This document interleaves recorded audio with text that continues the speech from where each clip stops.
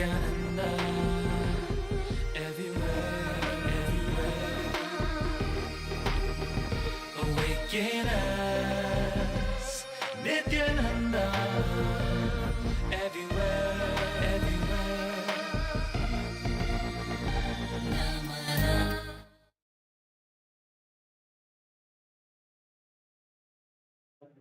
Nithyanandam, requesting everyone to please be seated with your head, neck, and spine in a straight line. We are going to be beginning.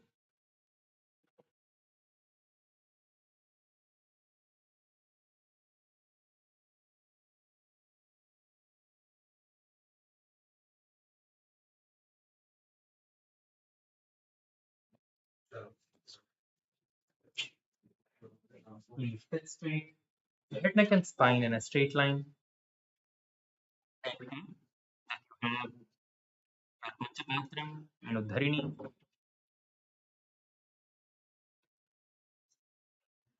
With your Panchapatram and Udharini.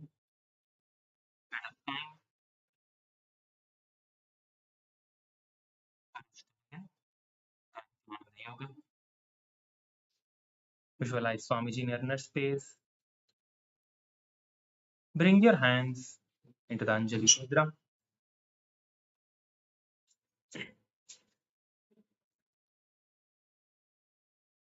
Nithyanandam Paramasukhadam Ke Dvandva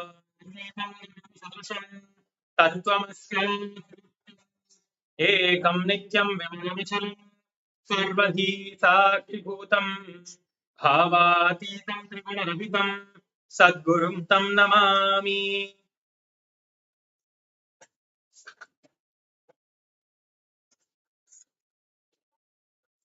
Let us now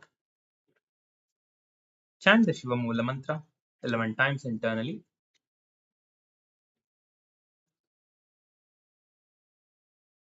Om Ha Shiva Namaha. Om Ha Shiva Namaha. Om Ha Shiva Namaha. Om Ha Shiva Namaha. Om Ha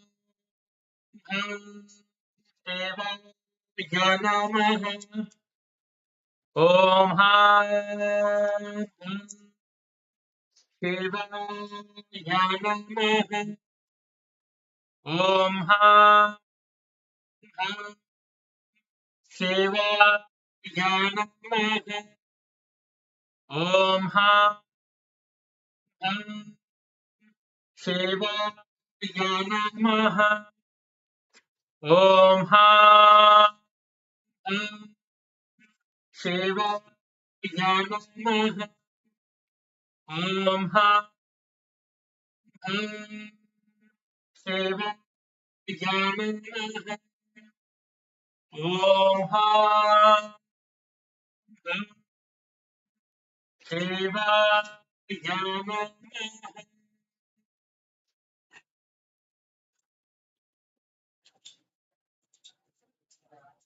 Now, let us create the Satya Sankalpa for what you want to manifest through the Nithyananda Yoga today.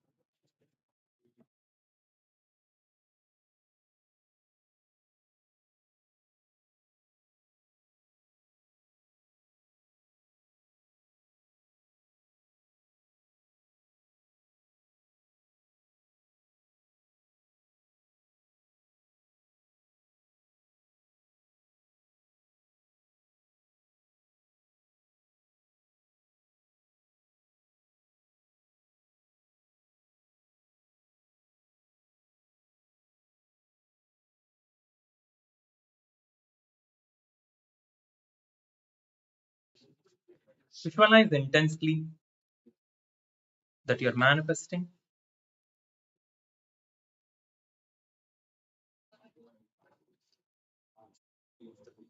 your reality. Visualize that you're powerful, strong,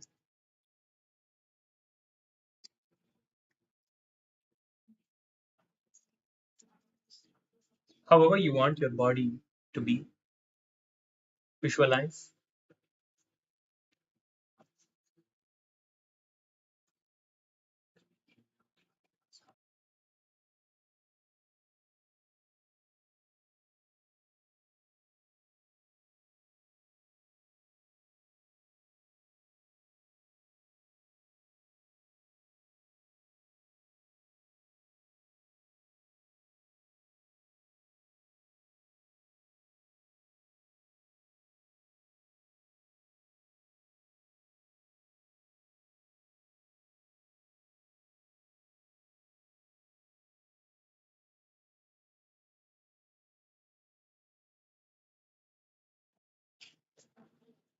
Let us now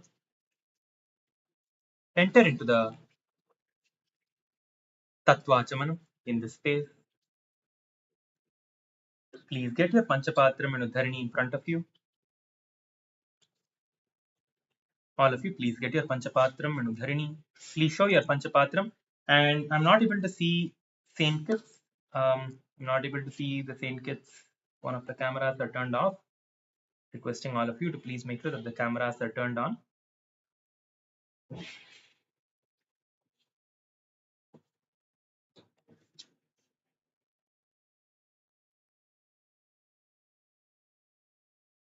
Please show your Panchapatram and Udharini if you have it. If you don't have it, please make sure that you're getting it. All volunteers, please make sure that you are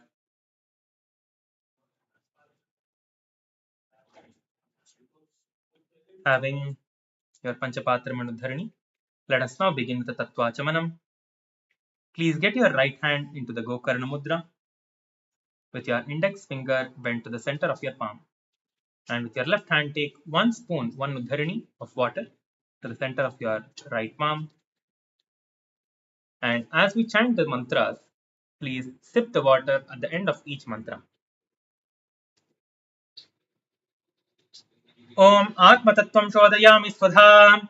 Please sip the water and take another Udharini of water. Om Vidya Tattvam Shodayami Swadha. Please sip the water and take another Udharini of water. Om Shiva Tattvam Shodayami Swadha. Please sip the water and take another Udharini of water. Now please wash your hands with an Udharini of water. Now with the base of your right hand thumb, you are going to wipe your lip from right to left twice. Om Ham Hridayaya Namaha. Now please again wash your hands with an Udharini of water. With your index, middle and ring finger, you are going to touch your upper lip and lower lip. Again, please wash your hand. Now with your index finger and thumb joined together, touch your right nostril, left nostril. Now with your ring finger and thumb joined together, touch your right eye, left eye, right ear and your left ear. Now please again wash your hand. Now with your little finger and thumb joined together, touch your navel center, your right chest, left chest. Now with all the fingertips joined together, touch above your head, your right shoulder, left shoulder and your heart center. Now please again wash your hands.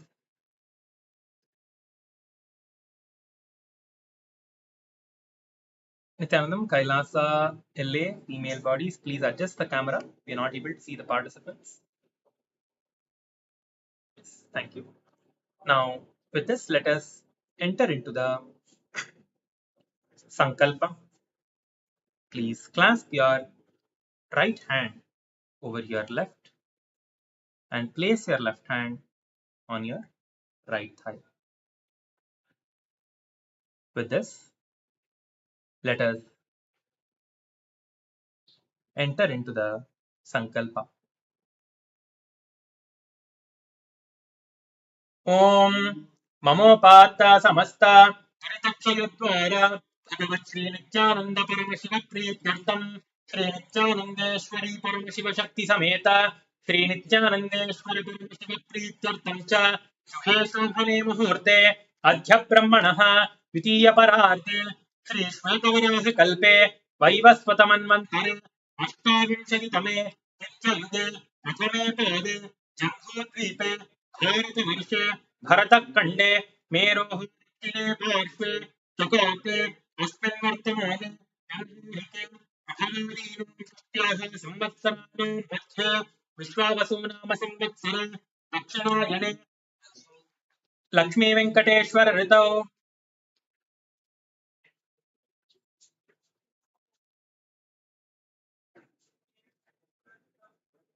शुक्लपक्षे चतुर्थ्यां शुभतिथौ हस्तानक्षत्र शुभयोग विष्टिकर्ण एवं गुणविशेषणविशिष्टायाम् अस्यां शुभतिथौ श्री कैलासोन्नतद्वादशान्तश्यामलापीठारूढ श्री मीनाक्षी सुन्दरेश्वर भिन्नस्वरूप परशिवपुत्र रत्नकुमार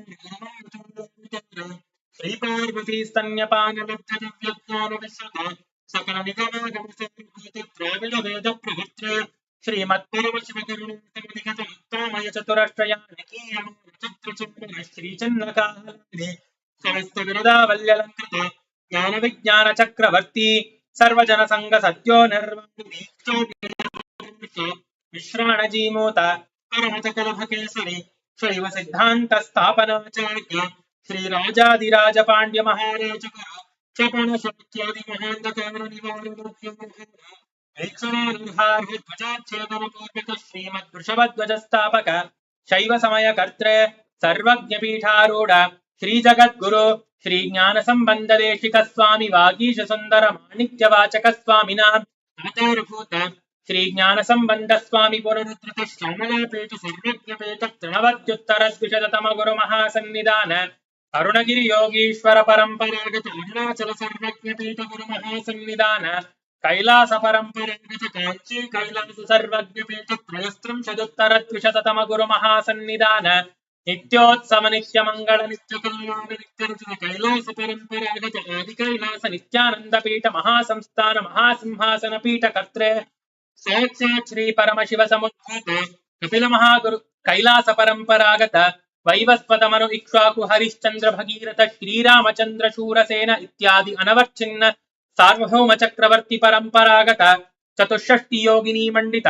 चतुष्षष्टि संप्रदाय प्रवर्तक मनुधर्म शासन सूर्यवंश प्राप्त सर्वज्ञपीठ सुरांगी साम्राज्य मूढ़ाभिषिक्त चूड़ामणि साक्षात् श्री परमशिव समुद्भूत कपिल महागुरु पुनरुद्धृत महानिर्वाणी पीठ अष्टोत्तर सहस्र श्री महामंडलेश्वर साक्षात् श्री परमशिव समुद्भूत श्री महागणपति समारंभ अनवच्छिन्न पीठाधीश्वर गुरु परंपरा प्राप्त अटलपीठ अष्टोत्तर सहस्र श्री अटलपीठाधीश्वर धर्म मुक्ति स्वर्ग पुरस्वर्ण पीठ त्रयोविंश गुरु महासन्निधान कैलास परंपरागत आदिपीठ सर्वज्ञ पीठ जगद्गुरु श्री कैलास पुनरुद्धारक श्री कैलास परमाचार्य श्रीमत्परमहंस परिव्राजकाचार्य वर्य सच्चिदानंद प्रणव स्वरूप श्रोत्रिय ब्रह्मनिष्ठ श्रीमज्जगद्गुरु श्रीलश्री भगवत् श्री नित्यानंद परमशिव श्री ज्ञान संबंध देशिक परमाचार्य स्वामिनां प्रीत्यर्थं तेषां पादारविन्दयोः भक्ति सिद्ध्यर्थं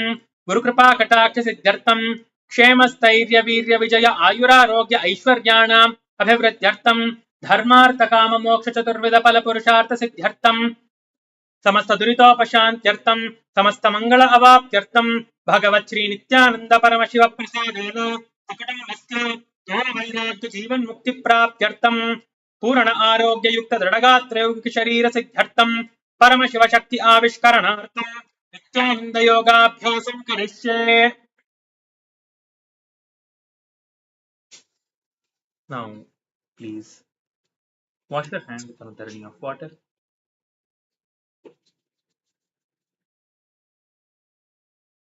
Place your dharani and the panchapatram aside, and let us stand up on our mats.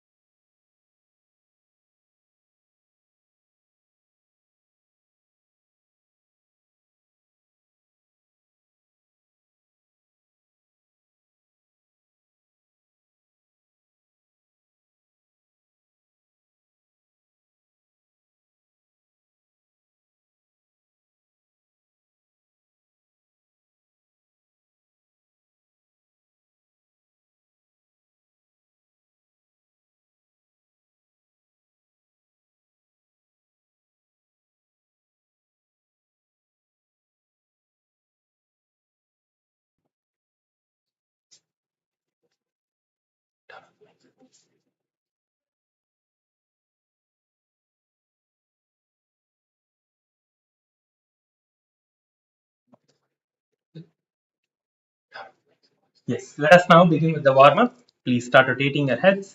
All of you, please rotate your head.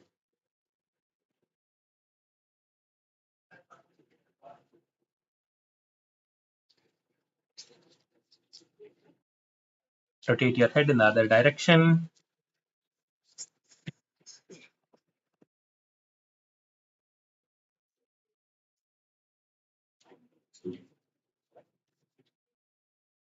Now, place your hand behind your head and gently press your head forward.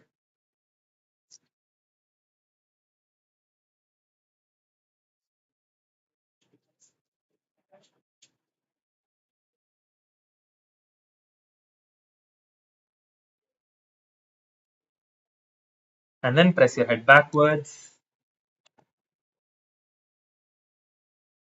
Let us now start rotating our hands. Please start rotating your hands forward. Please start rotating your hands. Rotate your hands. All of you, please rotate your hands.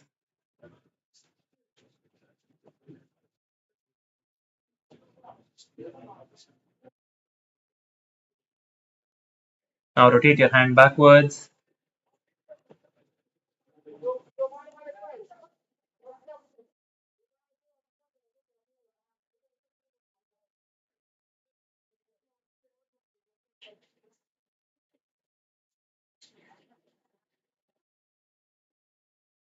Now you can relax your hands. Place your hand on your shoulders and let us rotate our shoulders now.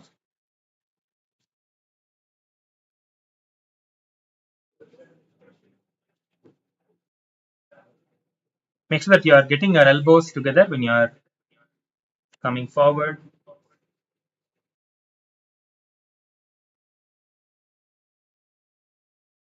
Rotate your elbow, shoulder on the other direction, on the other side.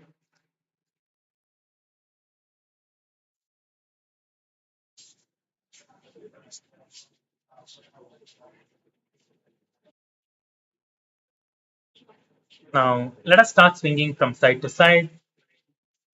Please start swinging from side to side.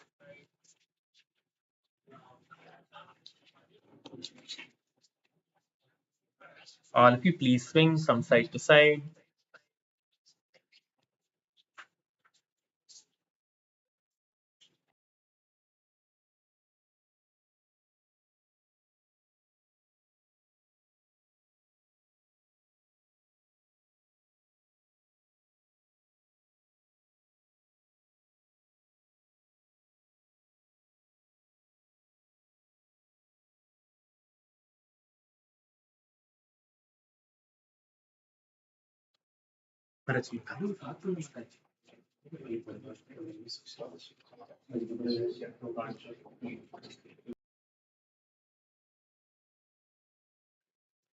And please bend forward and down.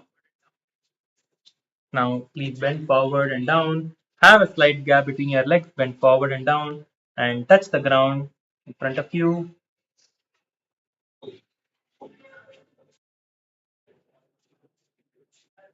Come up and come down. You can bend your knees if you're not able to touch the ground. Slightly bend your knees, but do not bend too much. Try to reach the ground without bending your knees. If you're not able to touch, it is fine. Just try to touch. Yes, now you can relax. Now you can relax. Now let us interlace our hands and stretch our hands upwards.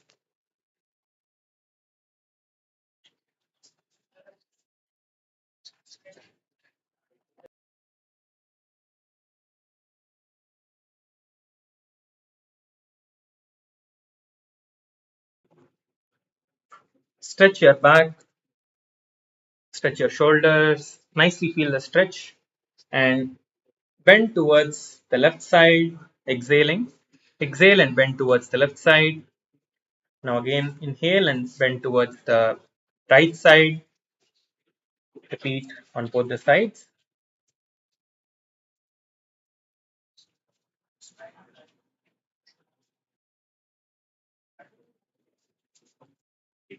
Now Please stretch your hands forward in front of you and let us start rotating our wrists. Please rotate your wrist. Rotate your wrist on the other direction.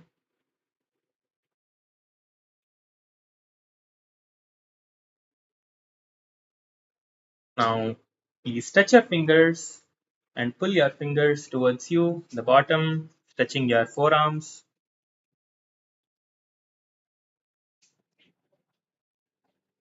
Repeat it on the other hand.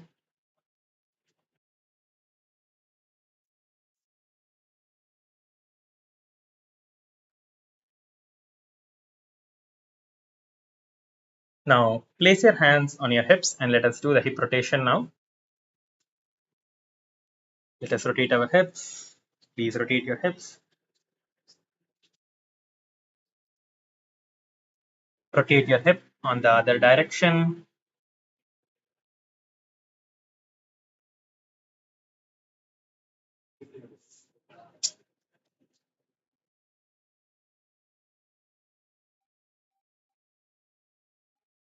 Now, please place your hands on your knees and let us rotate our knees.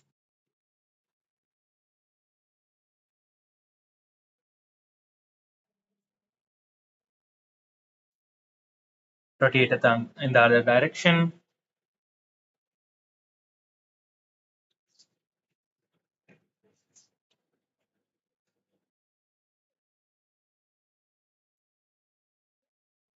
Now, let us rotate our ankles. Please stand up and stand on your left leg and rotate the ankle of your right leg. Rotate it in the other direction.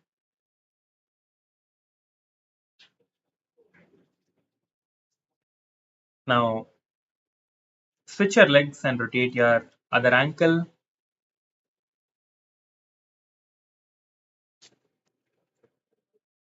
Rotate it in both the directions.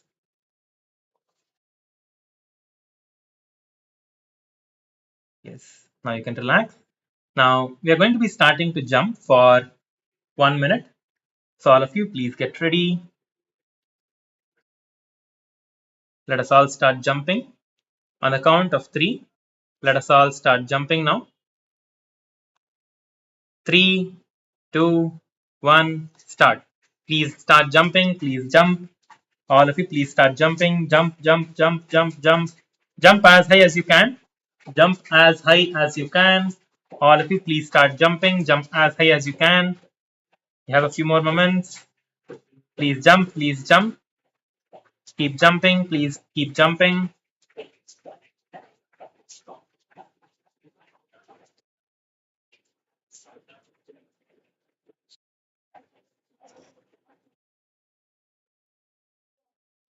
All of you, please keep jumping. Jump, jump, jump, jump as high as you can. You have about 30 more seconds. Keep jumping, 20 more seconds. Keep jumping, keep jumping. Last few seconds, keep jumping. Last 10 seconds, keep jumping. Jump, jump, jump, jump, jump. Yes, you can relax now. Please relax. Just walk back and forth on your mat. Walk back and forth on your mat and relax.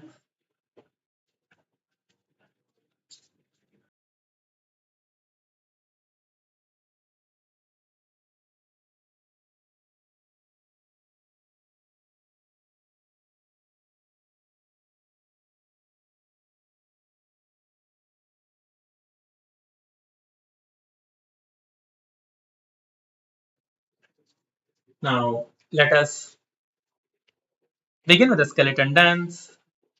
Please close your eyes and visualize yourself as pure bones.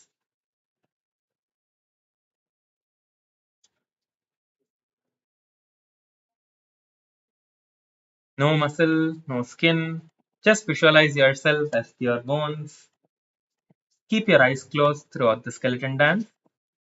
When you perform the skeleton dance intensely, all the chakras throughout your entire body, apart from the 7 chakras, there are different chakras in your entire body, like in your fingers, in your other joints of your body.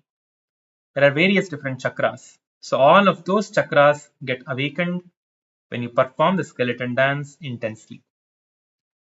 So let us start shaking our body now. Please start moving. Please start shaking your hands, your legs. Please start moving your body. Please intensely start shaking your body. Let us all move, move, move. Let us start intensely start shaking your body. Please intensely shake your body, move your body.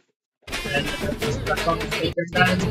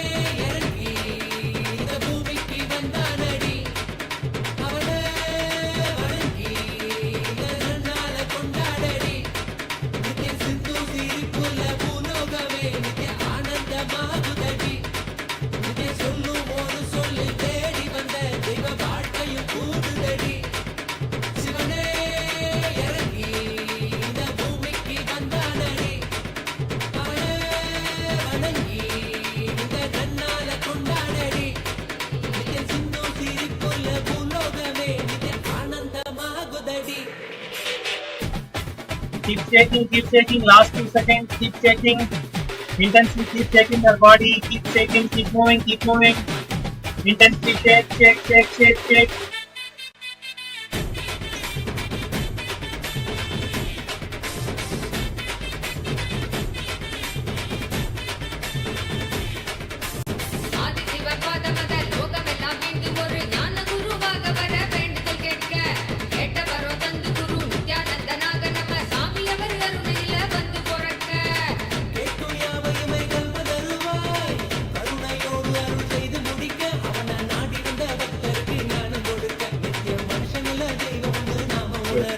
Now, just stand still. Just stand still. Inhale and exhale. Just stand still on your mats. Do not move around. Do not do anything else. Just inhale and exhale, standing on your mats. Just inhale deeply and exhale deeply. Keep your eyes closed, your hands relaxed by the sides of your body. Inhale deeply and exhale deeply.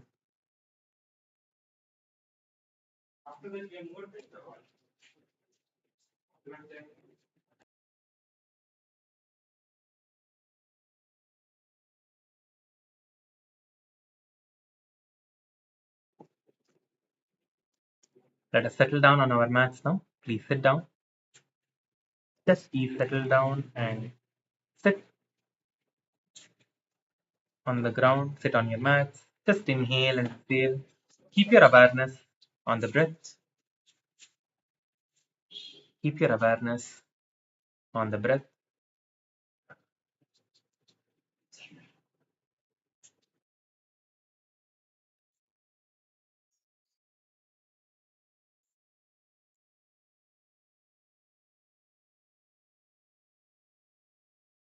Inhale and exhale.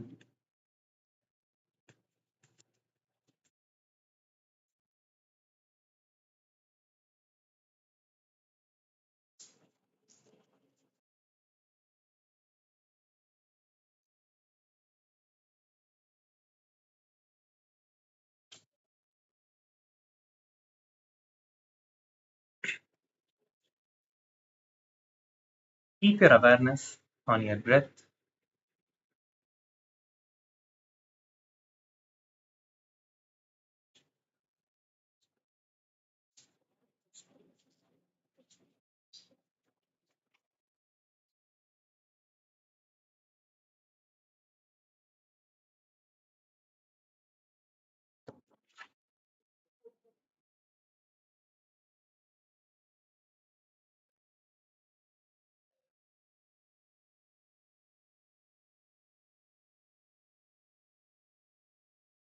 Now, we are going to be beginning a very powerful meditation, which is the Mahamantra meditation. Mahamantra is where you intensely hum from your core. Your humming should literally vibrate your entire body. So you're going to start humming now. We'll be humming for the next few minutes. So inhale deeply and start humming. As you're humming, visualize Swamiji in your inner space and unclutch from all the other thoughts. Just intensely visualize your favorite darshan. You can also visualize the darshan that we had yesterday, the amazing darshan. Visualize Swamiji's form in your inner space. Meditating on this form, intensely do the humming. Mm.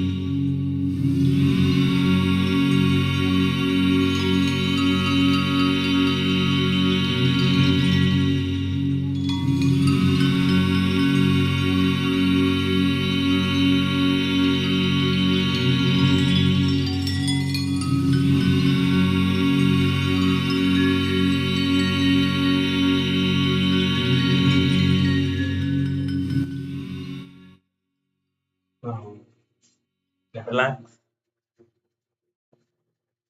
Please relax.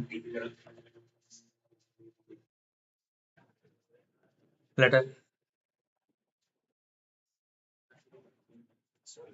now offer our gratitude to the Supreme Pontiff of Hinduism, Bhagavan Sri Nithyananda Paramashivam, and conclude with the Purna Mantra.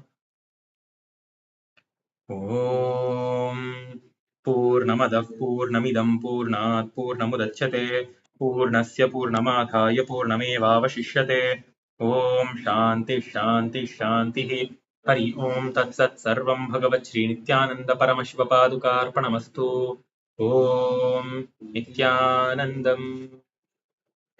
Thank you everyone. Please gather back for Puja at 8 a.m. Eastern Time. Thank you, Nithyanandam.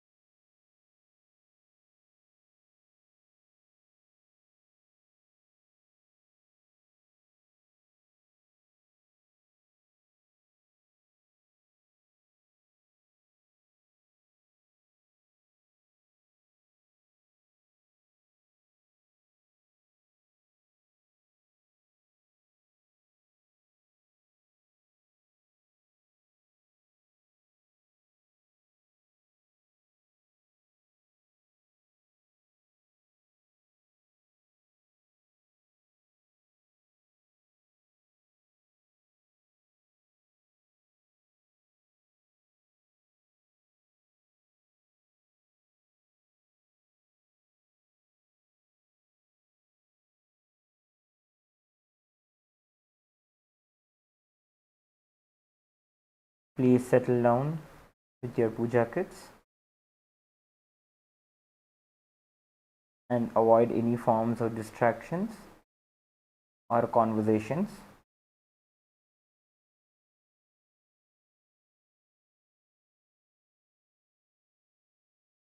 Please be seated in the space of deep blissful awareness in your Ananda Gandha as you remember and invoke the presence of Swamiji in your inner space.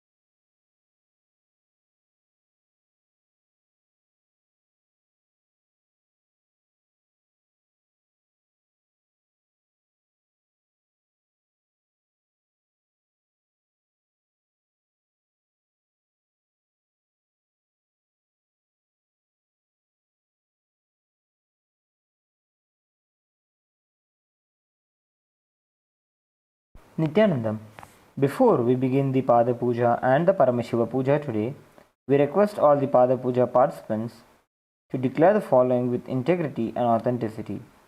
If you agree to the following, please say yes loudly. I authentically cognize, which is internally process, understand and declare the truth that the cosmic energy exists. Yes.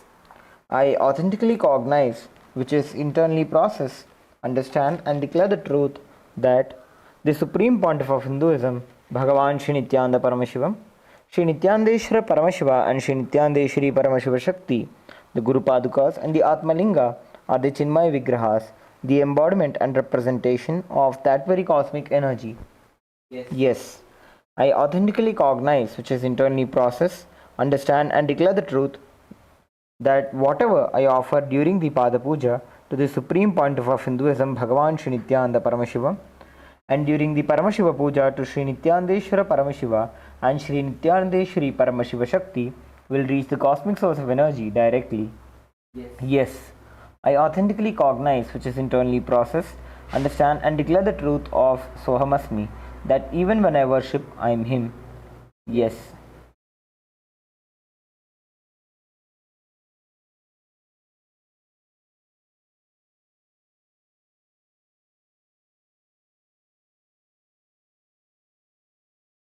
Let us now begin with the Sadguru Vandana. Invoking the presence of our beloved Bhagavan, the Supreme Pontiff of Hinduism, Bhagavan Sri Nithyananda Paramashivam. Please take a few flowers in your hands. Hold your hands in the Namaskara Mudra. Offer the flowers at Swamiji's feet by the end of the mantra. Nityanandam Paramasukhadam Kevalam Jnanamurtim Dvandvatitam Gaganasadrisham Tatwamasyadilaksham Ekam Nityam Vimalamachalam Sarvadhi Sakshibhutam Bhavatitam Trigunarahitam Sadgurum Tam Namami नित्यानन्देश्वर Paramshiva समारम्भां नित्यानन्देश्वरी परमशिवशक्तिमध्यमां नित्यानन्दपर्यन्तां वन्दे गुरुपरम्परां ललाटे त्रिपुण्ड्रीनिटिलकृतकस्तूरीतिलकः स्फुरन्मालाधारस्फुरितकटिकौपीनवसनः दधानो दुस्तारं शिरसि फनिराजं शशिकलां प्रदीपः सर्वेषाम् अरुणगिरियोगी विजयते.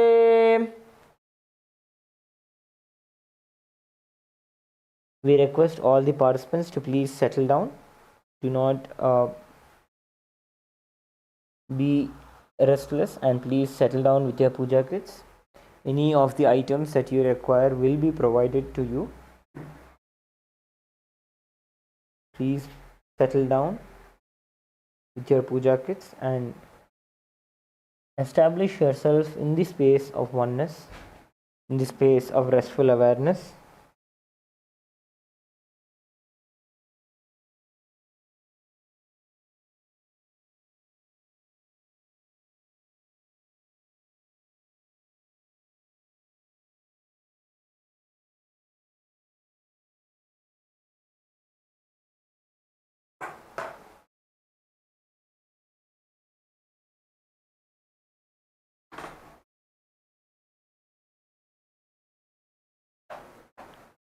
We request all the participants to come into the space of listening. Let us now continue with the Pratyaksha Pada Puja.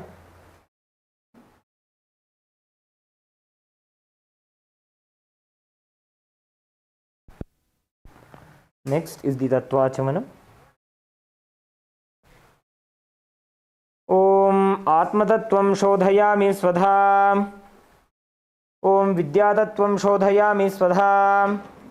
Om Shivatatvam Shodhayami Swadha.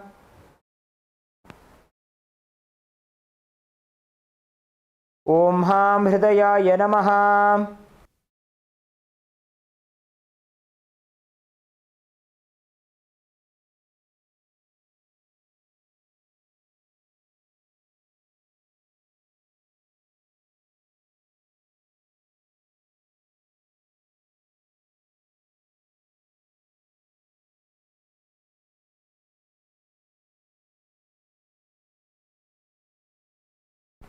Next is the Shuklambaradharam. Please take a few flowers and akshata in your hands. Clench your hands into the Mushti Mudra and tap the sides of the forehead along with the mantra.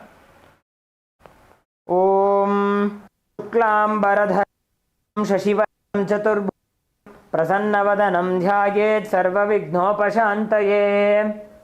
Next is the Pranayama, the inhalation, retention and the exhalation of the breath. Please perform the pranayama as we chant the Samhita mantras thrice.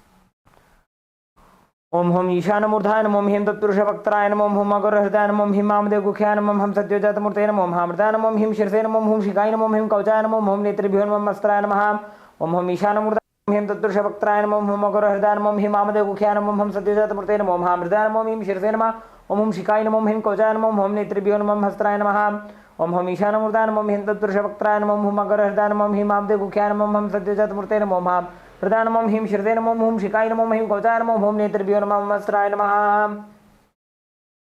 Next is the sankalpa, creating a conscious resolution and setting the intention for the day. Please clasp your hands and place them on the right thigh. Remember Swamiji in your Ajna chakra in your third eye and create a strong intention to manifest your reality through the power of the Satya Sankalpa. The power of creating the Satya Sankalpa itself is such that it will deliver the results of the reality that you want to manifest. Let us now begin with the Sankalpa mantra. Om Mamopada Samast Duridakshaya Dvara भगवत् Shri Nityanand Paramshiva प्रीत्यर्थम Shri नित्यानंदेश्वरी Paramshiva शक्ति समेत श्री नित्यानंदेश्वर परमशिव प्रीत्यर्थम च शुभे शोभने मुहूर्ते अद्य ब्रह्मणः द्वितीय परार्धे श्री श्वेतवराह कल्पे वैवस्वतमन्वन्तरे अष्टाविंशतितमे नित्ययुगे प्रथमे पादे जम्बूद्वीपे भारतवर्षे भरतखण्डे मेरोः दक्षिणे पार्श्वे शकाब्धे अस्मिन् वर्तमाने व्यवहारिके प्रभवादीनां षष्ट्याः संवत्सराणां मध्ये शुभनाम संवत्सरे शुभायने शुभऋतौ शुभमासे शुभपक्षे शुभतिथौ शुभवासरयुक्तायां शुभनक्षत्र शुभयोग शुभकरण एवं गुणविशेषण विशिष्टायाम् अस्यां शुभतिथौ श्री कैलासोन्नत द्वादशान्तश्यामलापीठारूढ़ श्री मीनाक्षी सुंदरेश्वरा भिन्न स्वरूप परशिवपुत्र रत्नकुमार गुरुमन्यतुल्यावतार श्री पार्वती स्तन्यपान लब्ध दिव्य ज्ञान विश्रुत सकल निगमागमसार भूत द्राविड वेद प्रवक्त्रे श्रीमत् परमशिव करुणा समधिगत मुक्तामय चतुरश्रयाण गीयमान छत्र चामर श्री चिन्ह काहलादि समस्त बिरदावल्यलंकृत ज्ञान विज्ञान चक्रवर्ती सर्वजन संघ सद्यो निर्वाण दीक्षा व्ययापवर्ग वर्ष विश्रान जीमूत परमत कलभकेसरी शैव सिद्धांत स्थापनाचार्य श्री राजाधिराज पांड्य महाराज गुरु क्षपण शाक्यादि महांधकार निवारण ज्ञान भानु वीक्षणानर्हार्ह ध्वजोच्छेदन पूर्वक श्रीमद् ऋषभध्वज स्थापक शैव समय कर्त्रे सर्वज्ञ पीठारूढ़ श्री जगद्गुरु श्री ज्ञान संबंध देशिक स्वामी वागीश सुंदर माणिक्य वाचक स्वामिनाम अवतार भूत श्री ज्ञान संबंध स्वामी पुनरुद्धृत श्यामला पीठ सर्वज्ञ पीठ तृणवद्युत्तर द्विशततम गुरु महासन्निधान नित्योत्सव नित्य मंगल नित्य कल्याण नित्य रचित कैलास परंपरागत आदि कैलास नित्यानंद पीठ महासंस्थान महासिंहासन पीठ कर्त्रे साक्षात् श्री परमशिव समुद्भूत कैलास परंपरागत वैवस्वत मनु इक्ष्वाकु हरिश्चंद्र भगीरथ श्रीरामचंद्र शूरसेन इत्यादि अनवच्छिन्न सार्वभौम चक्रवर्ती परंपरागत चतुष्षष्टि योगिनी मंडित चतुष्षष्टि संप्रदाय प्रवर्तक मनुधर्म शासन सूर्यवंश प्राप्त सर्वज्ञ पीठ सुरांगी साम्राज्य मूर्धाभिषिक्त चूड़ामणि साक्षात् श्री परमशिव समुद्भूत कपिल महागुरु पुनरुद्धृत महानिर्वाणी पीठ अष्टोत्तर सहस्र श्री महामंडलेश्वर साक्षात् श्री परमशिव समुद्भूत श्री महागणपति समारंभ अनवच्छिन्न पीठाधीश्वर गुरु परंपरा प्राप्त अटल पीठ अष्टोत्तर सहस्रतम अष्टोत्तर सहस्र श्री अटल पीठाधीश्वर धर्म मुक्ति स्वर्गपुर स्वर्ण पीठ त्रयोविंश गुरु महासन्निधान कैलास परंपरागत आदिपीठ सर्वज्ञ पीठ जगद्गुरु श्री कैलास पुनरुद्धारक श्री कैलास परमाचार्य श्रीमत् परमहंस परिव्राजकाचार्य वर्य सच्चिदानंद स्वरूप श्रोत्रिय ब्रह्मनिष्ठ श्रीमज्जगद्गुरु श्रीलश्री भगवत् श्री नित्यानंद परमशिव श्री ज्ञान संबंध देशिक परमाचार्य स्वामिनां प्रीत्यर्थम तेषां पादारविन्दयोः भक्ति सिद्ध्यर्थम गुरुकृपा कटाक्ष सिद्ध्यर्थम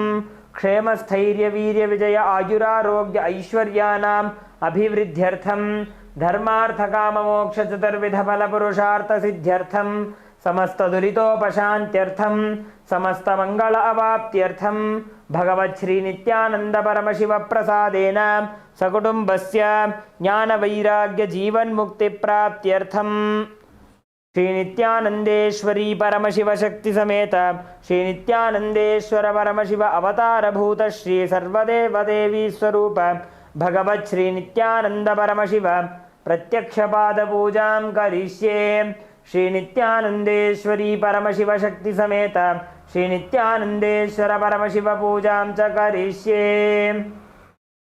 Now please drop the flowers and akshata onto your right hand side and rinse your hand with an uddarni of water. Om apa upasprisya Next is the Ghantanada. Please take the bell in your left hand, hold it at the level of your heart center and ring the bell along with the mantra. Om Agamarthantu Devanam Gamanarthantu Rakshasam Ghantanadam Karomyadau Devata Hvanalanchanam Ghanta Devatabhyo Namaha. Next is the offering of the Manasa Puja. We request all the participants to take a few flowers in your hands. Hold your hands in the Kurma Mudra. As we chant the mantras of the Manasa Puja, bring awareness into your Ananda Gandha.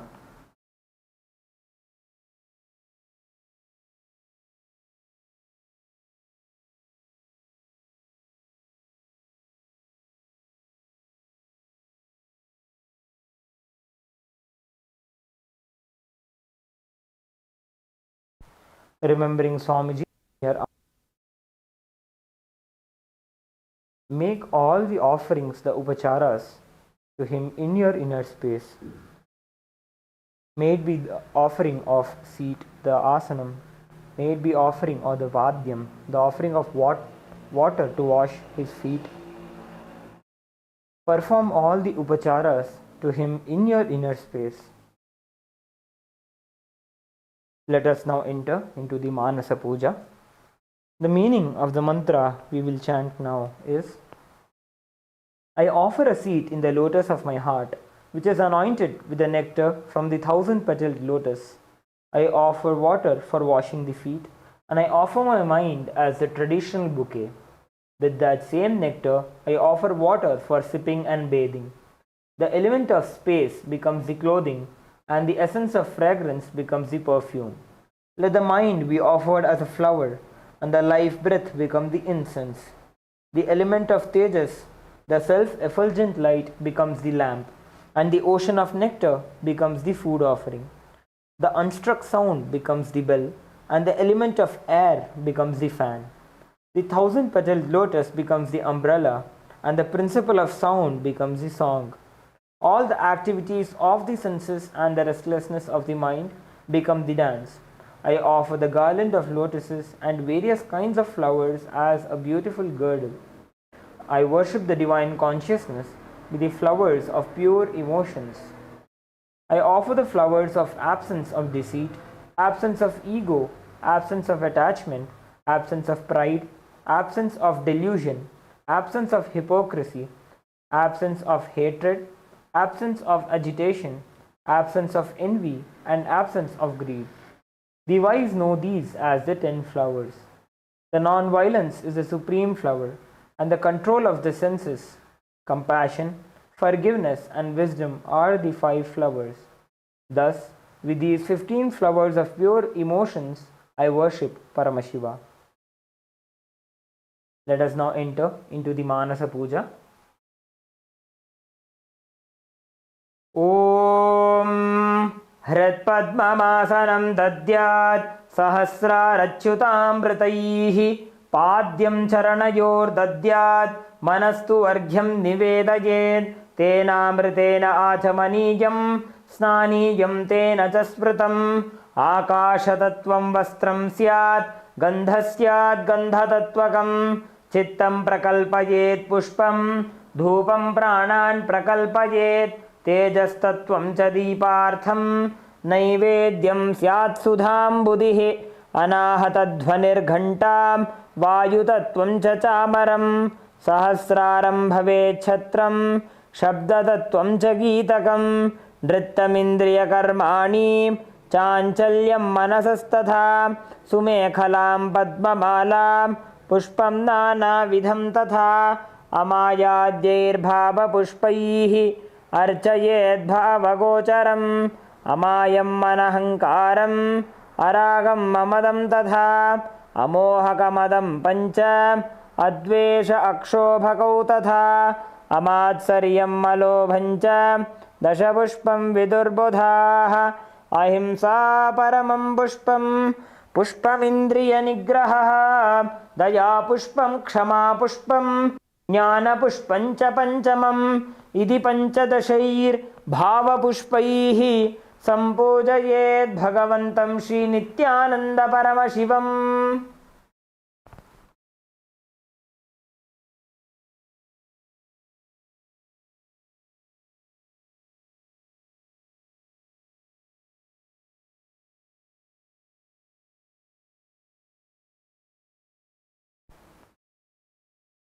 Now we'll enter into the upachara puja. The first is the offering of the asanam, the offering of the seat. Now please take some akshata in your hands and offer it at Swamiji's feet by the end of the mantra. Asanam Om Sarvabhutantarasthaya Sarvabhutantaratmane Kalpayam Yupaveshartham Asanam Te Namo Namaha. Om Hrim Idam Suvarnasanam Sarvadeva Devi Swarupaya Bhagavate Shri Nithyananda Paramashivaya Namaha. Next is the offering of Swagatam, the offering of welcoming Swamiji. Now please take a few flowers in your hands and offer it to Swamiji's feet by the end of the mantra. Swagatam Om Shantatvat Sarvakartritva Bhavo Paratikaranat Shiva Uktau Mahatantra Mantravidbhis Sada Shivaha Tasmai Shivaya Gurave Vitaraga Vai Ameyatvatanantoyam ajatvacha prakirtitaha yasya darshanamichanti deva swabhishta siddhaye tasmai te parameshana swagatam swagatam prabho adya me sabhalam janma jivanam sabhala kriya swagatam yatvaya tanme tapasam phalamagatam. Om Hrim Sarvadeva Devi Swarupa Bhagavat Shri Nithyananda Paramashiva Swagatam Suswagatam Te. Next is the offering of Padyam, the offering of water for washing Swamiji's feet. Now please take an udarni of water and offer it at Swamiji's feet by the end of the mantra. Padyam Om Yad Bhakti Lesha Samparkat Paramananda Samplavaha Tasmai Te Parameshana Padyam Shuddhaya Kalpaye. Om Hrim Etat Padyam Sarvadeva Devi Swarupaya Bhagavate Shri Nithyananda Paramashivaya Namaha. Next is the offering of Arghya, the offering of the traditional bouquet.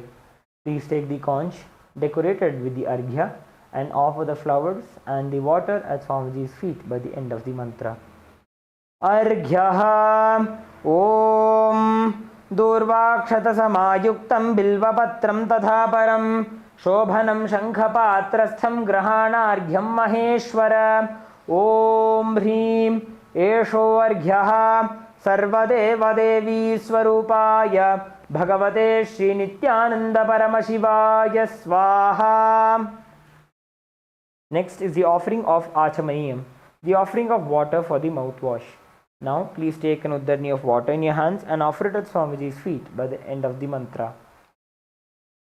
Achamaniyam Om Mandakinyastu Yadvari Sarva Papaharam Shubham Grahanachamaniyam Tvam Maya Bhaktya Niveditam.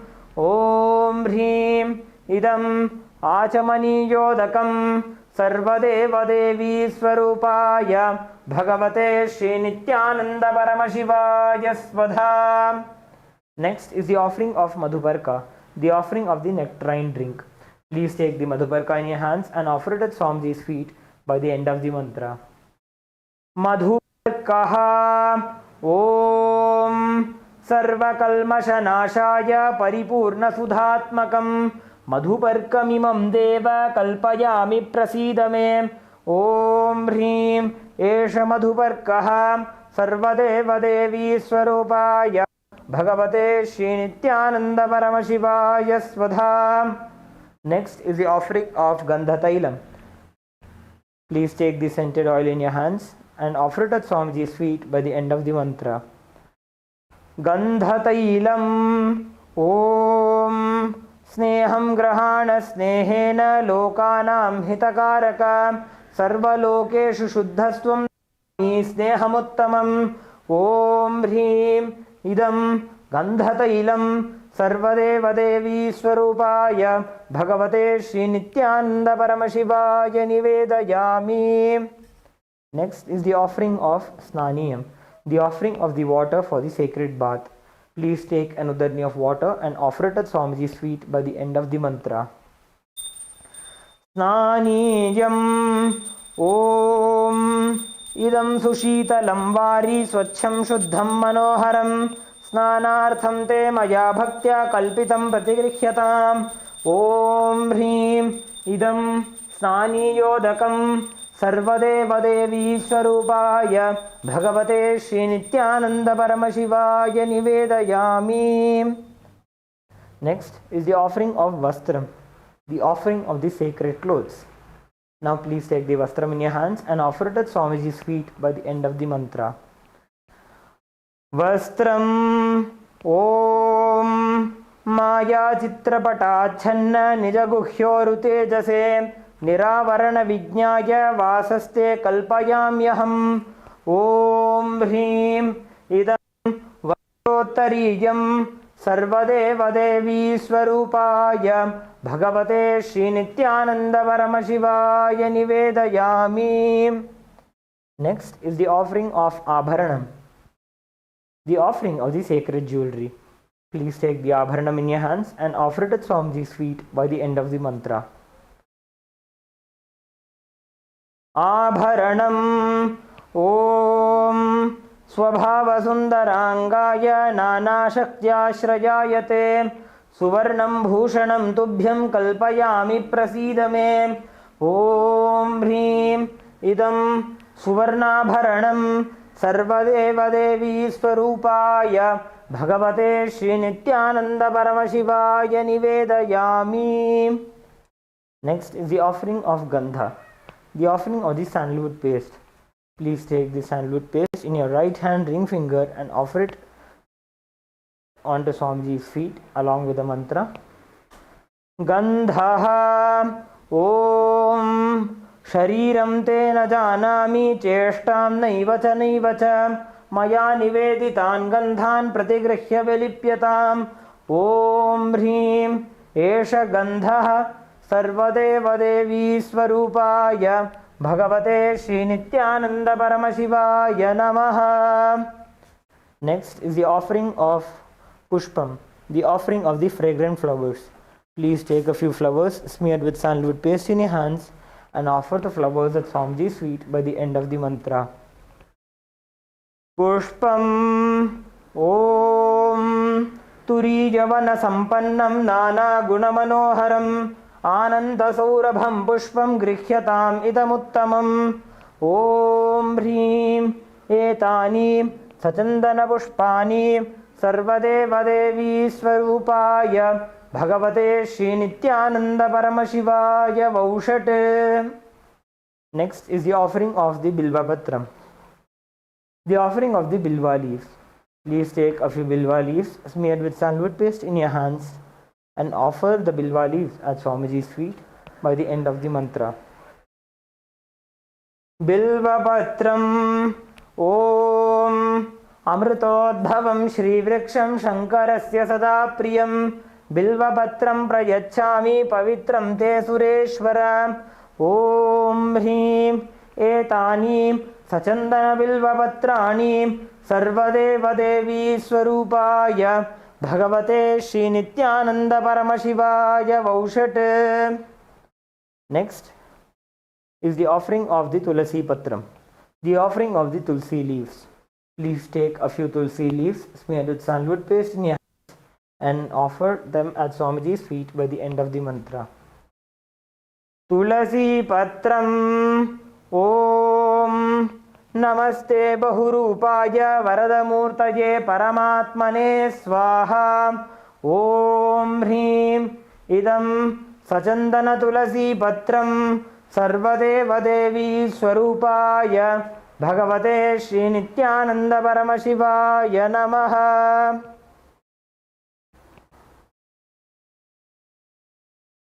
Next is the offering of dhupa. We request all the participants to please light your lamps and the incense sticks.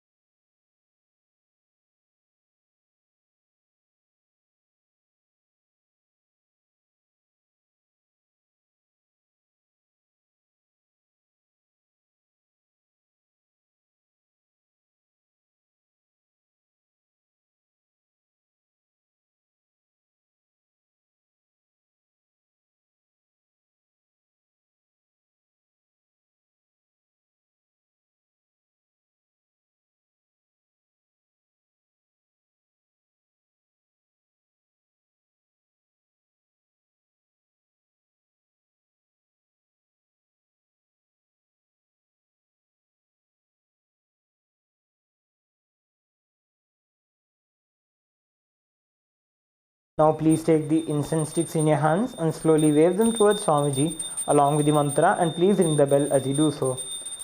Dhupaha Om Vanaspatiraso Divyo Gandhadyastu Manoharaha Agreya Sarvadevanam Dhupoyam Pratigrihyatam Om Hrim Esha Dhupaha Sarvadevadevi Swarupaya Bhagavate Shri Nithyananda Paramashivaya Namaha. Next is the offering of Deepa, the offering of the lit lamp. Please take the Deepa in your hands and slowly wave it towards Swamiji along with the mantra. Deepaha Om Suprakasho Mahadipaha Sarvatastimiراpaha Sabāhyabhyantarajyotirdeepoyam Pratigrihyatam Om Hrim Esha Deepaha Sarvadevadevi Swarupaya Bhagavate Shri Nithyananda Paramashivaya Namaha.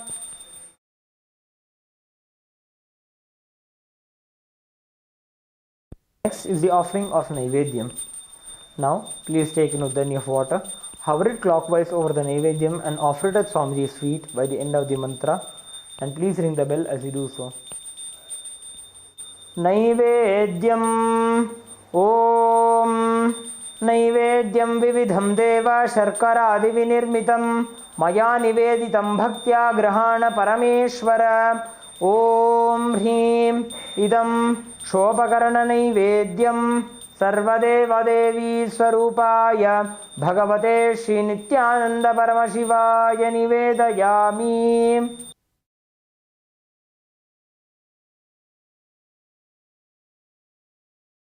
Next is the offering of Paniyam, the offering of water for drinking. Now please take an uddani of water and offer it at Swamiji's feet by the end of the mantra. Paniyam Om Samastadeva Devesha Sarvatriptikaram Param Akhandananda Sampurnam Grahana Jalamuttamam Om Hrim Idam Panarthodakam Sarvadeva Devi Swarupaya Bhagavate Shri Nithyananda Paramashivaya Namaha. Next is the offering of the Punarachamaniyam. Take another of water and offer it at Swamiji's feet by the end of the mantra. Punarachamaniyam Om Uchishtamapya Shuchirva Yasya Smaranamatrataha Shuddhimapnoti Tasmai Te Punarachamaniyakam Om Hrim Idam Punarachamaniyodakam Sarvadeva Devi Swarupaya Bhagavate Shri Nithyananda Paramashivaya Swaha. Next is the offering of the Arartrikam. Please take the lit arati in your hands and slowly wave it towards Swamiji along with the mantra, and please ring the bell as you do so. Arartrikam Om Hrim Esha Deepamala Sarvadeva Devi Swarupaya Bhagavate Shri Nithyananda Paramashivaya Namaha. Om Sangrahanyeshtya Yajate Imam Janatagum Sangranhaniti द्वादशारत्नीरशना भवति द्वादशमासा संवत्सरः संवत्सरमेवावरुन्धे मौञ्जी भवति ऊर्ध्वै मुञ्जाः ऊर्जमेवावरुन्धे चित्रानक्षत्रं भवति चित्रं वा एतत्कर्म कर्पूरगौरं करुणावतारं संसारसारं भुजगेन्द्रहारं सदा वसन्तं हृदयारविन्दे भवं भवानी सहितं नमामि भवं भवानी सहितं नमामि भवं भवानी सहितं नमामि। आरात्रिकं समर्पयामि भगवच्छ्री नित्यानंद परमशिव चरणकमलेभ्यो नमः। The next is the offering of Pushpanjali. Please take a few flowers in your hands. Keep your hands in the Anjali mudra and offer the flowers at Swamiji's feet by the end of the mantra. Pushpanjalihi Gurur Brahma Gurur Vishnu Gururdevo Maheshwaraha Guru Sakshat Param Brahma Tasmai Shri Gurave Namaha. Akhandamandalakaram Vyaptam Yena Characharam Tatpadam Darshitam Yena Tasmai Shri Gurave Namaha. Ajnanatimirandhasya Jnananjanashalakaya Chakshurunmilitam Yena Tasmai Shri Gurave Namaha. Aneka Janma Samprapta Karma Bandha Vidahine Atmanyana Pradhanena Tasmai Shri Gurave Namaha. Mannath Shri Jagannatho Madguru Shri Jagadguruhu Mamatma Sarvabhutatma Tasmai Shri Gurave Namaha. Ishvaro Gururatmeti Murti Bheda Vibhagine Yomavadvyapta Dehaya Dakshinamurtaye Namaha. Nithyanandam Paramasukhadam Kevalam Jnanamurtim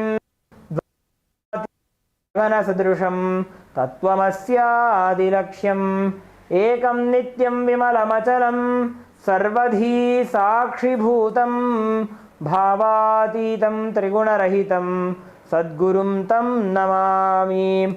Pushpanjalim Samarpayami Bhagavashri Nithyananda Paramashiva Charanakamaleebhyo Namaha.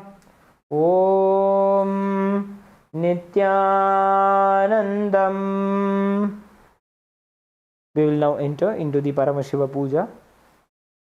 We will begin with the Tatwachamanam. Om Atma Tattvam Shodhayami Svadha.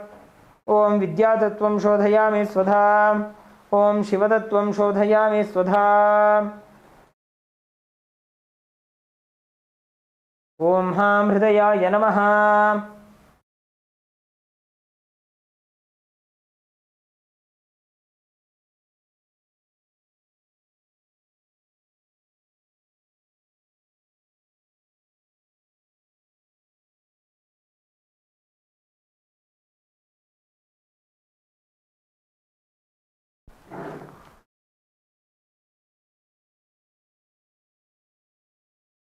We will now be performing the Sakali Karanam.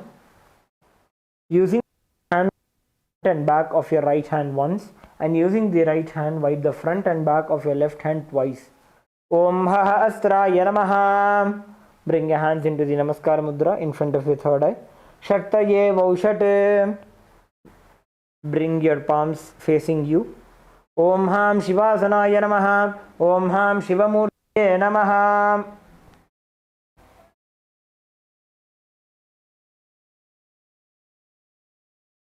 Now, touch the thumbs to the tip of the little fingers and slowly move the thumbs down.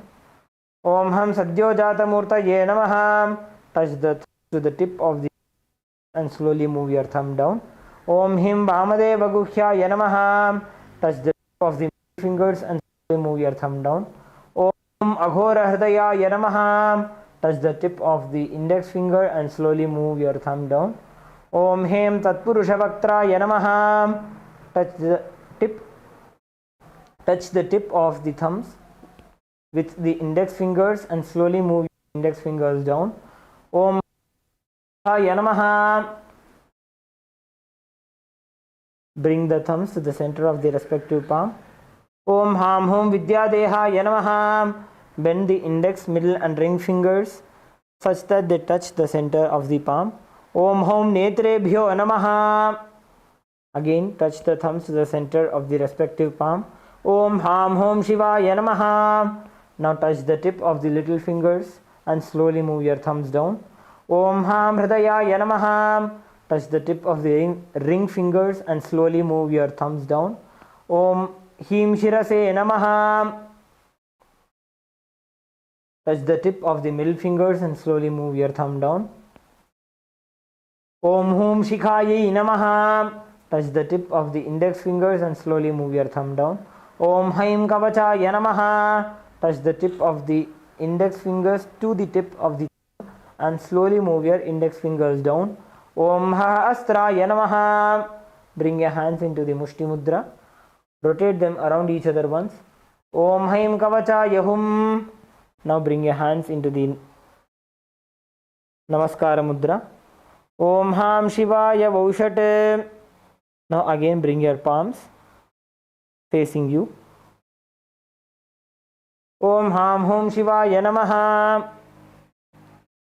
Now with the tip of the index finger, with the tip of the ring finger and thumb joined together, touch your Ananda Gandha.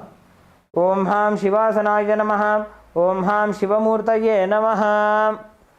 Now with the little finger and thumb joined together, touch the respective knees. Om Ham Sadyojata Murtaye Namaha.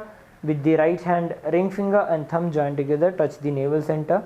Om Him Vamadeva Gukhya Namaha. With the middle finger and thumb joined together, touch the heart center. Om Hum Aghora Hridaya Namaha. Touch it with the index finger and thumb joined together, touch the upper lip. Om Hem Tatpurusha Vaktraya Namaha. With the tip of the thumb, touch the top of the head.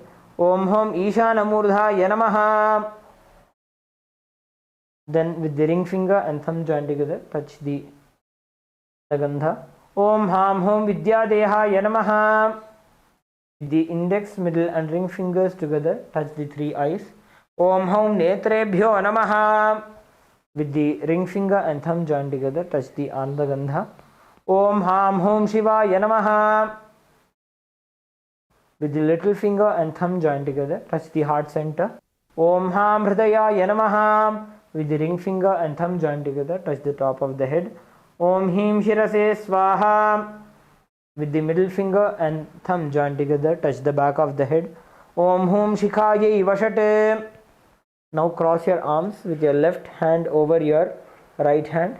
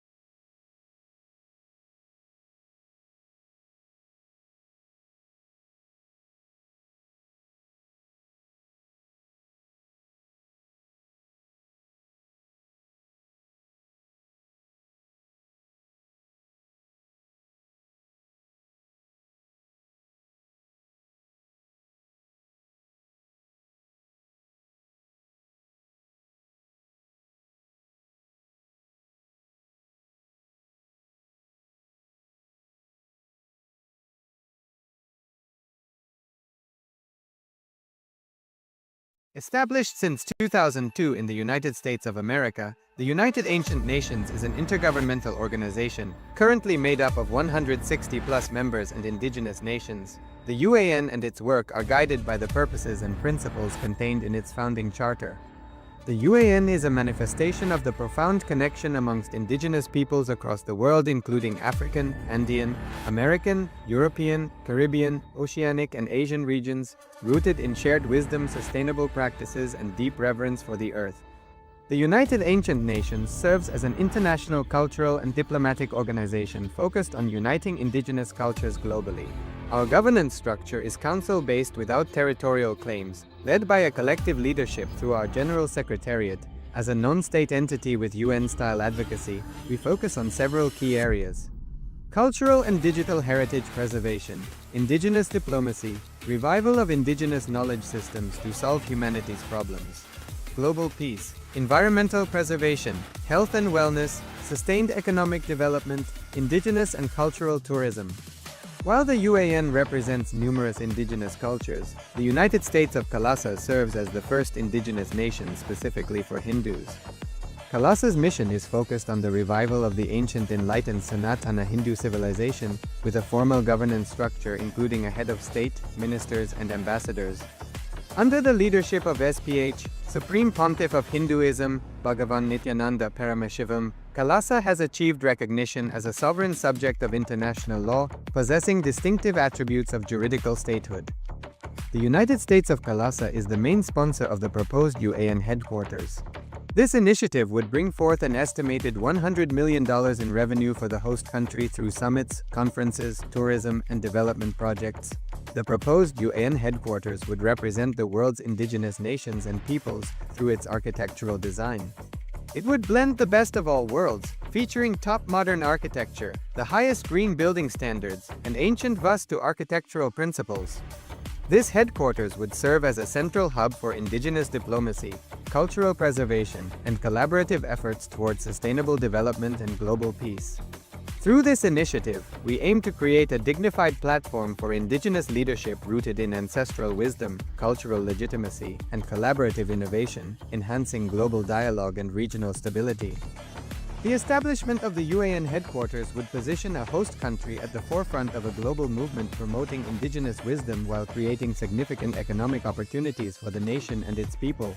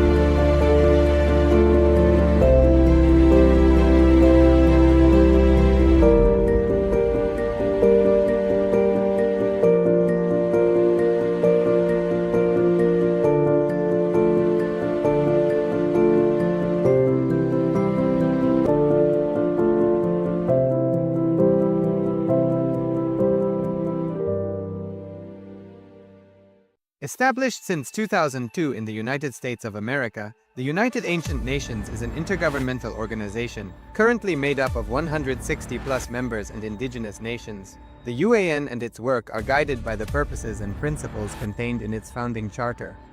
The UAN is a manifestation of the profound connection amongst indigenous peoples across the world, including African, Andean, American, European, Caribbean, Oceanic, and Asian regions, rooted in shared wisdom, sustainable practices, and deep reverence for the earth.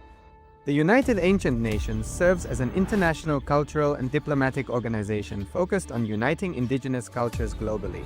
Our governance structure is council-based without territorial claims, led by a collective leadership through our General Secretariat.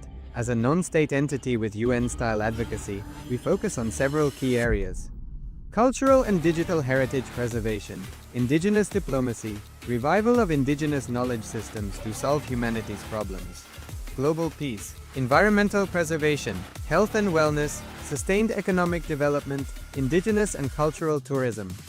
While the UAN represents numerous indigenous cultures, the United States of KAILASA serves as the first indigenous nation specifically for Hindus. KAILASA's mission is focused on the revival of the ancient enlightened Sanatana Hindu civilization, with a formal governance structure including a head of state, ministers, and ambassadors.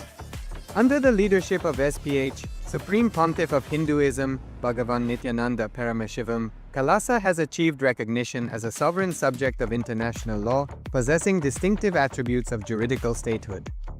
The United States of KAILASA is the main sponsor of the proposed UAN headquarters. This initiative would bring forth an estimated $100 million in revenue for the host country through summits, conferences, tourism, and development projects. The proposed UAN headquarters would represent the world's indigenous nations and peoples through its architectural design. It would blend the best of all worlds, featuring top modern architecture, the highest green building standards, and ancient Vastu architectural principles. This headquarters would serve as a central hub for indigenous diplomacy, cultural preservation, and collaborative efforts towards sustainable development and global peace. Through this initiative, we aim to create a dignified platform for indigenous leadership rooted in ancestral wisdom, cultural legitimacy, and collaborative innovation, enhancing global dialogue and regional stability. The establishment of the UAN headquarters would position a host country at the forefront of a global movement promoting indigenous wisdom while creating significant economic opportunities for the nation and its people.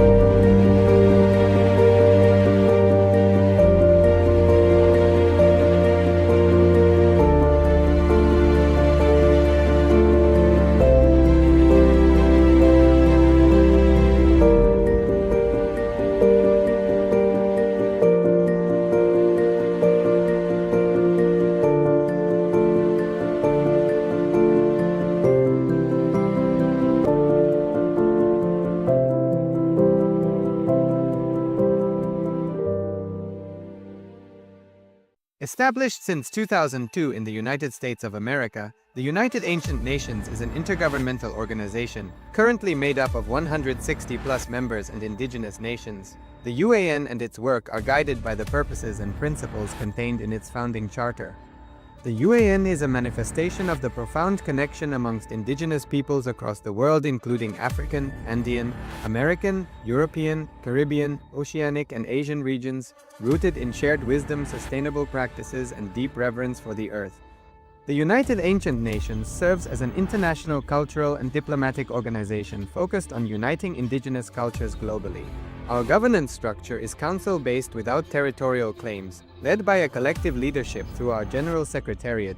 As a non-state entity with UN-style advocacy, we focus on several key areas: cultural and digital heritage preservation, indigenous diplomacy, revival of indigenous knowledge systems to solve humanity's problems, global peace, environmental preservation, health and wellness, sustained economic development, indigenous and cultural tourism.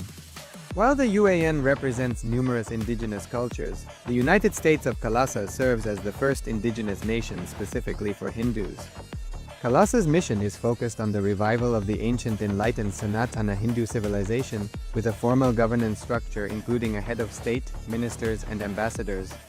Under the leadership of SPH, Supreme Pontiff of Hinduism, Bhagavan Nithyananda Paramashivoham, KAILASA has achieved recognition as a sovereign subject of international law, possessing distinctive attributes of juridical statehood.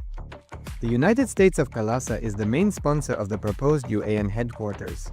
This initiative would bring forth an estimated $100 million in revenue for the host country through summits, conferences, tourism, and development projects. The proposed UAN headquarters would represent the world's indigenous nations and peoples through its architectural design. It would blend the best of all worlds, featuring top modern architecture, the highest green building standards, and ancient Vastu architectural principles. This headquarters would serve as a central hub for indigenous diplomacy, cultural preservation, and collaborative efforts towards sustainable development and global peace.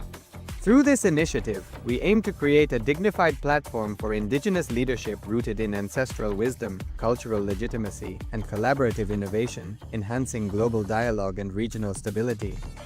The establishment of the UAN headquarters would position a host country at the forefront of a global movement promoting indigenous wisdom while creating significant economic opportunities for the nation and its people.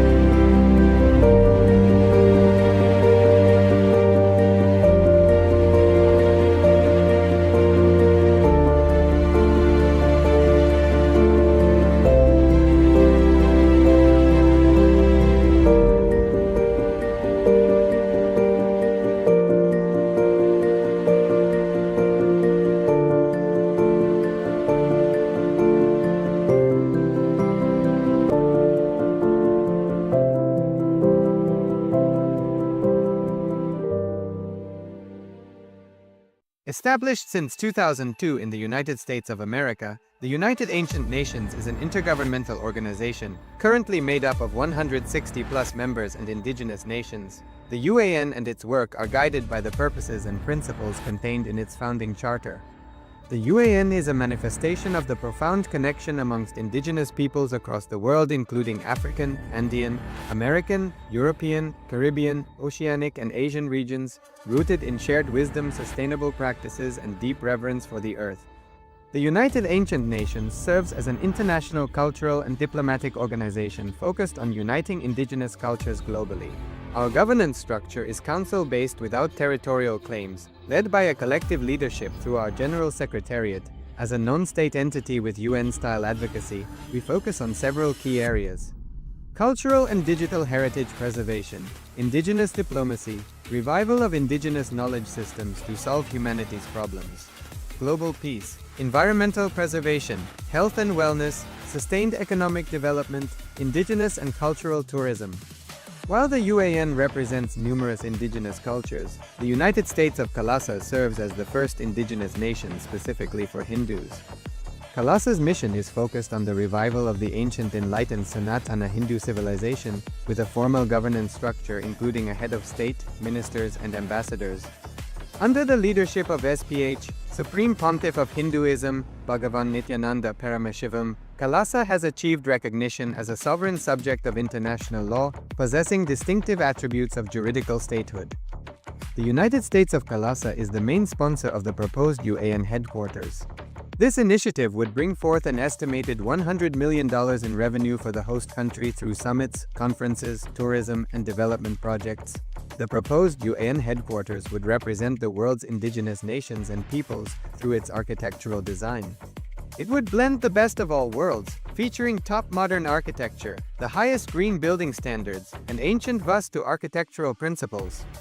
This headquarters would serve as a central hub for indigenous diplomacy, cultural preservation, and collaborative efforts towards sustainable development and global peace. Through this initiative, we aim to create a dignified platform for indigenous leadership rooted in ancestral wisdom, cultural legitimacy, and collaborative innovation, enhancing global dialogue and regional stability. The establishment of the UAN headquarters would position a host country at the forefront of a global movement promoting indigenous wisdom while creating significant economic opportunities for the nation and its people.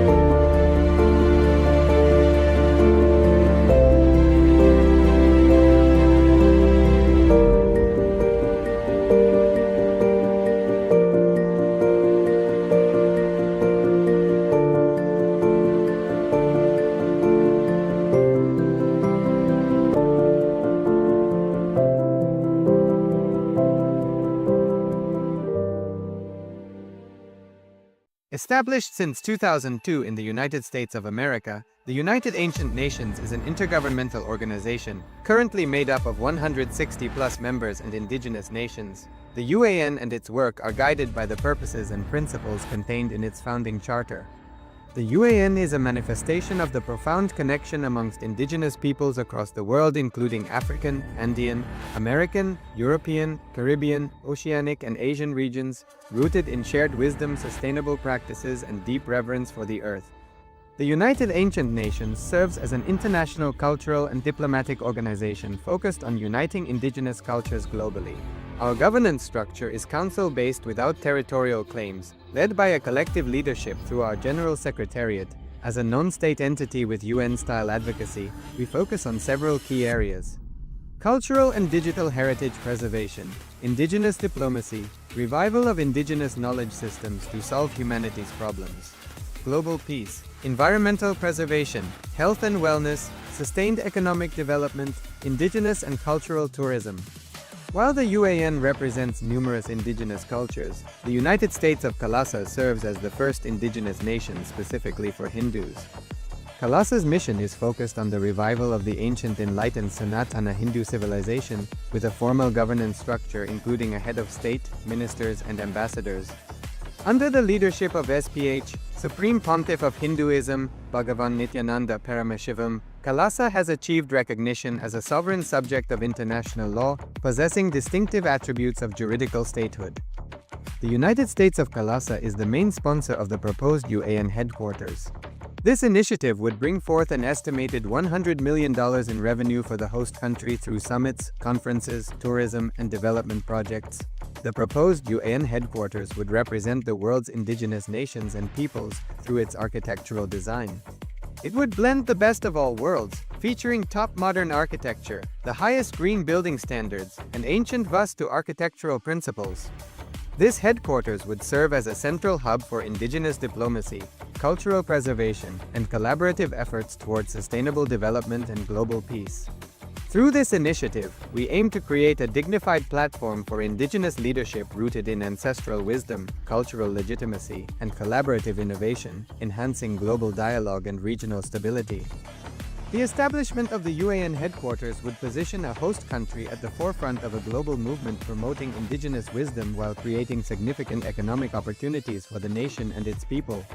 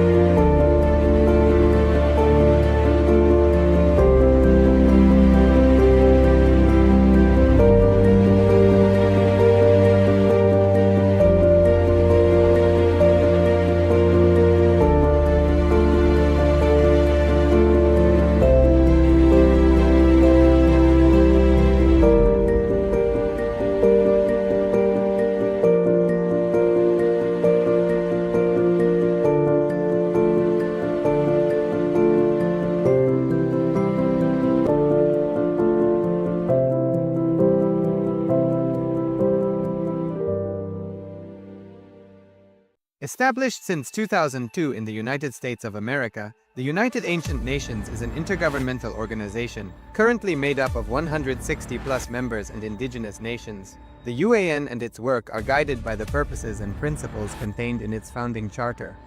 The UAN is a manifestation of the profound connection amongst indigenous peoples across the world, including African, Andean, American, European, Caribbean, Oceanic, and Asian regions, rooted in shared wisdom, sustainable practices, and deep reverence for the earth.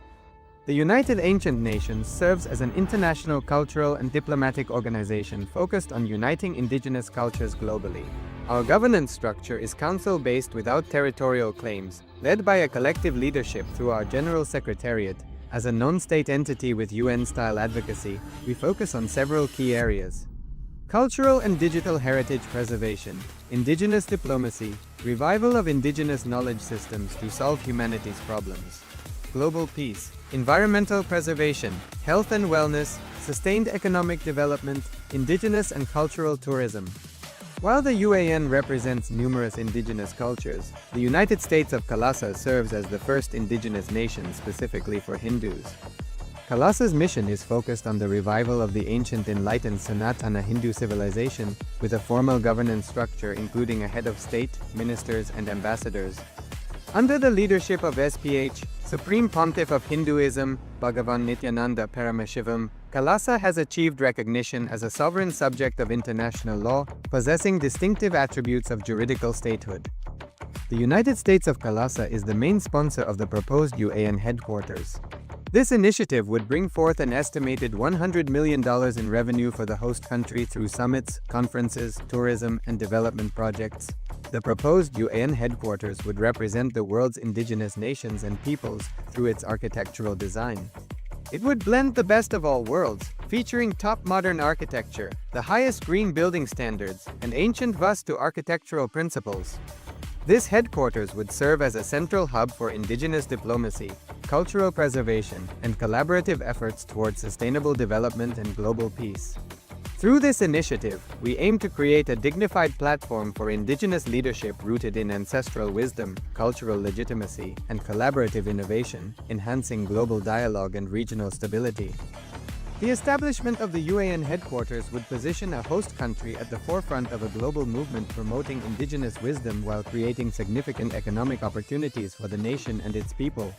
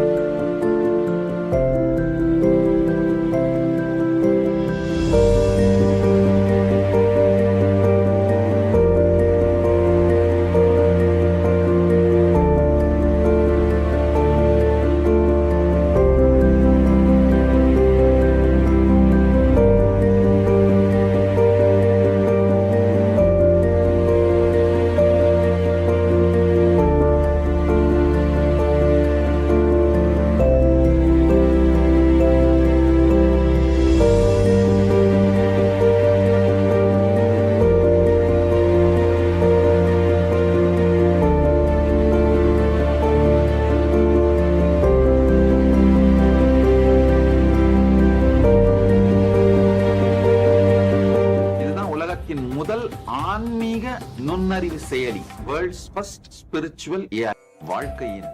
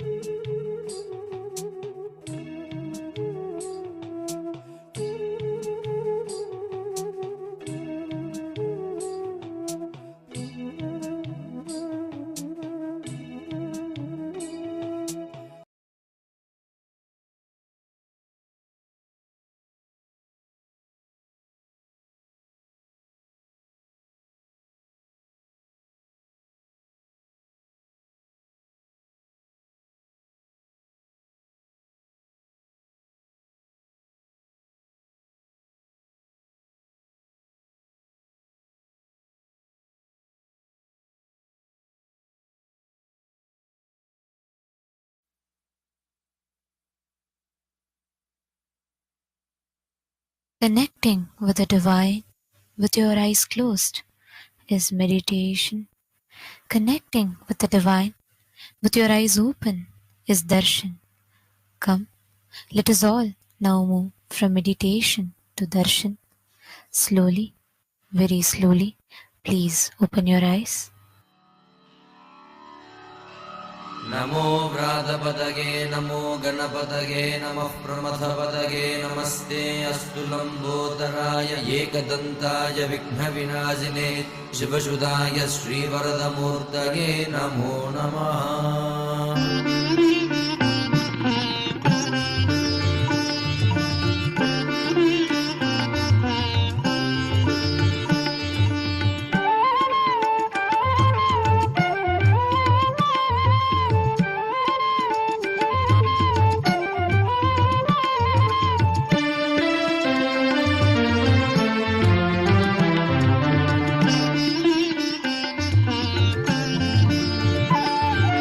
लम्बोदरा नित्य गजानना लम्बोदरा नित्य गजानना लम्बोदरा नित्य गजानना लम्बोदरा नित्य गजानना पार्वती नन्दन परमदयाकर पार्वती नन्दन परमदयाकर पार्वती नन्दन परमदयाकर पार्वती नन्दन परमदयाकर लम्बोदरा नित्य गजानना लम्बोदरा नित्य गजानना बन्ध विमोचन भवभयभञ्जन बन्ध विमोचन भवभयभञ्जन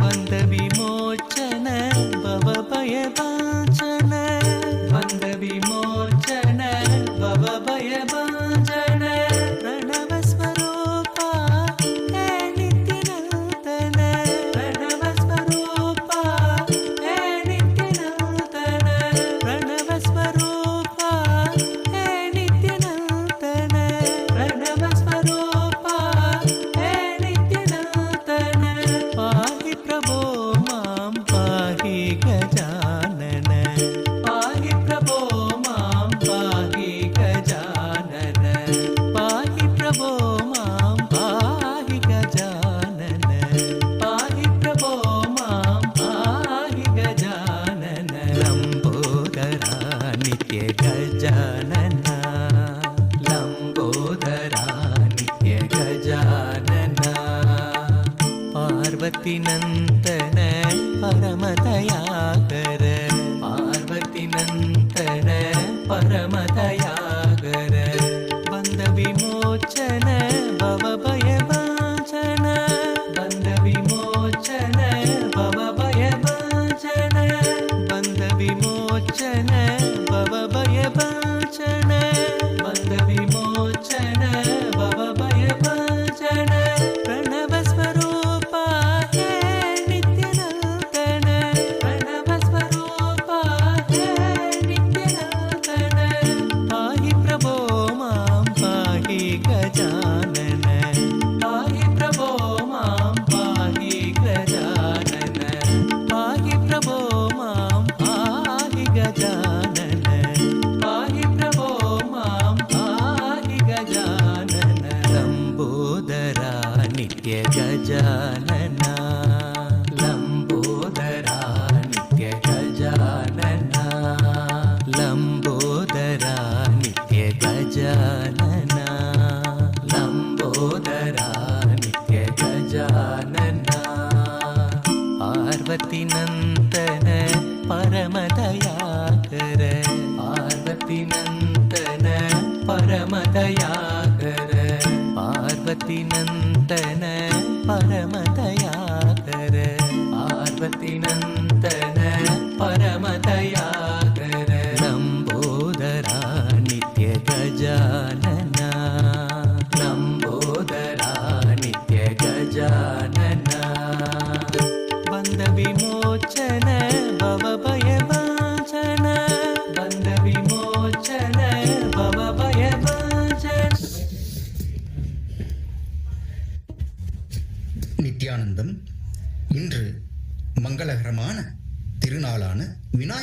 சதுர்த்தியை முன்னிட்டு உலகெங்கிலும் உள்ள கைலாசாவில் மகா கணபதியின் தெய்வீகத்தை கொண்டாடி வருகின்றன.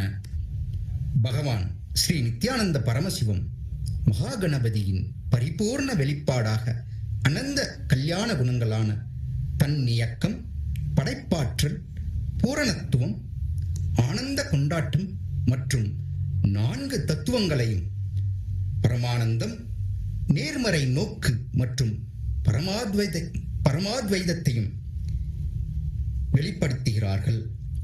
இன்று உலகெங்கிலும் உள்ள கைலாசா கோயில்களில் மகா கணபதி மற்றும் பகவான் ஸ்ரீ நித்யானந்த பரமசிவம் அவர்களின் விக்கிரகங்கள், பல வகையான காணிக்கைகள், ஹோமங்கள், பூஜைகள், அபிஷேகங்கள், நெய்வேத்தியங்கள் மற்றும் சிறப்பு அலங்காரங்கள் நடைபெற்றது. கைலாசா கோவில்களில் உள்ள கணபதியின் மூல விக்கிரகங்கள் சிறப்பு சந்தன காப்பு அலங்காரத்தில் அருள் பாலிக்கின்றன. மேலும் நாம் ஆவணி திருவிழாவையும் கொண்டாடி வருகின்றோம். ஆவணி திருவிழாவின் 2ஆம் நாளான இன்று நாரைக்கு முக்தி அளித்த பரமசிவனின் லீலையை நாம் கொண்டாடுகிறோம். தேவி பரமசிவ சக்தி மீனாட்சி மற்றும் பரமசிவ சோமசுந்தரேஸ்வரரின் இறுதி வெளிப்பாடாகவும் ஸ்ரீ கைலாசோன்னத துவாதசாந்த சியாமலா பீட்ட சர்வஞ பீடத்தின் 293வது குருமகா சன்னிதானமாகவும் பகவான் ஸ்ரீ நித்யானந்த பரமசிவம் அவர்களை நாம் கொண்டாடுகிறோம். இப்போது மகா கணபதி, ஸ்ரீ நித்யானந்தேஸ்வர பரமசிவா, ஸ்ரீ நித்யானந்தேஸ்வரி பரமசிவ சக்தி மற்றும் பகவான் ஸ்ரீ நித்யானந்த பரமசிவம் மற்றும் உலகெங்கிலும் உள்ள கைலாசாவில் உள்ள அவரது விக்கிரகங்களுக்கு நமது ஆழ்ந்த நன்றிகளையும் பக்தியையும் வழிபாட்டையும் செலுத்துவோம்.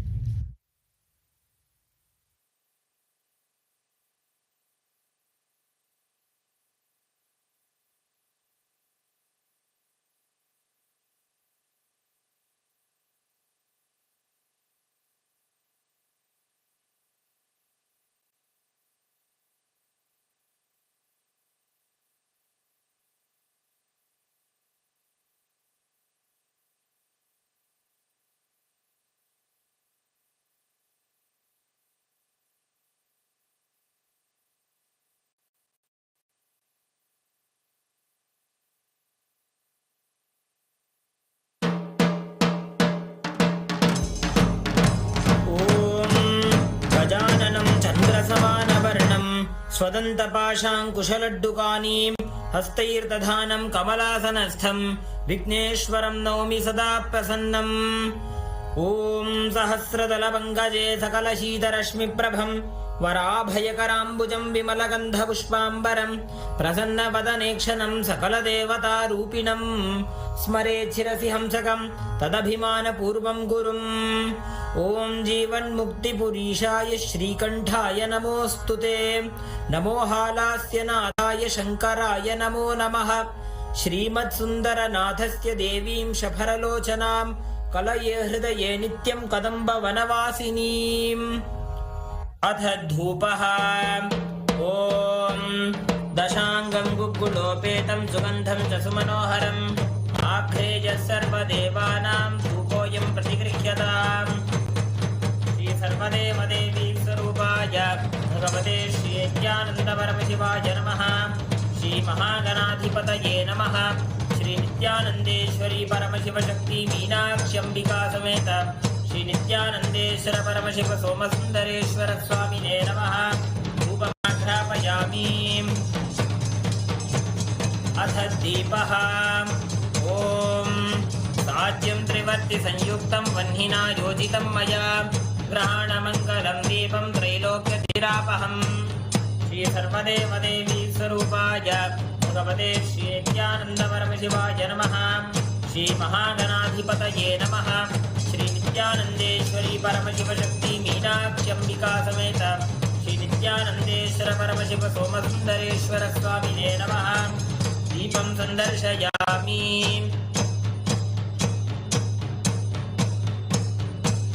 अथ नैवेद्यम्। ॐ अमृते अमृतो अमृतोद्भवे अमृतवर्षिणीम् अमृतं श्रावय श्रावय स्वाहा। श्री सर्वदेवदेवी स्वरूपाय भगवते श्री नित्यानंद परमशिवाय नमः। श्री महागणाधिपतये नमः। श्री नित्यानंदेश्वरी परमशिव शक्ति मीनाक्षी अंबिका समेत श्री नित्यानंदेश्वर परमशिव सोमसुंदरेश्वर स्वामिने नमः। नैवेद्यं निवेदयामि। नैवेद्यानन्तरमाचमनं समर्पयामि।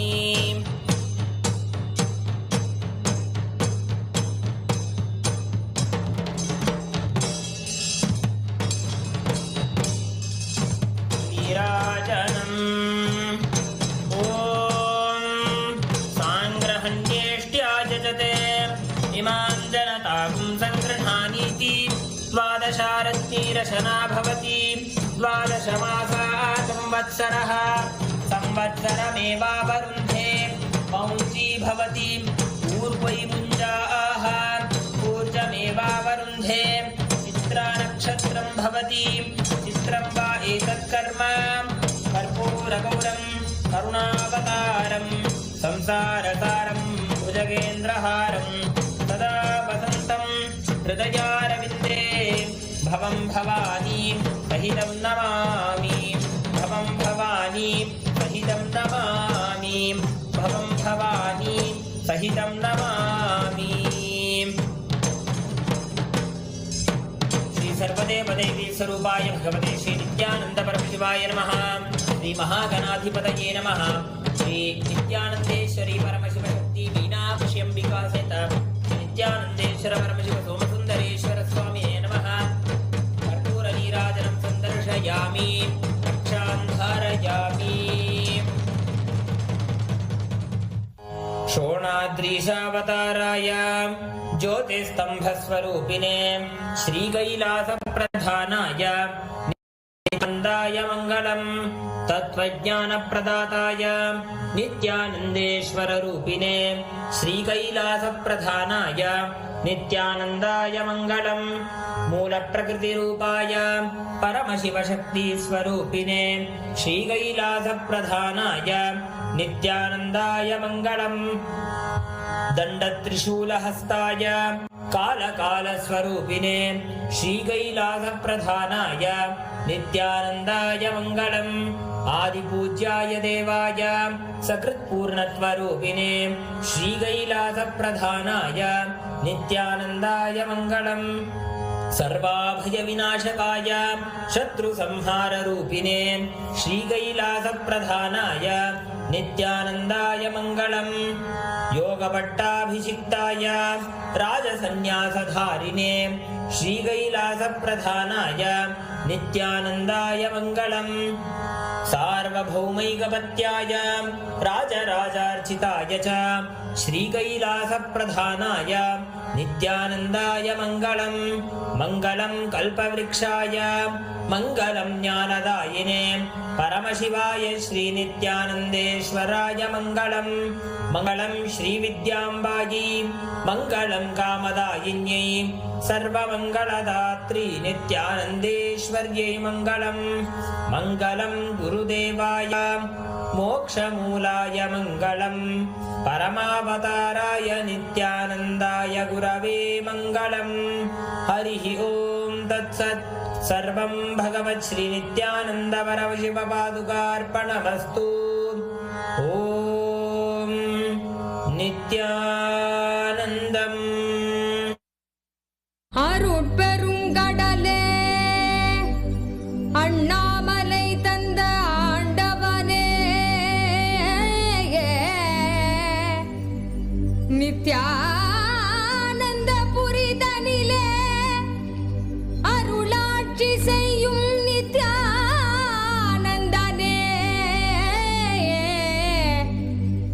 ஞானச்சுடரே தியான திருவுருவே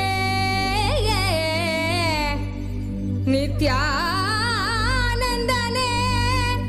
சத்குருநாதனே அருள் தாரும் நித்யானந்தனே.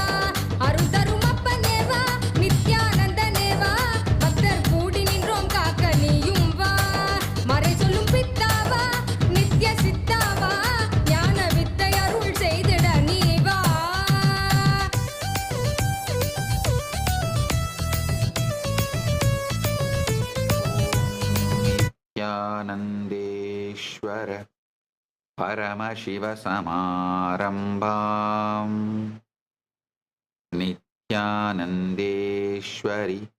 परमशक्तिमध्यमाम् अस्मदाचार्यपर्यन्ताम् वन्दे गुरुपरम्पराम्.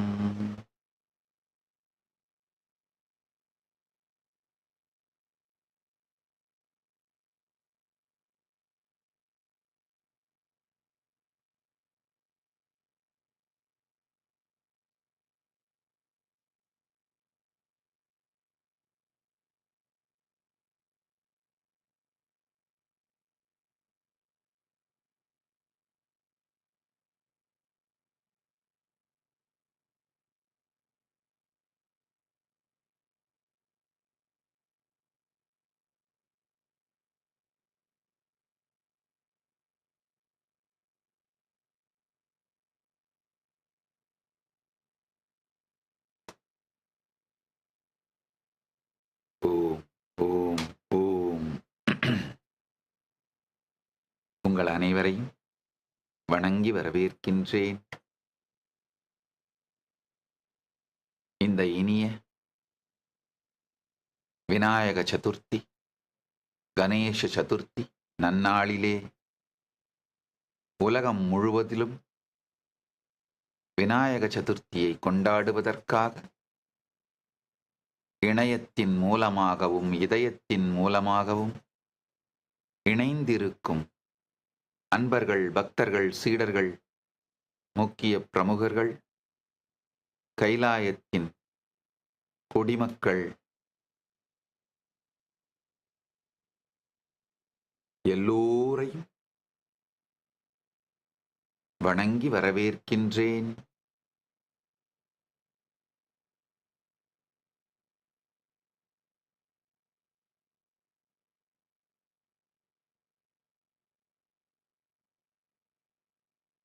நேரலை தொலைக்காட்சிகள் மூலமாக இளைய பாரதம், ராணி ஆன்லைன், பிரபாகரன் கலைக்கூடம், ஆர்கைவ்ஸ் ஆஃப் இந்துஸ்தான் மற்றும் கைலாசாவின் தொலைக்காட்சிகள், டிஎன் நியூஸ் 24 டிஜிட்டல், ஏபிபி நாடு மற்றும் எல்லா இணைய தொலைக்காட்சிகள் வழியாகவும் இணைந்திருக்கும் உங்கள் அனைவரையும் வணங்கி வரவேற்கின்றேன்.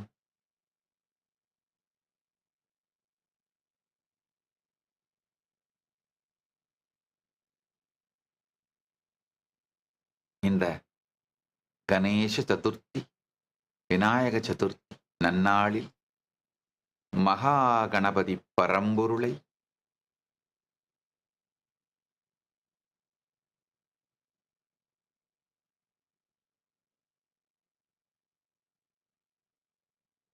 முழுமையாகச் சரணடைந்து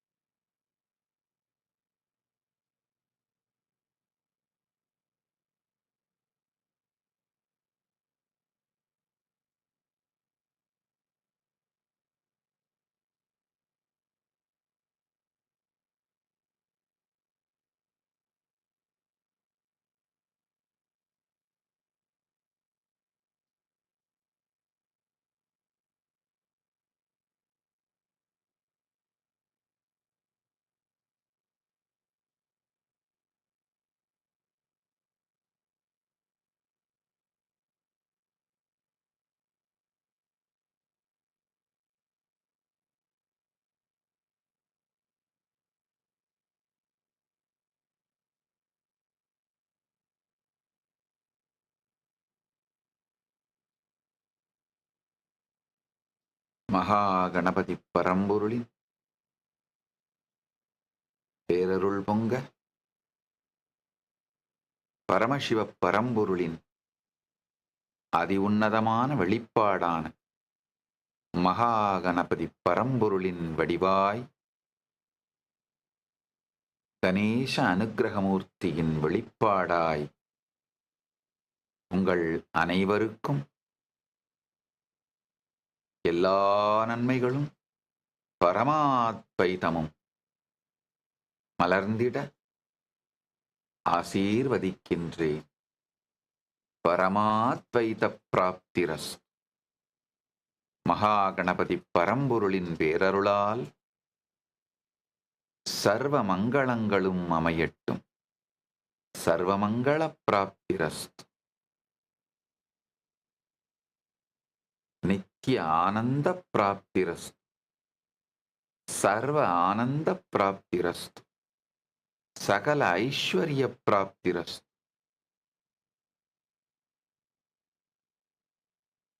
ஆரோக்கிய பிராப்திரஸ்து. ஓம் ஓம் ஓம். மகாகணபதி பரம்பொருளின் மீது பக்தியும் மகாகணபதி ஞானமும் மகாகணபதி விஞ்ஞானமும் உங்கள் எல்லோருக்கும் அமைவதாகுக. ஓம் ஓம் ஓம் ஓம் ஓம் ஓம்.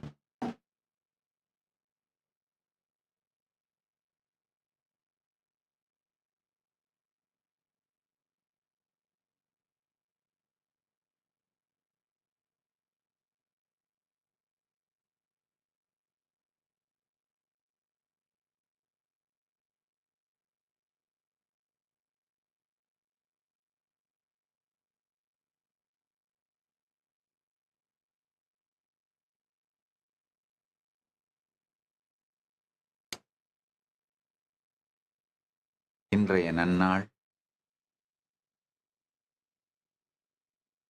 கணேச சதுர்த்தி. இன்று நிஜமாகவே நாம் செய்ய வேண்டியது இந்த நன்னாளின் உத்தமமான பலன் மகாகணபதி பரம்பொருளோடு நம்மை உணர்வால் ஒன்றுபடுத்தி அவரிடம் சரணடைந்து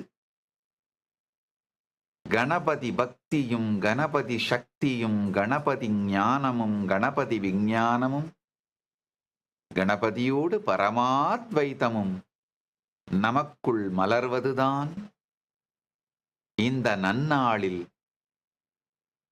நாம் அடைய வேண்டிய மிகப்பெரிய நன்மை. வாருங்கள், அதற்குள் செல்வோம். ஆழ்ந்து கேளுங்கள்.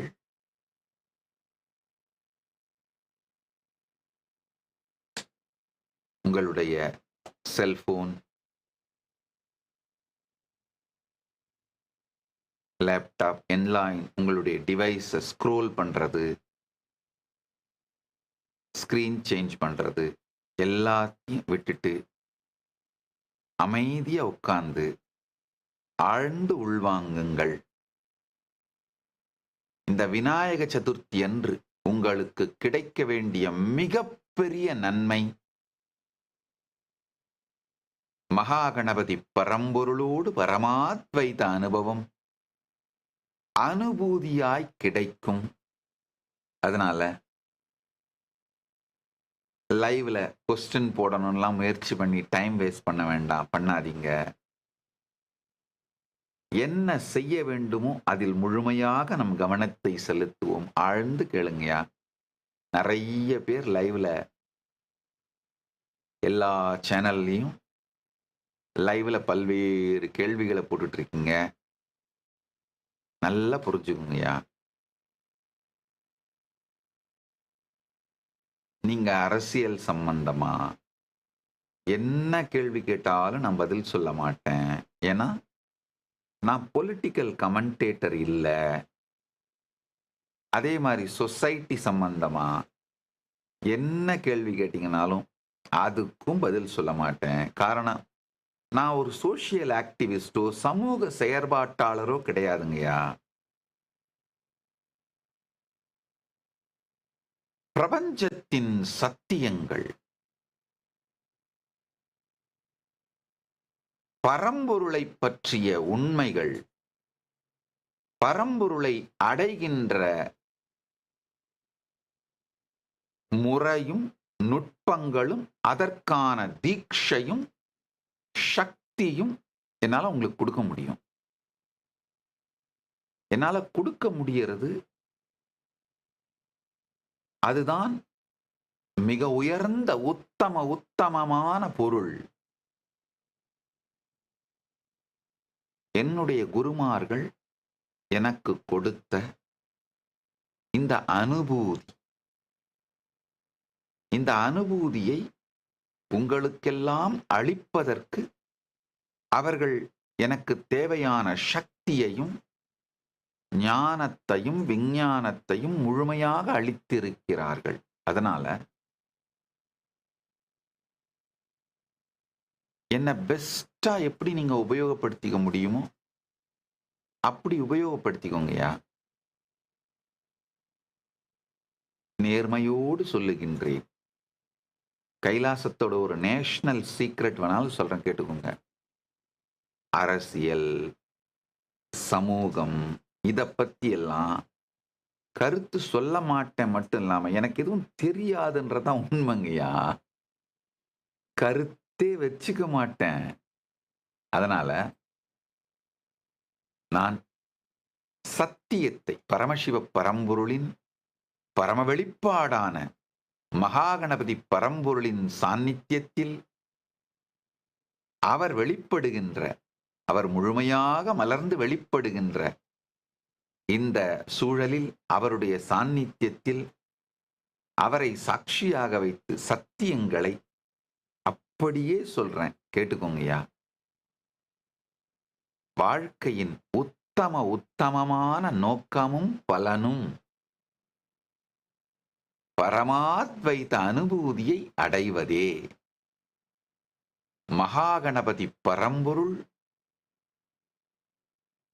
பேரருளும் பெருங்கருணையும் பொங்கும் ஞான சக்தி. அவரை சற்றே புரிந்து கொண்டு அவரிடம் சரணடையுங்கள்.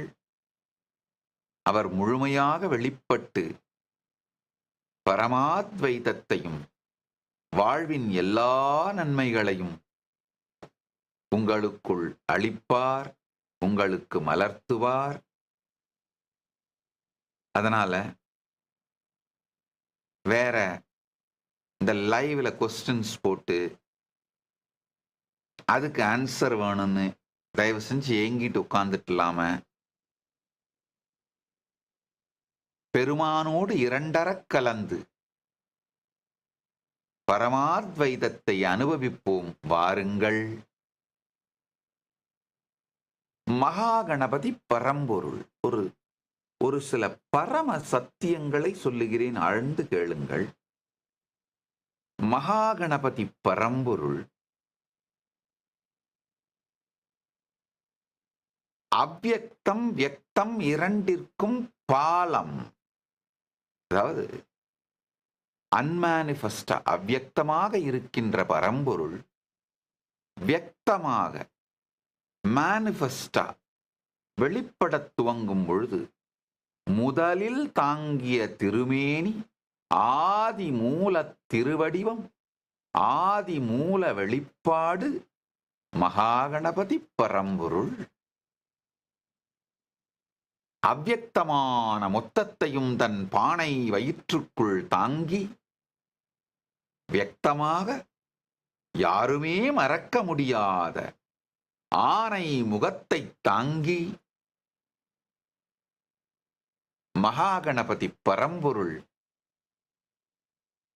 அவ்யக்தத்தின் முதல் வியக்தமாய் மலர்ந்து அருளுகின்றார். இவரிடமிருந்தே மற்ற எல்லா வியக்தங்களும் மலர்ந்து இவரே எல்லாவற்றிற்கும் ஆதி மூலமாக இருக்கின்ற ஆதி மூல பரம்பொருளின் வெளிப்பாடு. அதனால் அன்மேனிஃபெஸ்டுக்கும் மேனிஃபெஸ்டுக்கும் இருக்கிற பாலம்.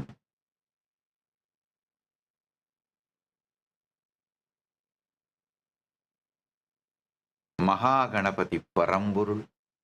இவரே ஆதி மூல வெளிப்பாடு.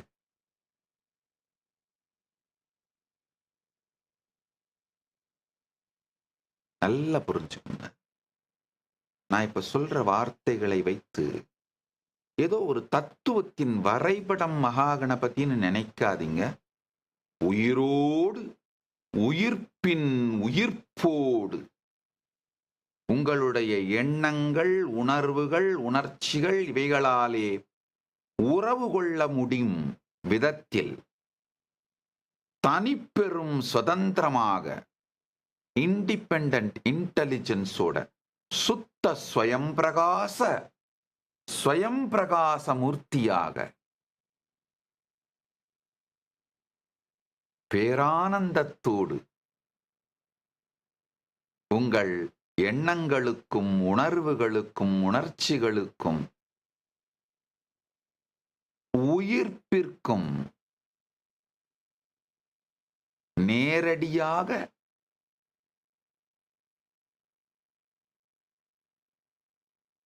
அணுகக்கூடியவராக, பதிலளிக்கக்கூடியவராக, உங்களுக்கு எதிர்வினையாற்றக்கூடியவராக, உங்களோடு உறவு கொள்வதற்கு தயாராக முழுமையான உயிர்ப்போடு இருக்கும் பரம்பொருள் மகாகணபதி பரம்பொருள்.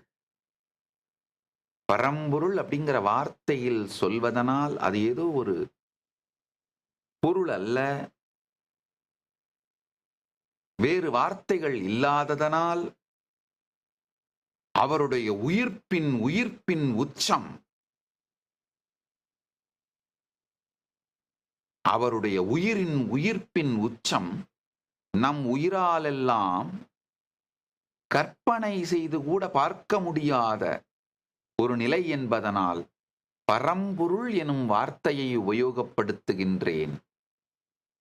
மகா கணபதி உயிர்ப்போடு ஆனந்தத்தோடு மகா கைலாசத்து தன்னுடைய சகல பரிவாரங்கள், ஆயுதங்கள், ஆபரணங்கள், பரிவாரங்கள், வாகனங்கள், பத்தினிகள் சமேதராக சாங்காய சாபரணாய சசக்திகாய சபார்ஷதாய ச வாகனாய ச ஆபரணாய ச ஆயுதாய ச சர்வங் மங்களங்களோடும் அனந்த கல்யாண குணங்களோடும் உயிர்ப்போடு இருக்கின்றார். நன்றாக புரிந்து கொள்ளுங்கள். அணுவுக்கு அணுவாய், அப்பாலுக்கு அப்பாலாய், அப்பாலுக்கு அப்பாலாய் மகா கைலாசத்தில் இருக்கும் மகாகணபதி பரம்பொருளை தேடத் துவங்கினீர்களானால், பிரார்த்திக்க துவங்கினீர்களானால், சரணடையத் துவங்கினீர்களானால், அணுவுக்கு அணுவாய் உங்களுக்குள் இருந்து பாதை திறந்து பெருமான் வெளிப்படுவார்.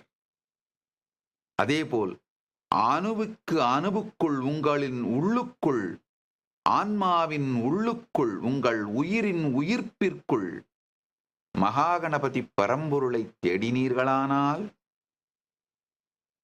அப்பாலுக்கும் அப்பாலாயிருக்கும் கைலாசத்திலிருந்து அவர் உங்கள் உயிரின் உயிர்ப்பிலிருந்தே வெளிப்படுவார். உங்கள் உயிரின் உயிர்ப்பில் கதவு திறந்து அப்பாலுக்கு அப்பாலிருந்து வெளிப்படுவார். அப்பாலுக்கு அப்பால் இருக்கும் பெருமானை தேடினாலும் அணுவிற்கு அணுவில் இருந்து வெளிப்படுவார். அணுவிற்கு அணுவிற்குள் தேடினாலும் அப்பாலுக்கு அப்பாலிருந்து வெளிப்படுவார். சோ அணுவிற்குள் அணுவாய், அப்பாலுக்கு அப்பாலாய், கணுமுற்றி நின்ற கரும்புளே, கணுமுற்றி நின்ற கரும்பிற்குள் எவ்வாறு இனிப்பு எல்லா இடத்திலும் பரவி இருக்கின்றதோ, இந்த இடம்தான் என்று இது அது என்று சுட்டிக்காட்ட இயலாது எல்லாவிடத்தும் பரவி இருக்கின்றதோ போல போல, எங்கும் பரந்திருக்கும் பரம்பொருள் நம் சரணாகதிக்கும் பிரார்த்தனைக்கும் பக்திக்கும் ஸ்ரத்தைக்கும் முழுமையாக இறங்கி முழுமையாய் வெளிப்படுகின்றார். அதனால் உங்கள் உணர்வை ஒன்று திரட்டி, உயிரை ஒன்று திரட்டி, மனத்தை ஒன்று திரட்டி, மனம் மொழி மெய் அனைத்தையும் ஒன்று திரட்டி கான்ஷியஸா மகாகணபதி பரம்பொருளே,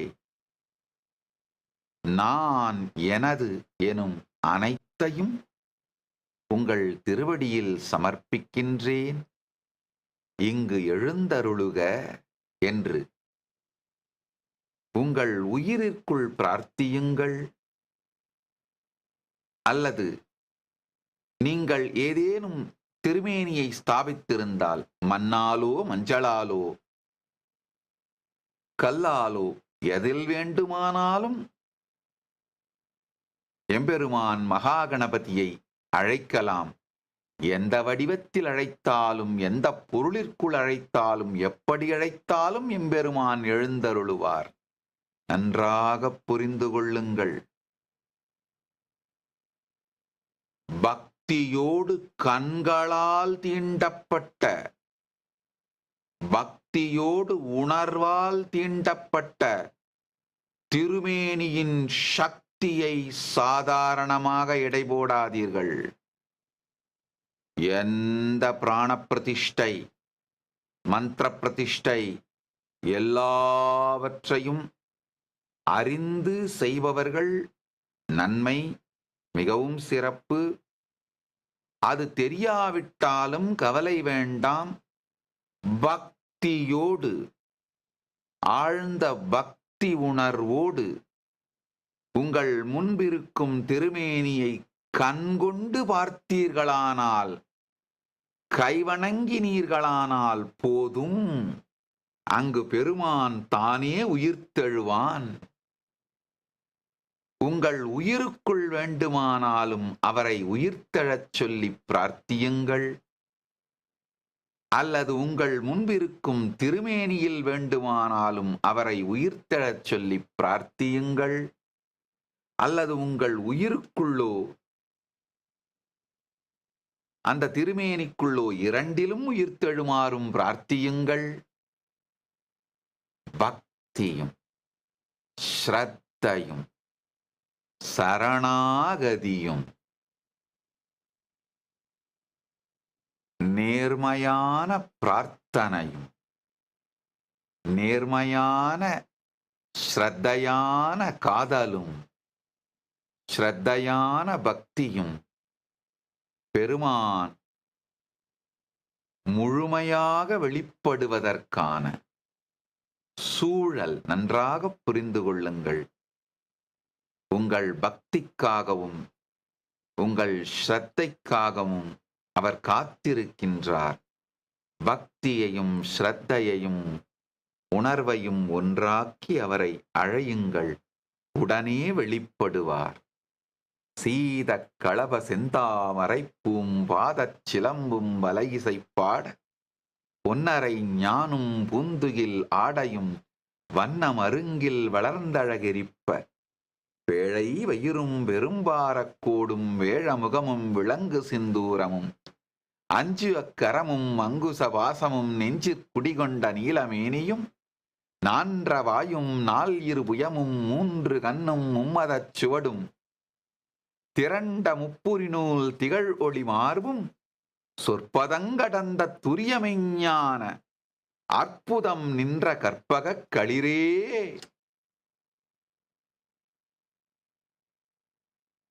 அழைத்தவுடன்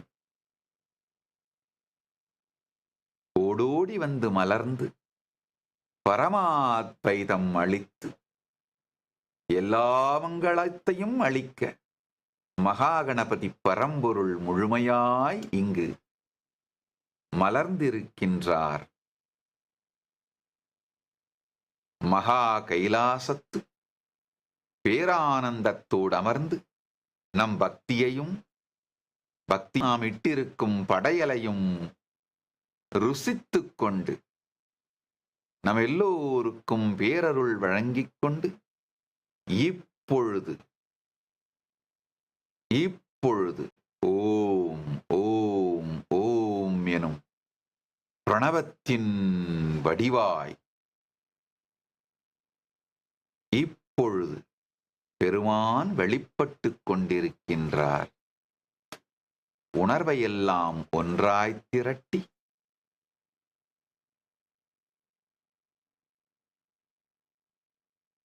பெருமானை அழைப்போம். மகாகணபதி பரம்பொருளோடு பரமாத்வைதத்தை உணர்வோம்.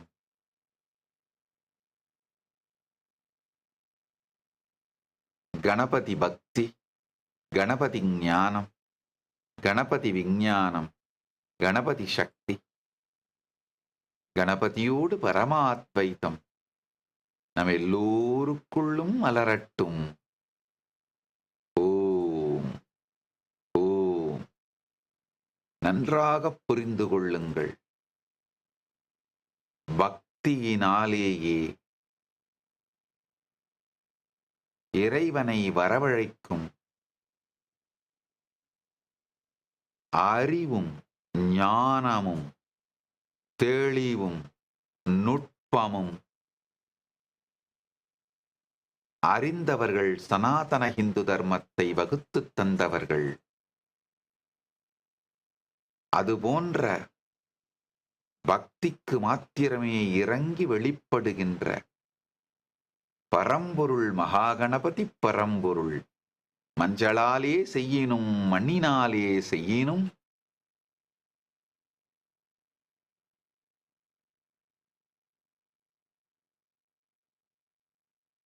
மகாகணபதி பரம்பொருள்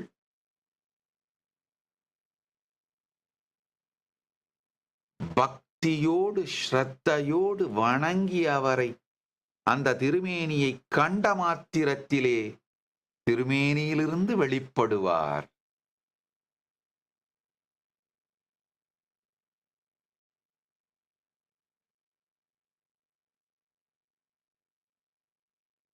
நரசிம்மாவதாரம் எடுத்த பொழுது நிகழ்ந்த ஒரு கதை. திடீர்னு வைகுந்தத்திலே இருந்து பெருமான் யோக நித்திரையிலிருந்து வேகமாக எழுந்து கருடனை கூட அழைக்காமல் ஓடத் துவங்கினாராம். மகாலட்சுமி, பெருமானே என்ன ஆயிற்று?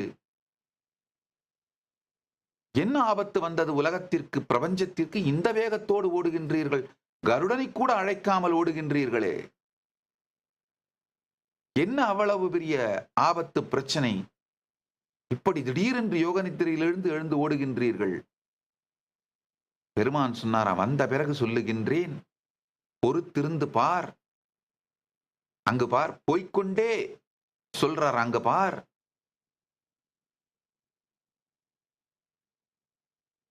ஹிரண்யகசிபு பிரகலாதனை பார்த்து, உன் நாராயணன் தூணிலும் இருப்பானா துரும்பிலும் இருப்பானா என்று கேட்கின்றான். அவன் பிரகலாதன் ஆமாம், தூணிலும் இருப்பான் துரும்பிலும் இருப்பான் என்று சொல்லுகின்றான். இந்த தூணில் இருப்பானா என்று, எந்த தூணில் இருப்பான் என்று பிரகலாதனை பார்த்து இரண்யகசிபு அவன் தந்தை கேட்கின்றான். பிரகலாதன் சிறுபிள்ளை தன் பிஞ்சு கையை தூக்கி, கைகளை பிஞ்சு விரலை நீட்டி தூண்களை காட்டுகின்றது. எந்த தூண் முன்பாக அந்த பிஞ்சு விரல் நிற்கின்றதோ அந்த தூணிற்குள் புகுந்து நான் வெளிப்பட வேண்டும். உன்னோடு இப்போது பேசுவதற்கு நேரமில்லை. அந்த பிஞ்சு கையின் பிஞ்சு விரல் எந்த தூணை நோக்கி சென்று நிற்கின்றது என்று நான் பார்த்து உடனடியாக வெளிப்பட வேண்டும்.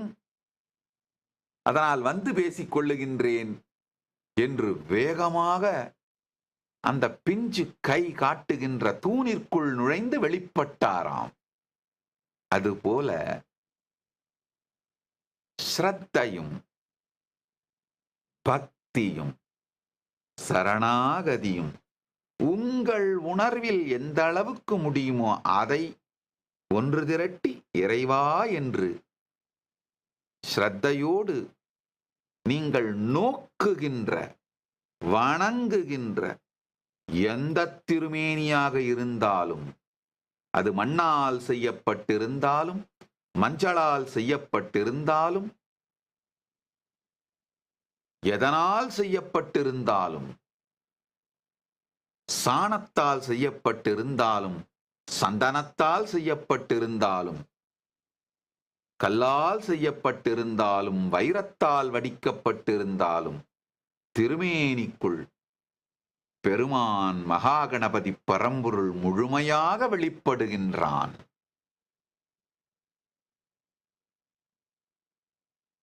மகா கைலாசத்திருக்கும் பரம்பொருளை நம் ஆத்மாவில் மலரச் செய்து, ஆத்மாவிலிருந்து ஆனந்த கந்தத்திற்குள் இருந்து பிம்பத்திற்குள் பிரதிஷ்டை செய்து பூஜித்து மீண்டும் நம் ஆத்மாவிற்குள்ளேயே பிரதிஷ்டை செய்து கொள்ளுகின்ற அறிவியல் தெரிந்தவர்கள் நம் முன்னோர்கள். பக்தி ஒன்றால் மட்டுமே இதை செய்ய முடியும். வேறு எதுவும் தேவையில்லை. எளியோர்க்கு எளியோனாய் அழைத்தவுடன் வருகின்ற ஆண்டவன் மகாகணபதி பரம்பொருள். அதனால உங்கள் பக்தியையும் பக்தியோடு நீங்கள் அழைத்தவுடன் பெருமான் வருவதையும் தயவு செய்து குறைவாக மதிப்பிட்டு விடாதீர்கள். டோன்ட் டேக் யுவர் பக்தி அண்ட் பக்தி பிரதிஷ்டா ஃபார் கிராண்டட். பக்தி பிரதிஷ்டைக்கு மிக பெரிய சக்தி உண்டு. பக்தியோடு நீங்கள் கரங்கூப்பி எந்த திருமேனியை பார்த்து எம்பெருமானே கணபதி பரம்பொருளே என்று வணங்கினாலும் அங்கு பெருமான் பேரானந்தத்தோடு சகல சத்குணங்களோடு ஆர்ப்பரிப்போடு ஆனந்தத்தோடு முழுமையாக மகாகணபதி பரம்பொருள் வெளிப்படுகின்றார். இந்த ஸ்ரத்தையோடு உங்களுக்குள்ளும் உங்கள் ஆனந்த கந்தத்திற்குள் உயிரின் உயிர்ப்பிற்குள் மற்றும் உங்களுக்கு முன்னிருக்கும் திருமேனிக்குள் மகாகணபதி பரம்பொருளை முழுமையாக மங்களமாக எழுந்தருளச் சொல்லி பிரார்த்தித்து சரண் செய்யுங்கள். இப்பொழுது உங்களுக்குள் மகாகணபதி பரம்பொருள் உங்களுக்கு உள்ளும் வெளியும் மகாகணபதி பரம்பொருள் முழுமையாக வெளிப்படுவார்.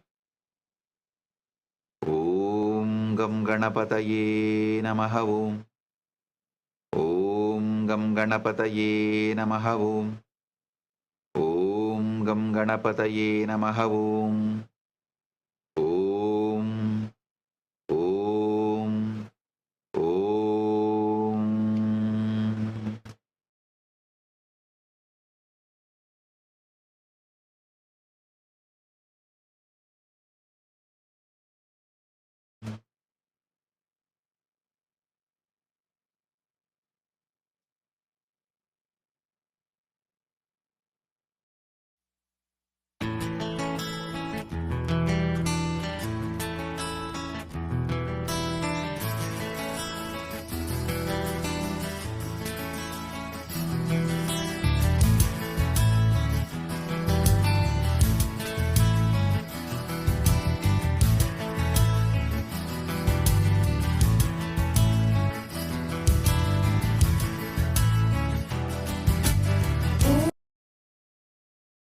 ವಟ್ಟಜ ವೇಣುವಾಸರೆ ಅಮೃತ ಕುಂಡಲಿಕೆ ತಾರಿಕೃತಕ ತವಟ್ಟಜ ನಾರದ ತುಂಬುರು ವೈಣವ ಜಾಗ ನಾರದ ಗಣಮೇ ಉಬರ್ ಸತ್ಯ ನಾರದ ತುಂಬುರು ವೈಣವ ಜಾಗ ನಾರದ ಗಣಮೇ ಉಬರ್ ಸತ್ಯ ದಿಮ್ಮಿಕಿಡತಕ ತಾಳ ದಿಮ್ಮಿಕಿಡ தாக்குடுத்த தாளதா ஓடுதா திமிக்கிடத்துக்கு தாள திமிக்கிட தாக்குடுத்த தாளதா ஓடுதா உதனித நகரதினி தித்தாம் தித்தாம் தோம் உதனித நகரதினி தித்தாம் தித்தாம் தோம் உதனித நகரதினி தித்தாம் தித்தாம் தோம் தை தை நித்யானந்த நாம் சதா உதனித நகரதினி தித்தாம் தித்தாம் தோம் தை தை நித்யானந்த நாம் சதா பம்ம பம்ம தா தைய தைய நக் தின்னாக்க நகரதின் பஜன் கரே பம்ம பம்ம தா தைய தைய நக் தின்னாக்க நகரதின் பஜன் கரே உதனித நகரதினி தித்தாம் தித்தாம் தோம் தை தை நித்யானந்த நாம் சதா உதனித நகரதினி தித்தாம் தித்தாம் தோம் உதனித நகரதினி தித்தாம் தித்தாம் தோம் தை தை நித்யானந்த நாம் சதா உதனித நகரதினி தித்தாம் தித்தாம் தோம் தை தை நித்யானந்த நாம் சதா பம்ம பம்ம தா தைய தைய நக் தின்னாக நகரதின் பஜன் கரே பம்ம பம்ம தா தைய தைய நக் தின்னாக நகரதின் பஜன் கரே உதனித நகரதினி தித்தாம் தித்தாம் தோம் தை தை நித்யானந்த நாம் சதா உதனித நகரதினி தித்தாம் தித்தாம் தோம் தை தை நித்யானந்த நாம் சதா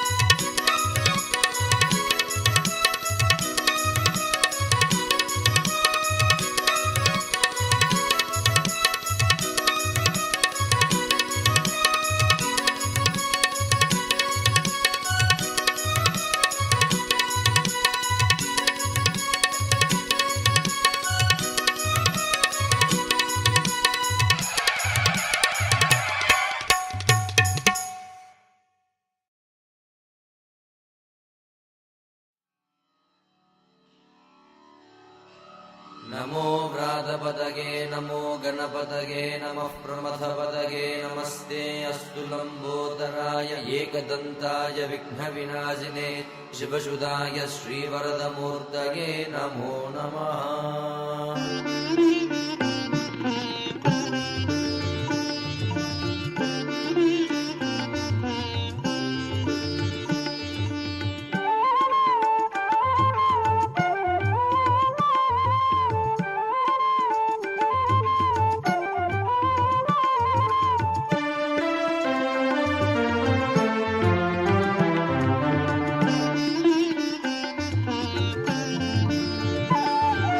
लंबोदरा नित्य गजानना लंबोदरा नित्य गजानना लंबोदरा नित्य गजानना लंबोदरा नित्य गजानना पार्वती नंदन परमदयाकर पार्वती नंदन परमदयाकर पार्वती नंदन परमदयाकर पार्वती नंदन परमदयाकर लंबोदरा नित्य गजानना लंबोदरा नित्य गजानना बंद विमोचन भवभयभञ्जन बंद विमोचन भवभयभञ्जन बंद विमोचन भवभयभञ्जन बंद विमोचन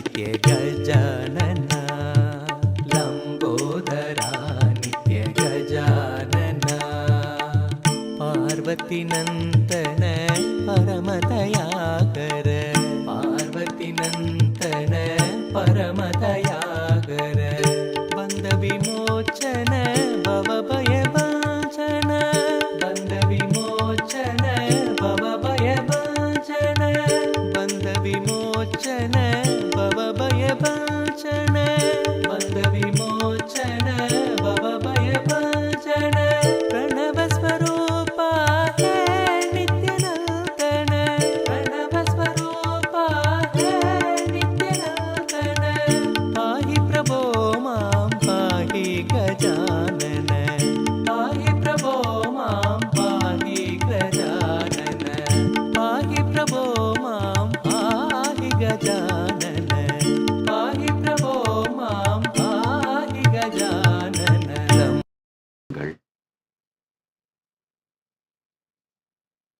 மகாகணபதி பரம்பொருள் உயிர்ப்போடு நம்ம எல்லோருக்கும் முழுமையாக வெளிப்பட்டு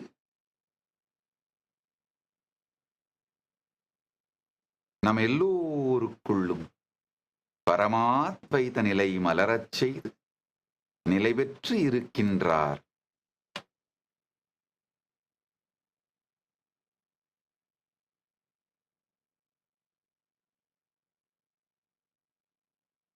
எளிமையான இனிமையான பக்திக்கு ஈடோ இணையோ ஏதும் இல்லை. ஸ்ரத்தையும் பக்தியும் ஒன்றாக்கி உங்கள் உயிரை எடுத்து பெருமான் திருவடியில் சமர்ப்பித்து இங்கு எழுந்து அருளுக என்று பெருமானை பிராணப்பிரதிஷ்டை செய்யுங்கள். நன்றாக புரிந்து கொள்ளுங்கள். வாழ்க்கையின் சாரமே இறை அனுபூதிதான், பரமாத்வைத அனுபூதிதான். இந்த நன்னாள், இந்த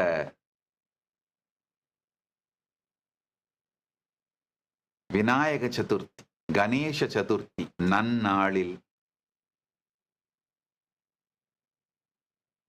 ஒரு சில நிமிடங்களாவது நம்மை மகாகணபதி பரம்பொருளோடு உணர்வால் இணைத்துக் கொண்டு உயிரால் அவருக்குள் கரைந்து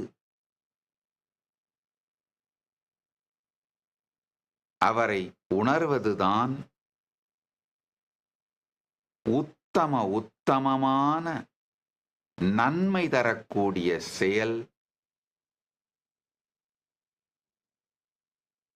அதனால் உலகம் முழுவதிலும் நேரலையில் இணைந்திருக்கும் எல்லா அன்பர்களையும் வேண்டி கேட்டுக்கொள்ளுகின்றேன். இந்த ஒரு நாள் வேறு எந்த உலக விவகாரங்களிலும் மனதை விடாமல், நேரத்தை வீணடிக்காமல், ஓம்கார ஸ்வரூபியாக இருக்கின்ற மகாகணபதியின் மீது உங்கள் உயிரை ஒன்றாக்கி பெருமானை அனுபவியுங்கள். நிறைய பேர் நேரலையில நிறைய கேள்விகள் போட்டுட்டு இருக்கீங்க. ஐயா, புதிய தலைமுறையில் நேரலையில் இணைந்திருக்கும் அன்பர்களையும் வணங்கி வரவேற்கின்றேன். பிரபாகரன் கலைக்கூடம் தொலைக்காட்சி மற்றும் பல்வேறு தொலைக்காட்சிகள், ஹெட்லைன்ஸ் டிவி, பல்வேறு தொலைக்காட்சிகள் வழியாக இணைந்திருக்கும் அன்பர்கள் அனைவரையும் வணங்கி வரவேற்கின்றேன். உங்கள் அனைவருக்கும் ஒரு வேண்டுகோளுங்க. உங்களுடைய பல கேள்விகள் அரசியல் பத்தி, சமூகம் பத்தி என்னென்னவோ கேட்குறீங்க. பல சத்சங்கங்களில் இதுக்கு எல்லாத்துக்கும் பதில் சொல்லியிருக்கேன். இன்னைக்கு ஒரு நாள் உணர்வு முழுவதையும் ஒன்றாக்கி மகா கணபதி அனுபவிப்போம். வாழ்க்கையின் மிகப்பெரிய பலன், உத்தமமான பலன் இறை அனுபூதிங்கயா. மீண்டும் சொல்லுகிறேன், கேளுங்கள். நான் ஆனந்தமா இருக்கிறதுக்கு காரணம், பல பேர் நீங்க நினைக்கிற மாதிரி வெளி உலகத்தோட எந்த சாதனையும் கிடையாதுங்கய்யா. இறை அனுபூதிங்கய்யா. இந்த வயதில் சாதிக்காததும் இல்லை, சந்திக்காததும் இல்லைங்கிற இந்த வாழ்க்கை அமைந்ததற்கு காரணம் எந்த வெளி உலக காரணமும் கிடையாதுங்கய்யா.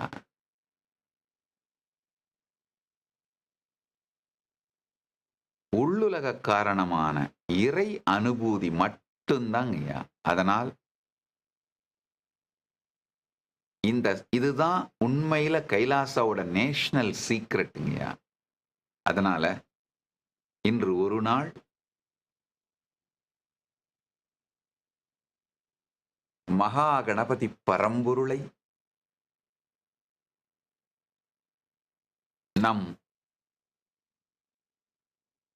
உயிருக்குள் உயிர்ப்பித்து சரணடைந்து அவருக்குள் கரைந்து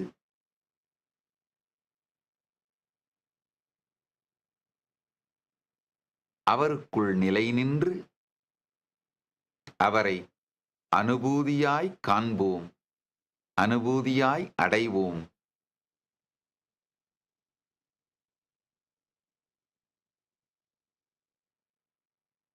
உண்மையை உள்ளது உள்ளபடி சொல்லுகின்றேன், நன்றாக கேளுங்கள். மகா கணபதி பரம்பொருளை சாட்சியாக வைத்து சத்தியத்தை அப்படியே சொல்லுகின்றேன். இறை அனுபூதிதான் என் வாழ்க்கையில் எல்லா நன்மைக்கும் வெற்றிக்கும் முதற்காரணம். மீண்டும் மீண்டும் சொல்லுகின்றேன், கேளுங்கள். அதனால் வெறும் பணம், வெறும் புகழ், வெறும் மக்கள், வெறும் அரசியல் பலம், சமூக பலம், இது எல்லாம் ஆனந்தமாலாம் வாழ வைக்காதுங்கய்யா. அதை எல்லாவற்றையும் பார்த்துவிட்டு சொல்லுகின்றேன்யா. சத்தியத்தை அப்படியே சொல்றேன், கேட்டுக்குங்க. உண்மை உள்ளது உள்ளபடியே சொல்லுகின்றேன், கேளுங்கள்.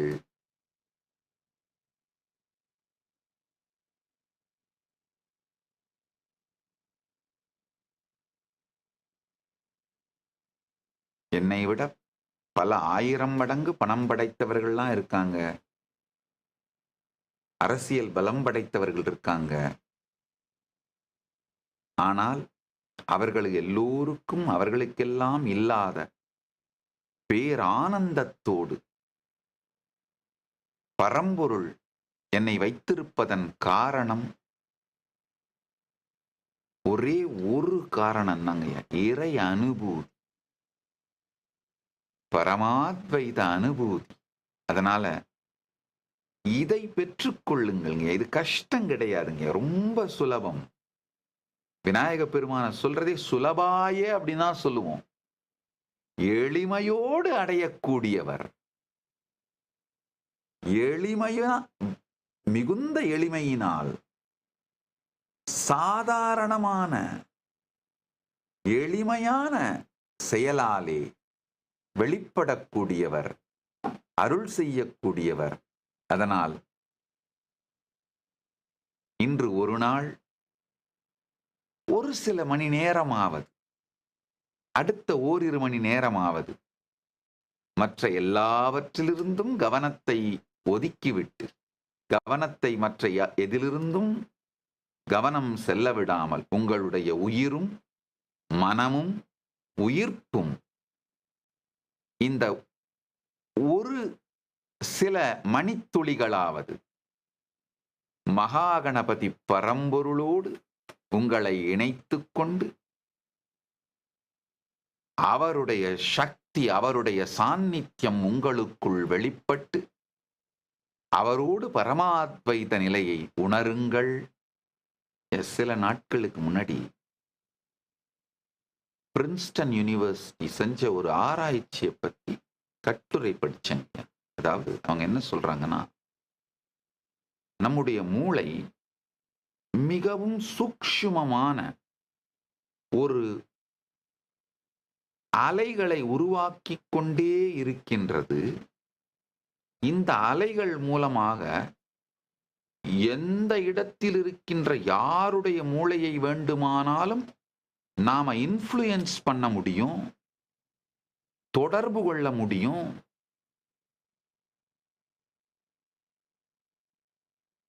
பல 1000 கிலோமீட்டருக்கு அப்பால இருந்தாலும்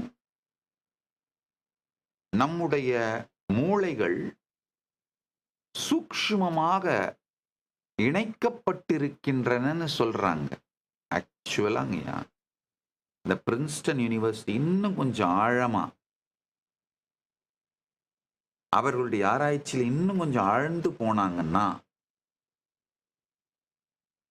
பல 1000 ஆண்டுகளுக்கு முன்பு நம்முடைய முன்னோர்கள் வெளியிட்ட இதைவிட ஆழமான பரம சத்தியங்கள், பரம ரகசிய பரம சத்தியங்களை கண்டறிவார்கள். அந்த பரம ரகசிய பரம சத்தியம் என்னன்னா, வெறும் மூளையாலோ உணர்ச்சிகளாலோ மட்டும் அல்ல, உணர்வாலே, உயிராலே, கான்ஷியஸாவே நாம எல்லாருமே இன்டர் கனெக்டடுங்கய்யா. அதனால மகாகணபதி பரம்பொருள் இப்போ ரைட் நவ் மகா கைலாசத்தில் இருக்கின்றார் என்று நினைக்காதீர்கள். அவர் எங்கு இருந்தாலும் நம்முடைய எல்லாருடைய உணர்விற்குள்ளும் இன்டர் கனெக்டடுங்க. நம்ம எல்லாருடைய உயிருக்குள்ளும் இன்டர் கனெக்டட் சொல்லிட்டு இல்லையா? அணுவுக்கு அணுவாய், அப்பாலுக்கு அப்பாலாய், கணுமுற்றி நின்ற கரும்புளே காட்டி, கணுமுற்றி நின்ற கரும்பிற்குள் எங்கு சுவை இருக்கின்றது இல்லை என்று தனியாய் சொல்ல முடியாது. எவ்வாறு சுவை, இனிப்புச் சுவை முழுமையாக கணுமுற்றி நின்ற கரும்பிற்குள்ளே பரவி இருக்கின்றதோ, அதுபோல் உங்கள் உயிருக்குள்ளும், நம் எல்லோருடைய உயிருக்குள்ளும் அங்கு இங்கு என்று சொல்லவே இயலாதபடி கணுமுற்றி நின்ற கரும்புளே இனிப்புச் சுவை இருப்பது போலே பரவி கிடக்கின்றார் கணபதி பரம்பொருள். தயவு செய்து அடுத்த சில மணித்துளிகளை லைவ்ல நீங்க கேள்வி கேட்டு அதுக்கு நான் பதில் சொல்லி, இது எல்லாம் இந்த நேரத்தின் உத்தமமான பலன் இல்லைங்க. அது சாதாரண நாள்ல பண்ணிக்கலாம். சாதாரண நாள்ல பல நாள் லைவுக்கு வரேன், நீங்க என்ன வேணா கேள்வி கேளுங்க. என்னென்ன இப்பவும் புதிய தலைமுறையில நேரலையில இணைந்திருக்கிற அன்பர்கள் பல பேர் கேட்கறீங்க, இவர் முதல்வர் ஆவாரா, அவர் முதல்வர் ஆவாரான். ஐயா, எந்த அரசியல் கேள்விக்கும் நான் பதில் சொல்ல மாட்டேங்கய்யா. நான் பொலிட்டிக்கல் கமெண்டேட்டர் கிடையாது. அதே மாதிரி நான் சோசியல் ஆக்டிவிஸ்டும் கிடையாது. சமூக விஷயங்களை பத்தி பேசுறதுக்கு இன்று விநாயக சதுர்த்தி நன்னாள். அடுத்த ஒரு சில மணித்துளிகளாவது எல்லாத்தையும் ஓரங்கட்டிட்டு, எல்லாத்தையும் கீழே போட்டுட்டு, கணபதி பரம்பொருளோடு நம் உணர்வை இணைப்போம்.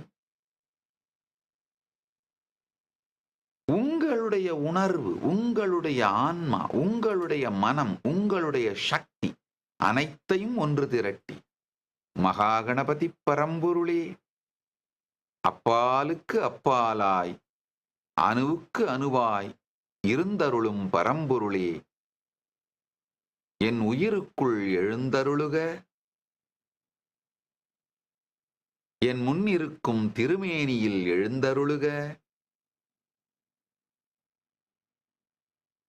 என் பக்தியை ஏற்றருளுக. இறைவா, இங்கு எழுந்தருளி எல்லா மங்களங்களையும் எங்களுக்கு அருளுங்கள். வாழ்வில் இருக்கும் எல்லா தடைகளையும் விலக்கி விக்னங்களை அழித்து பரமாத்வைதத்தை அளித்து எல்லா மங்களங்களும் தந்து எல்லா நன்மையும் தந்து நிறைந்து முழுமையாய் எழுந்தருளியிருங்கள் என்று அவரோடு உங்களை சில மணித்துளிகளாவது இணைத்துக் கொள்ளுங்கள். இறை அனுபூதியே வாழ்க்கையின் சாரம். இந்த உலகத்தின் ரசம் இறை அனுபூதியே.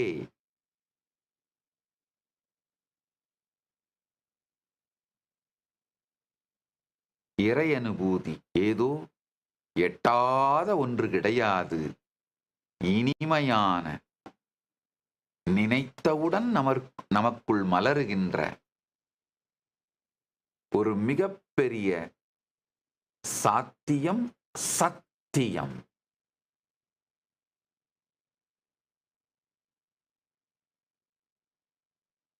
அதனால்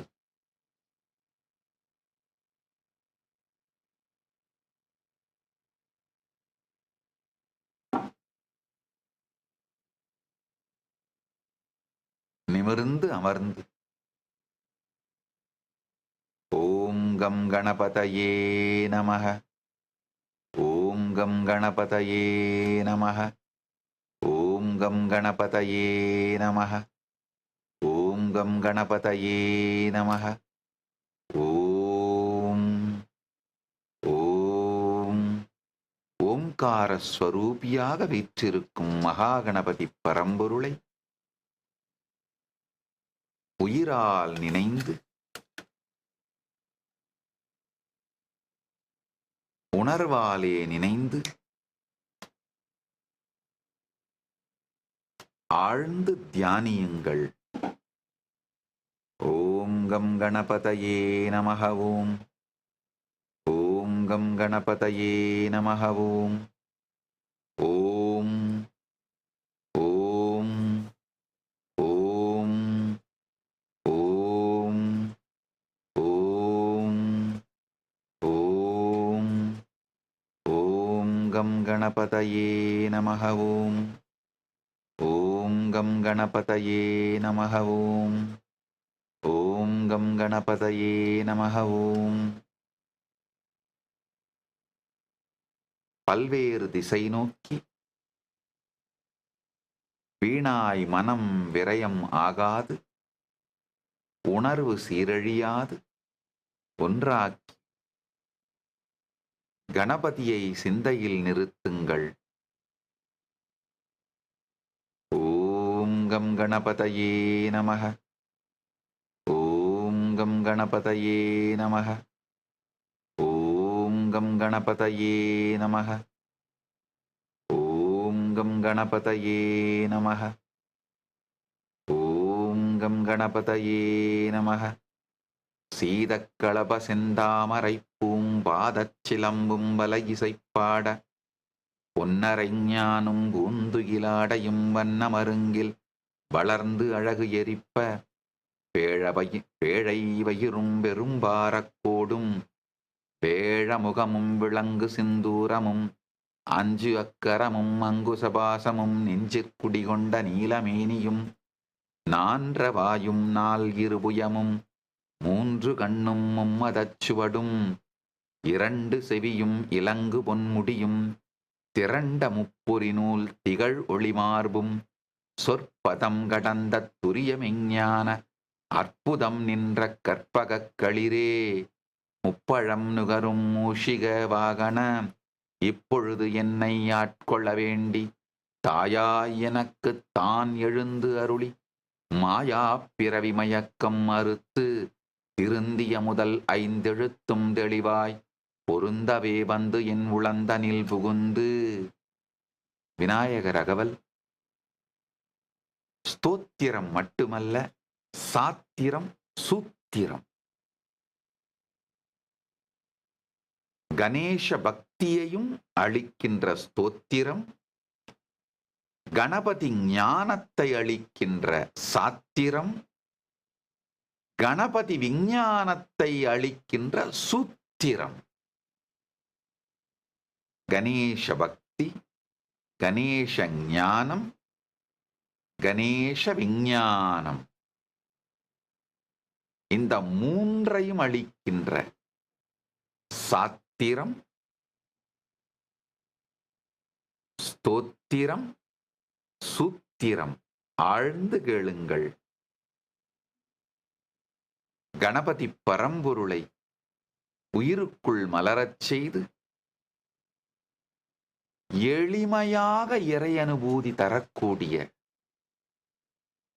மகாகணபதி பரம்பொருளில் உங்கள் மனம் லயிக்க, உணர்வு லயிக்க, சிந்தை லயிக்க, சிந்தையெல்லாம் இனிக்க கணபதியை சிந்தை செய்யுங்கள். குருவடிவாகி குவலயந்தன்னில் திருவடி வைத்து திறம் இது பொருள் என வாடா வகைதான் மகிழ்ந்து எனக்கருளி கோடாயுதத்தால் கொடுவினை களைந்தே உவட்டா உபதேசம் புகட்டி என் செவியில் தெவிட்டாத ஞானத் தெளிவையுங்காட்டி ஐம்புலந்தன்னை அடக்கும் உபாயம் இன்புரு கருணையின் இனிதெனக்கருளி கருவிகள் ஒடுங்குங் கருத்தினை அறிவித்து இருவினை தன்னை அறுத்து இருள் கடிந்து தலம் ஒரு 4 தந்தெனக்கருளி மலம் ஒரு 3 மயக்கம் மறுத்தே 9 வாயில் ஒரு மந்திரத்தால் 5 கதவை அடைப்பதுங்காட்டி ஆராதாரத்து அங்குச நிலையும் வேறா நிறுத்திப் பேச்சுரை அறுத்தே இடைப்பிங்கலையின் எழுத்தறிவித்து கடையிற்சுழு முனைகபாலமுங்காட்டி 3 மண்டலத்தின் முட்டிய தூணின் 4 பாம்பின் நாவில் உணர்த்தி குண்டலி அதனில் கூடிய அசபை வெண்டெழு மந்திரம் வெளிப்பட உரைத்து மூலாதாரத்தின் 3 கணலை காலால் எழுப்புங்கருத்தறிவித்து அமுத நிலையும் ஆதித்தன் இயக்கமும் குமுத சகாயன் குணத்தையுங்கூறி இடைச்சக்கரத்தின் 8 நிலையும் உடற்சக்கரத்தின் உறுப்பையுங்காட்டி சண்முக தூலமும் சதுர்முக சூக்கமும் என்முகமாக இனிதெனக்கருளி புரியட்ட காயம் புலப்பட எனக்குத் தெரியட்டு நிலையின் தரிசனப்படுத்தி கருத்தினில் கபால வாயில் காட்டி இருத்தி முத்தி இனிது எனக்கு அருளி என்னை அறிவித்து எனக்கருள் செய்து முன்னை வினையின் முதலைக் களைந்து வாக்கும் மனமும் இல்லாமனோலயம் தேக்கியே எந்தன் சிந்தை தெளிவித்து இருள்வெளி 2க்கு ஒன்றிடம் என்ன அருள் தரும் ஆனந்தத்து அழுத்தி என் செவியில் எல்லை இல்லா ஆனந்தம் அளித்து அல்லல் களைந்தே அருள் வழிகாட்டி சத்தத்தின் உள்ளே சதாசிவங்காட்டி சித்தத்தின் உள்ளே சிவலிங்கங்காட்டி அணுவிற்கு அணுவாய் அப்பாலுக்கு அப்பாலாய் கணுமுற்றி நின்ற கரும்புளே காட்டி வேடமும் நீரும் விளங்க நிறுத்தி கூடும்மை தொண்டர் குழாத்துடன் கூட்டி 5 அக்கரத்தின் அரும்பொருள் தன்னை நெஞ்ச கருத்தின் நிலையறிவித்து தத்துவ நிலையினை தந்தனை ஆண்ட வித்தக விநாயக விரைகழல் சரணே. ஓம் கணேசாய நமஹ. ஓம் மகாகணபதயே நமஹ. சிந்திக்க சிந்தையெல்லாம் இனிக்கச் செய்யும் சிவபரம்பொருளின் மிக உன்னதமான வெளிப்பாடான மகாகணபதி பரம்பொருளை உயிரெல்லாம் கரைந்திட, உணர்வெல்லாம் நிறைந்திட ஆழ்ந்து சிந்தியுங்கள். கணபதி பரம்பொருளின் திருவடிவு தன்னில், திருமேனி தன்னில், திருவடி தன்னில் உங்களை சரண் செய்து ஸ்ரத்தையோடு பெருமான் நமக்குள் மலர்ந்திட அனுமதியுங்கள். ஓம் ஓம் ஓம் கம் கணபதயே நமஹ. கம் கணபதயே நமஹ. ஓம் கணபதயே நமஹ. ஓம் ஓம் கணபதி பக்தி பிராப்திரஸ்து. கணபதி சக்தி பிராப்திரஸ்து. கணபதி ஞான பிராப்திரஸ்து. கணபதி விஞ்ஞான பிராப்திரஸ்து.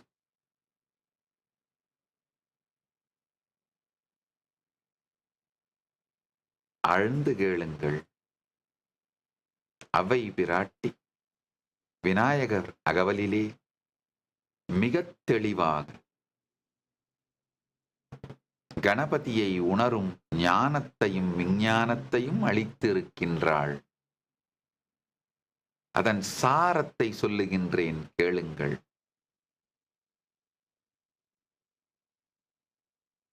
மனத்தையும் புத்தியையும்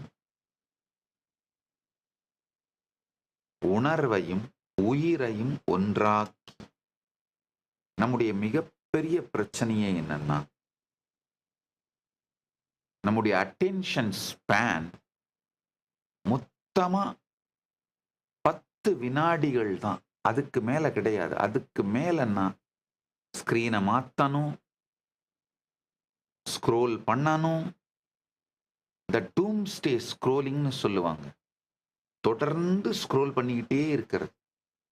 ஒரு சில துளிகள் தயவு செஞ்சு ஸ்க்ரோல் பண்றது எல்லாத்தையும் நிறுத்திட்டு, நீங்க என்ன கேள்வி இப்ப கேட்டாலும் நான் பதில் சொல்ல போறதில்ல, அதையெல்லாம் விட்டுட்டு அமர்ந்து கணபதி பரம்பொருளை தியானியுங்கள். அடுத்த சில மணித்துளிகளை மகா கணபதி பரம்பொருளை அனுபூதியாக அடைய செலவிடுவோம்.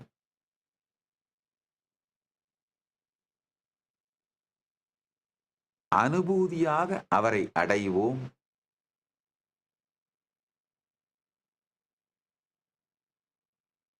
மை மியூசியம்ன்ற ஒரு அன்பர், புதிய தலைமுறை தொலைக்காட்சி வழியா இணைந்திருக்கிற அன்பர், இன்று நிறைய எனக்கு கான்ட்ராக்ட் கிடைக்கணும்னு கேட்டிருக்கீங்க.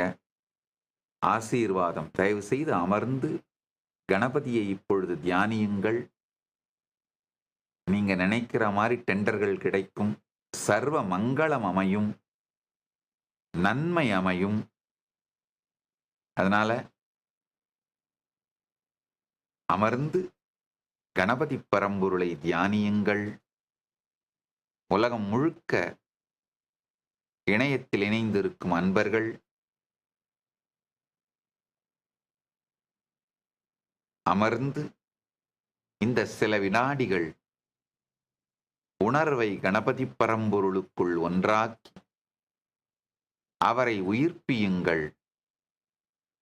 பெருமான் நீங்கள் கேட்டதையெல்லாம் கொடுப்பார், கேளாத நிலையும் கொடுப்பார்.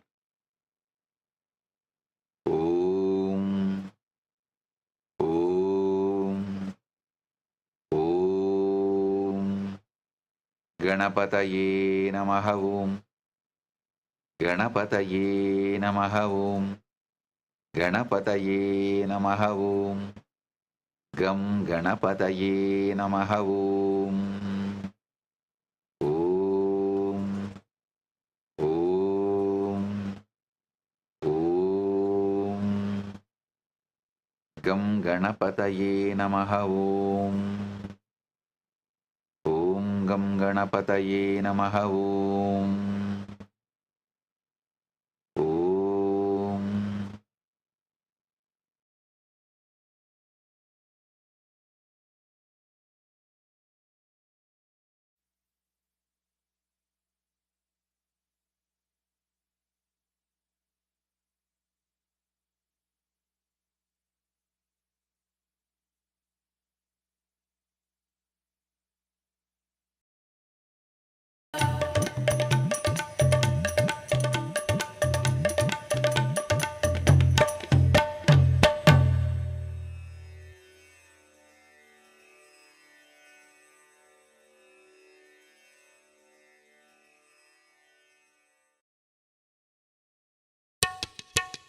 बम्म बम्म ता तैय तैय नक दिन भजन करे बम्म बम्म ता तैय तैय नक दिन भजन करे उद निद नगर दिन दिताम दिताम तोम तै तै नित्यानंद नाम सदा उद निद नगर दिन दिताम दिताम तोम तै तै नित्यानंद नाम सदा बम्म बम्म ता तैय तैय नक दिन भजन करे बम्म बम्म ता तैय तैय नक दिन भजन करे उद निद नगर दिन दिताम दिताम तोम तै तै नित्यानंद नाम सदा उद निद नगर दिन दिताम दिताम तोम तै तै नित्यानंद नाम सदा दिम्मिक्कड़दगदक ताला दिम्मिक्केड़ ताकुड़द ताಳ तबोड्डद दिम्मिक्कड़दगदक ताला दिम्मिक्केड़ ताकुड़द ताಳ तबोड्डद उद निद नगर दिन दिताम दिताम तोम तै तै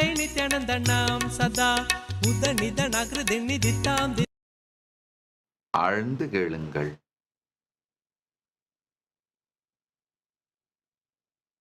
உலகியல் பொருட்களையும் உலகியல் விஷயங்களையும் வாழ்நாளெல்லாம் தேடுகின்றோம்.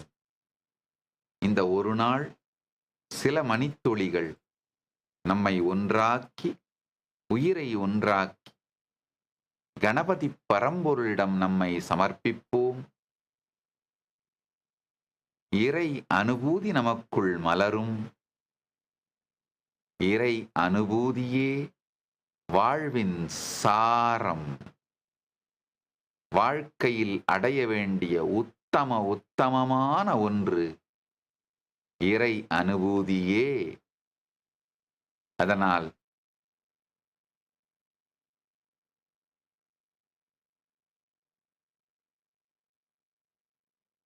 சில மணித்துளிகளை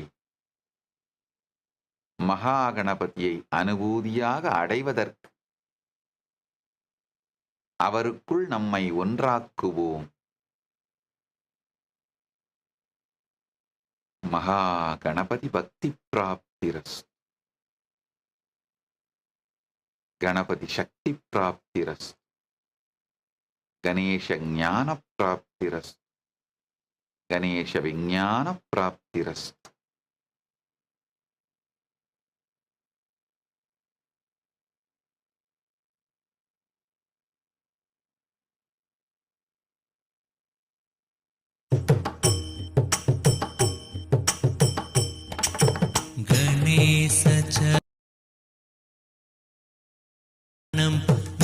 नित्यानन्दं गजाननं गणेशचरणं परमपावनं नित्यानन्दं गजाननं नित्यस्मरणं परमपावनं नित्यानन्दं गजाननं नित्यस्मरणं परमपावनं नित्यानन्दं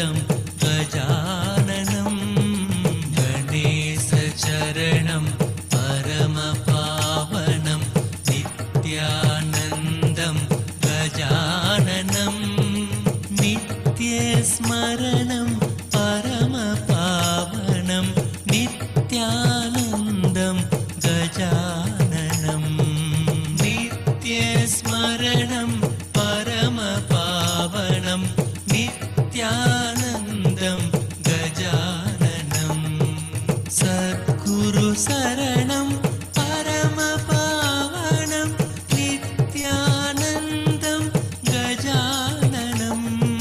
சத்குரு சரணம் பரமபாவனம் நித்யானந்தம் கஜானனம். பவபயஹரணம் பரமபாவனம் நித்யானந்தம் கஜானனம். ஆழ்ந்து கேளுங்கள்.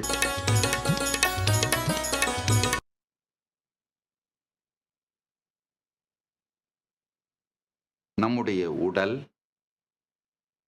மனம், உணர்ச்சிகள், உணர்வு, உயிர் இதை முழுமையாக புரிந்து கொண்டீர்களானால்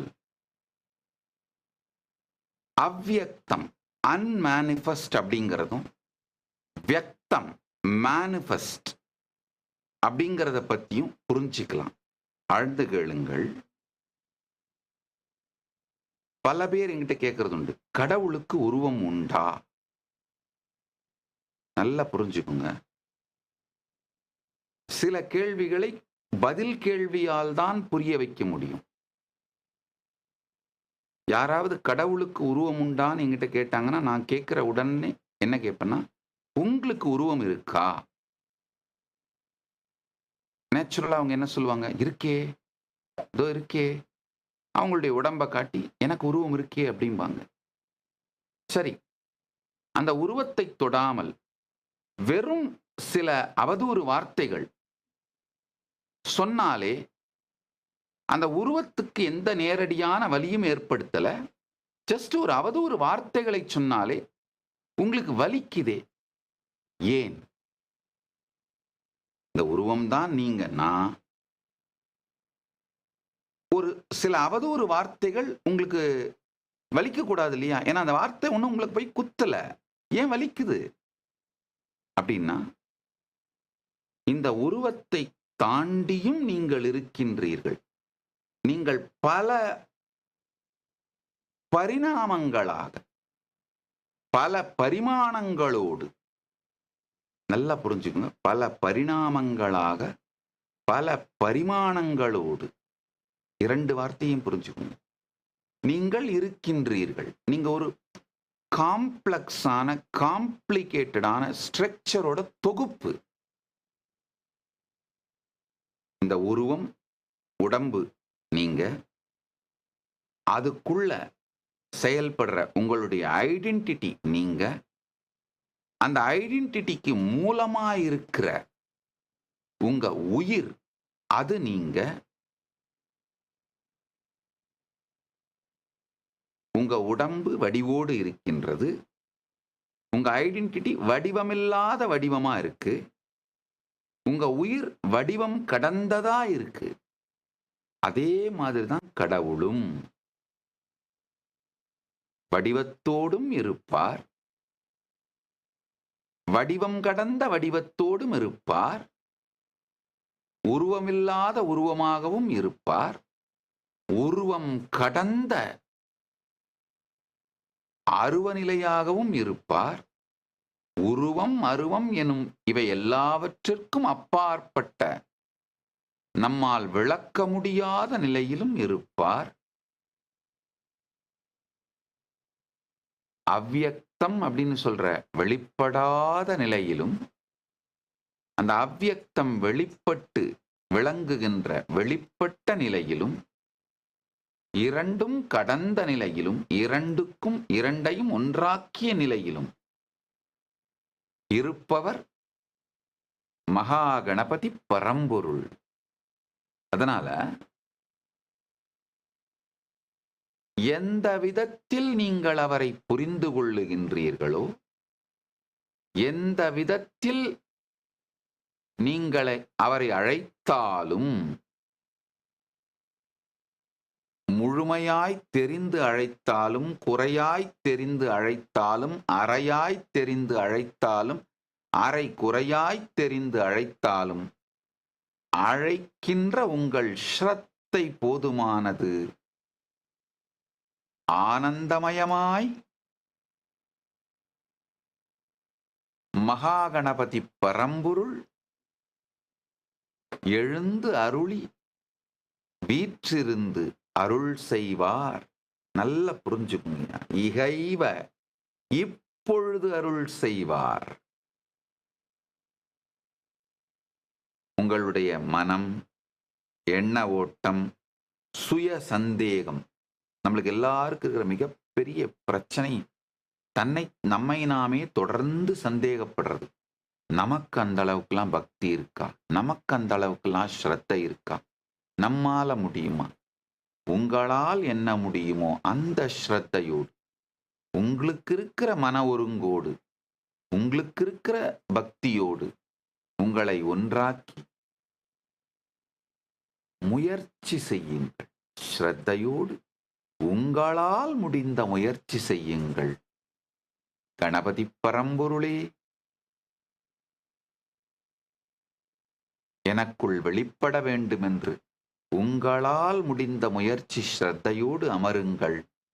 நன்றாக புரிந்து கொள்ளுங்கள். நீங்கள் நம்பினாலும் நம்பாவிட்டாலும், ஏற்றுக்கொண்டாலும் ஏற்றுக்கொள்ளாவிட்டாலும், புரிந்து கொண்டாலும் புரிந்து கொள்ளாவிட்டாலும், பெருமான் எனக்கு அனுபூதி அளித்திருக்கின்றார், தன்னை உணர்த்தி இருக்கின்றார், தன்னை எனக்குள் வெளிப்படுத்தி இருக்கின்றார். அதனால் அவரை சாட்சியாக வைத்துச் சொல்லுகின்றேன். இப்பொழுது அமர்ந்து அவரோடு உங்களை இணைத்துக் கொள்ளுங்கள். நிச்சயமாக இப்பொழுது அவர் எனக்கு தன்னை உணர்த்தியது போல உங்கள் எல்லோருக்குள்ளும் உணர்த்துவார், மலர்த்துவார். இந்த சத்தியத்தை உங்களுக்கு சொல்லச் சொன்னதும் அவர்தான் என்பதனால் சத்தியமாய் இப்பொழுது அவர் உங்களுக்குள் மலர்வார். இது சாத்தியம், இது சத்தியம். ஸ்ரத்தையோடு நிமிர்ந்து அமருங்கள். ஓம் கம் கணபதயே நமஹ. ஓம் ஓம் கம் கணபதயே நமஹ. ஓம் ஓம் கம் கணபதயே நமஹ. ஓம் ஓம் கணபதயே நமஹ. ஓம் கணபதயே நமஹ. ஓம் கணபதயே நமஹ. ஓம் கணபதயே நமஹ. ஓம் ஓம் ஓம் ஓம் ஓம்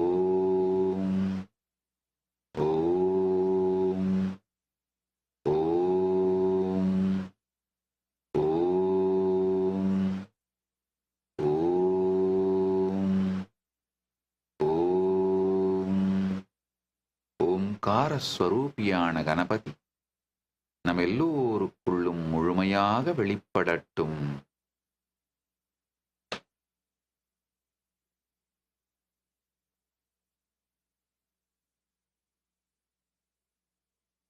ஓம் ஓம் ஓம் ஓம்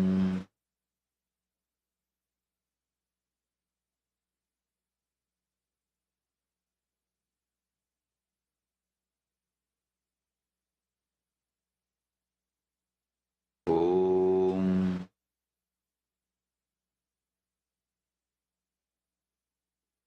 ஓம் ஓம் ஓம் கம் கணபதயே நமஹ. கணபதயே நமஹ. ஓம் கம் கணபதயே நமஹ. ஓம் கம் கணபதயே நமஹ. ஓம் மகாகணபதயே நமஹ. ஓம் கம் கணபதயே நமஹ. ஓம் மகாகணபதயே நமஹ. ஓம்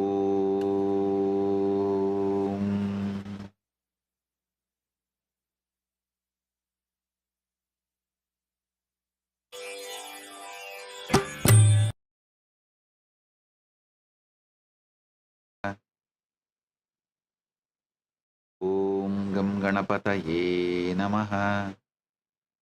ஓம் கம் கணபதயே நமஹ. ஓம் கம் கணபதயே நமஹ. ஓம் கம் கணபதயே நமஹ. ஓம் கம் கணபதயே நமஹ. ஓம் கம் கணபதயே நமஹ. ஸ்ரத்தையோடு கணபதியை தியானியுங்கள். ஸ்ரத்தையோடு நீங்கள் வைத்திருக்கும் திருமேனியில் கணபதியை ஆவாகனம் செய்யுங்கள். பக்த பிரதிஷ்டையின் சக்தியை குறைவாக நினைக்காதீர்கள். நல்லா புரிஞ்சுக்கோங்க. என்னால குறைந்தபட்சம் 10,000 வரலாற்று சான்றுகளை அளிக்க முடியும். ஒரு முறை பிரதிஷ்டை பண்ண திருமேனி மண்ணுக்குள் புதைந்தாலும், புற்று மூடினாலும், மரம் மூடி மறைத்தாலும், மண் மூடி மறைத்தாலும், யாராவது ஒருவர் கனவுல போய் சொல்லி, பக்தர்கள் கனவில் சொல்லி, தானாய் வெளிப்பட்டு தனக்கென ஆலயம் அமைத்துக் கொண்ட கதைகள் வரலாற்று சான்றுகளோடு 10,000 என்னால் சொல்ல முடியும். அதனால தயவு செய்து பக்த பிரதிஷ்டையின் சக்தியை குறைவா எடை போடாதீங்க. நம்முடைய இறைவனுடைய திருமேனிகள், இந்த பிராண பிரதிஷ்டை செய்து வைத்திருக்கின்ற திருமேனிகள் சாதாரணமான ஒரு பொருள் கிடையாது. அது பரம்பொருள். சித்தும் ஜடமும் சந்திக்கின்ற சின்மய விக்கிரகம். ஜடத்தால் செய்யப்பட்டிருக்கலாம், சித்தால் நிறைக்கப்பட்டது.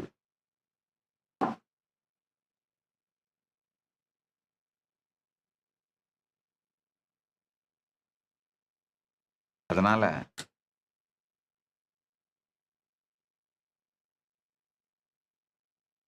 உணர்வாலே நம்மை எல்லாம் ஒன்றாக இணைத்திருக்கும்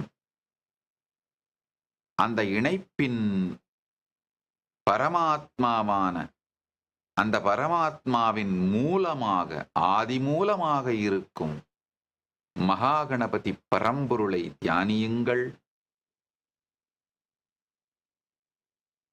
இப்பொழுது அவர் நம் எல்லோருடைய உயிர்க்குள்ளும் எழுந்தருளி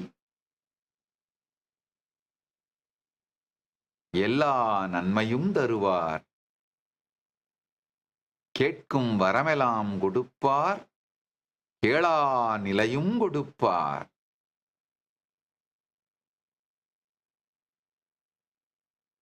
வேண்டியதையெல்லாம் அடையும் சக்தியும் கொடுப்பார்.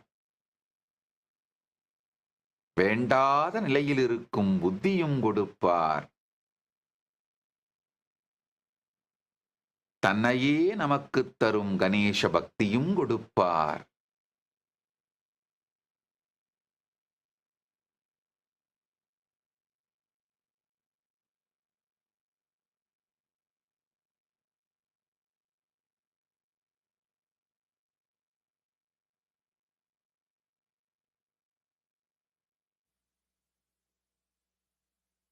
Shiva, Shiva,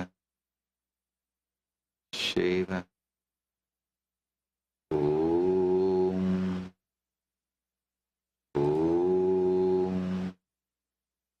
Om.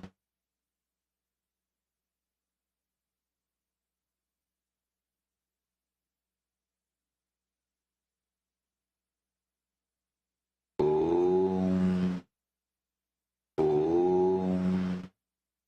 Om, Om.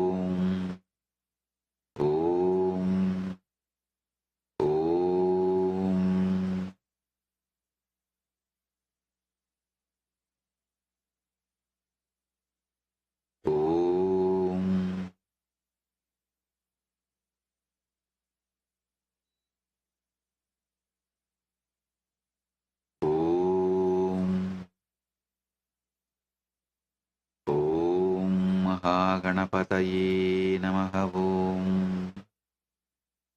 ॐ गं गणपतये नमः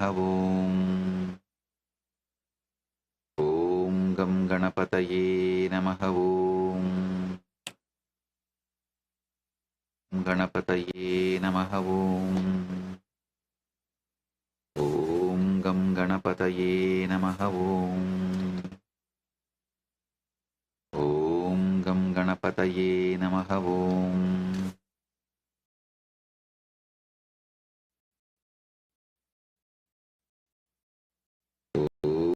ॐ गं गणपतये नमः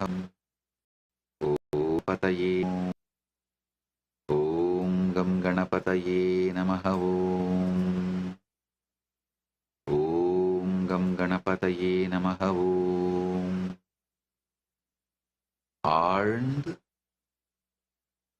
மெதுவாக ஓம்கார மந்திரம் கலந்து சுவாசியுங்கள். ஓம் ஓம் ஓம். மகாகணபதி பரம்பொருள் நம் எல்லோருக்குள்ளும் முழுமையாக வெளிப்படுகின்றார்.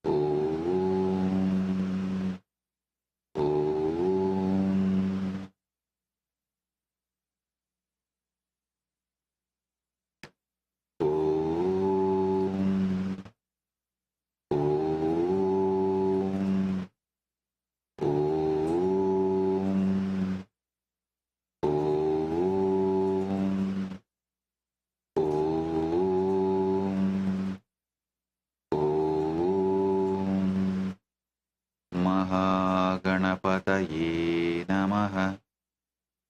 ॐ महागणपतये नमः. ॐ महागणपतये नमः. ॐ महागणपतये नमः. महागणपतये नमः.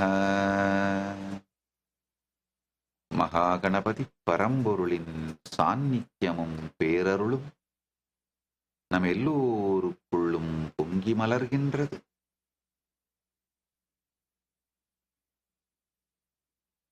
நம் எல்லோர் வாழ்விலும் மகாகணபதி பரம்பொருளின் பேரருள் பொங்குகின்றது.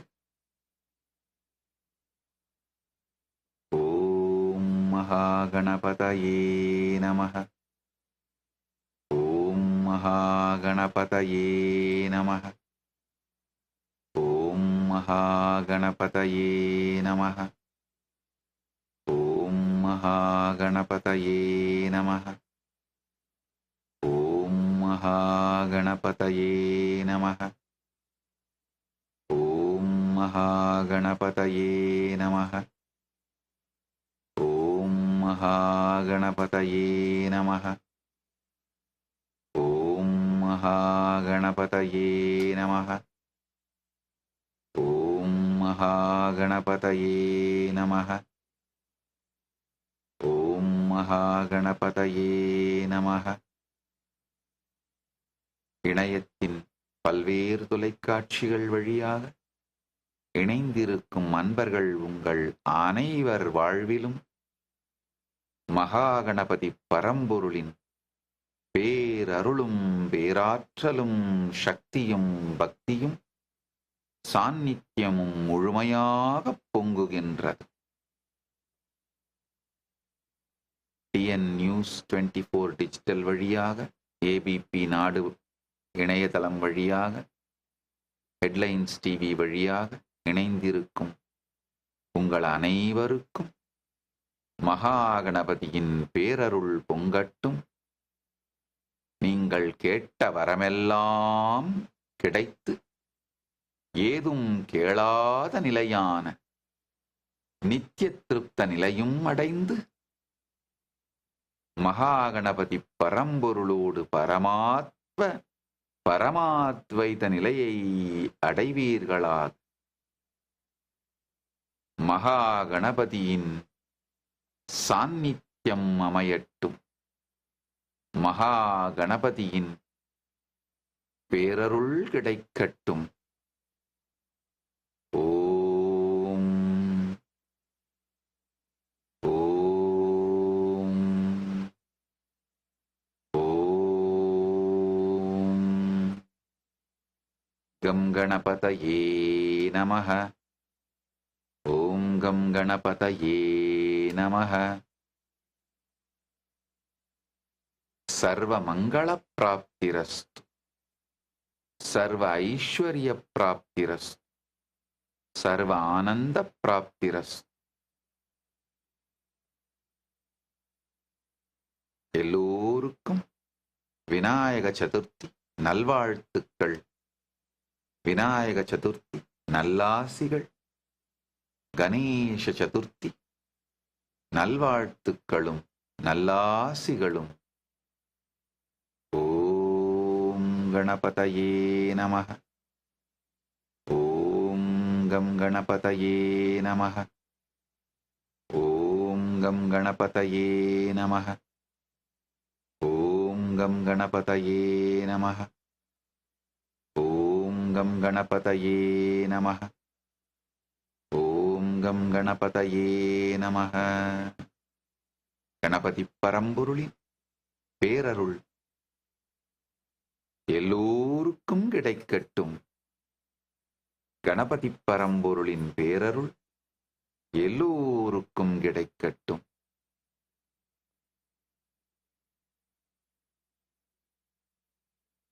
ஓம் ஓம் ஓம். எல்லோரும் நித்யானந்தத்தில் நிறைந்து, எல்லோரும் நித்யானந்தத்தில் நிறைந்து, நித்யானந்தத்தில் மலர்ந்து, நித்யானந்தமாகிட ஆசீர்வதிக்கின்றேன். ஆனந்தமாக இருங்கள்.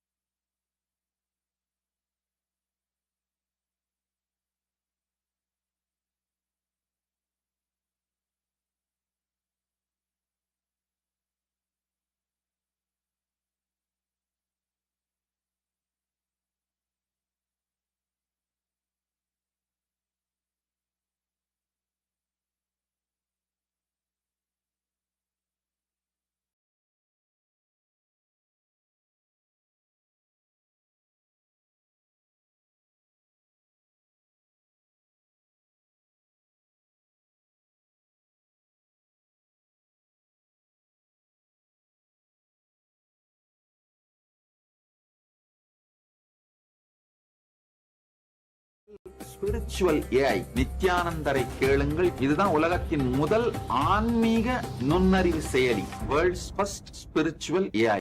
வாழ்க்கையின் எல்லா பிரச்சனைகளுக்கும் இந்து சாஸ்திரங்களிலிருந்து தெளிவு பெற ஆஸ்க் நித்யானந்தா ஸ்பிரிச்சுவல் ஏஐ. கர்மங்களிலிருந்து விடுபடுவதற்காக இந்து சாஸ்திரங்களிலிருந்து தீர்வு பெற ஆஸ்க் நித்யானந்தா ஸ்பிரிச்சுவல் ஏஐ.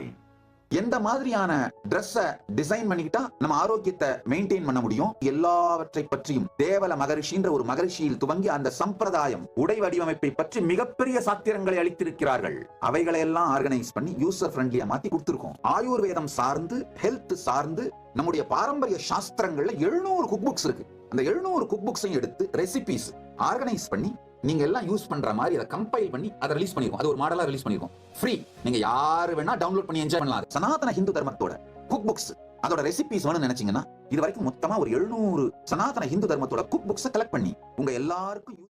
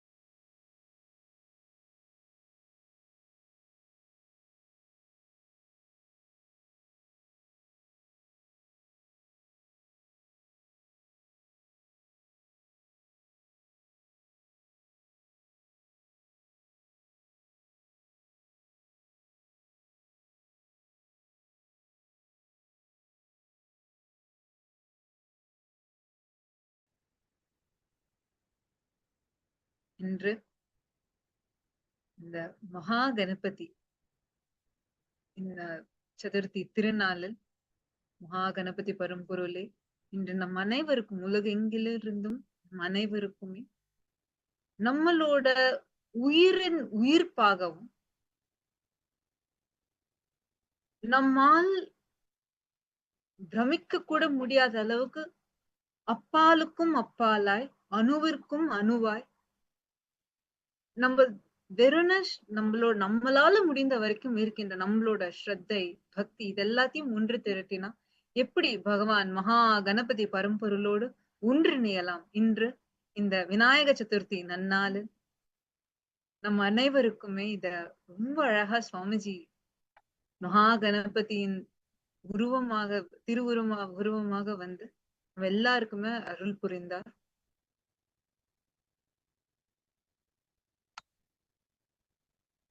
இன்னைக்கு சுவாமிஜி கொடுத்த இந்த தீட்சை ஆழ்ந்து கவனிங்க. இன்னைக்கு பகவான் கொடுத்த இந்த ஒரு தீட்சையினாலே நீங்க எந்த மஞ்சள்ல செய்ய கணபதி திருமேனியாக இருக்கலாம், இல்ல உங்ககிட்ட வந்து கருங்கல்ல இருக்கிற மகா கணபதி திருமேனியாக இருக்கலாம்.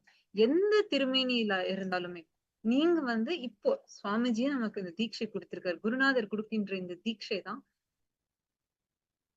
அவ்வியக்தத்திலிருந்து வியக்தத்தோட நம்ம கனெக்ட் பண்ற. சுவாமிஜி ரொம்ப அழகா சொன்னார். எப்படி வந்து ஆதி பரம்பொருள் மகாகணபதி தான் வந்து இந்த ஆதி பரம்பொருள் முதல் முறையாக அவ்வியக்தமானது வியக்தத்தில் வெளிப்பட்ட மொத்த அவ்வியக்தமுமே வியக்தத்தில் வெளிப்பட்ட உருவமாக திருமேனி தாங்கி வந்தவர் தான் மகாகணபதி பரம்பொருள். இன்னைக்கு நம்ம எல்லாராலையும் வந்து கனெக்ட் பண்ற மாதிரி அவர் அவைலபிளா இருக்கு. திருமேனி தாங்கி வந்தவர் தான் மகாகணபதி பரம்பொருள். இன்னைக்கு நம்ம எல்லாராலையும் வந்து கனெக்ட் பண்ற மாதிரி அவர் அவைலபிளா இருக்காரு. நம்ம வந்து நீங்க வந்து உங்களை பத்தி இருக்கிற செல்ஃப் டவுட், இந்த சுய சந்தேகத்தை தியாகம் செஞ்சு சுவாமிஜி இன்னைக்கு கொடுத்திருக்க இந்த ஒரு தீட்சையை மட்டுமே அடிப்படையாக வச்சு நீங்க எந்த கணேஷா டைட்டி உங்ககிட்ட இருந்தாலும் சரி, நீங்க அதை எடுத்துட்டு வந்து உட்காருங்க. பகவான் கொடுத்திருக்க இந்த தீட்சையினால உங்களால உங்க மகா கணபதி திருமேனிக்கு பாலாக இருக்கலாம், இல்ல தேனா இருக்கலாம், என்ன வேணா உங்களால அதை ஊட்டி விட முடியும்.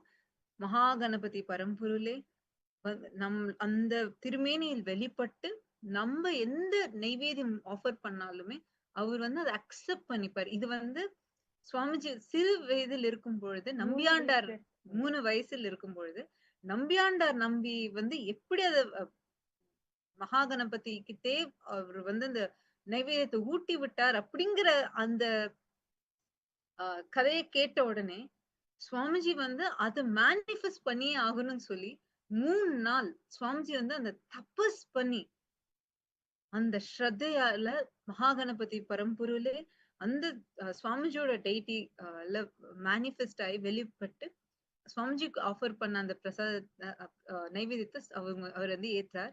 அதே தீட்சை தான் இப்ப சுவாமிஜி நம்ம எல்லாருக்குமே கொடுத்திருக்கின்றார். சுவாமிஜி 3 வயசுல என்ன லீலைய பண்ணாரோ இப்போ உலகெங்கிலும் இருந்து அமெரிக்காவா இருக்கட்டும், யூரோப்ல இருந்து இருக்கட்டும், மலேசியா, சிங்கப்பூர், இந்தியா இப்படின்னு பல நாடுகள்ல இருந்து பக்தர்கள் சுவாமிஜி கிட்ட இருந்து இந்த ஒரு இனிஷியேஷன் ஒரு தீட்சையை வாங்கினதுக்கு அப்புறமா இப்போ பல நாடுகளில் இருந்து அவங்களால வந்து இந்த கணேஷா டேட்டியை வந்து ஃபீட் பண்ண முடியுது. இதை நாங்க கண் கூட பாக்குறோம். பல வீடியோ ரெக்கார்ட்ஸ் இருக்கு. இன்னைக்கு அந்த சக்தியை சுவாமிஜி நம்ம கிட்ட கொடுத்திருக்காரு.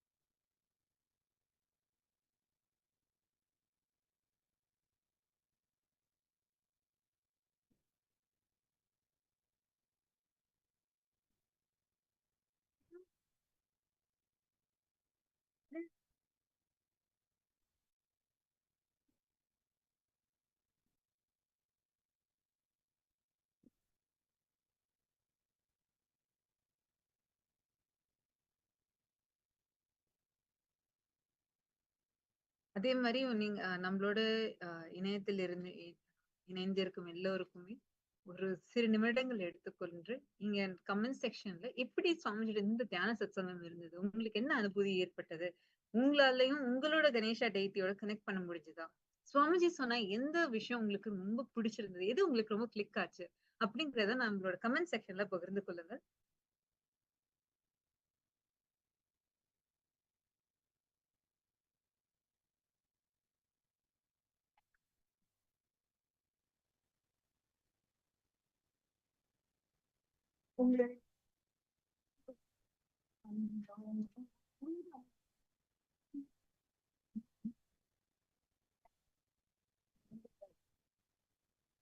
And to all the Paramashivasena participants who are here, did you all enjoy the satsang today?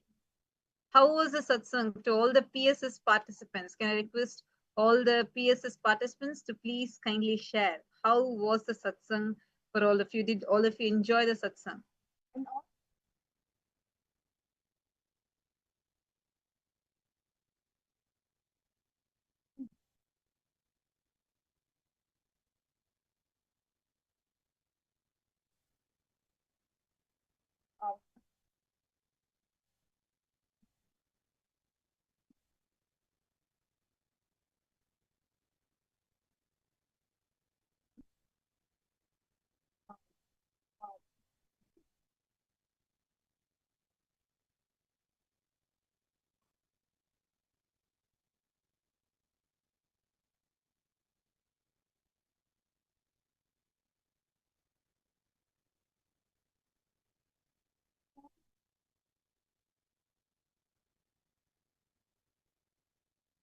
And actually, yesterday I saw that some participants had also manifested this power. Swamiji வந்து தீட்சை கொடுத்ததுனால பல பார்ட்டிசிபென்ட்ஸ் இப்ப நம்மளுக்கு வந்து international audience பல நாடுகள்ல இருந்து நம்மளோட சேர்ந்து இருக்கோம்.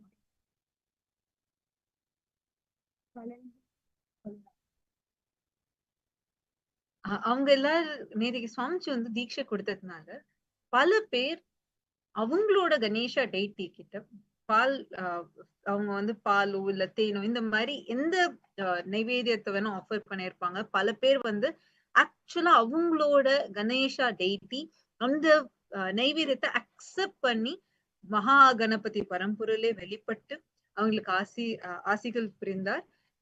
இன்னைக்கு நம்மளோட இந்த எக்ஸ்பீரியன்சஸ் தான் பல பேர் நம்மளோட ஷேர் பண்றதுக்காக ஆக்சுவலா வெயிட் பண்ணிட்டு இருக்காங்க. Nithyanandam, to all the participants, the Paramashivasena participants, if all of you are able to see us and hear us, please could you all wave your hands? All the Paramashivasena participants. Yes. Okay, wonderful. Yes. That's wonderful. Okay, now I would like to request each of you to please come forward and share with us how was your experience both yesterday and today. I know we all have been celebrating the Ganesh Chaturthi celebrations. Did you all enjoy it? Did all of you enjoy it? Yes. Great. Okay, now I request all of you to please come forward. We have participants in KAILASA St. Kitts, KAILASA Los Angeles in US, and we have in KAILASA Kashi, KAILASA Salem, and we have participants from different places, different countries who have come together in this auspicious occasion celebrating this Ganesh Chaturthi as part of their Paramashivasena program. So I'm just eager to hear from all of you, given that each one of us are coming from various different backgrounds, and I think many of you first time you're learning about Ganesha. How has it been for you?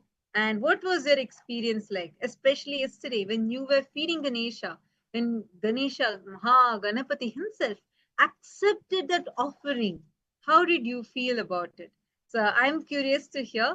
I request the participants to please kindly come forward and share with us your experiences.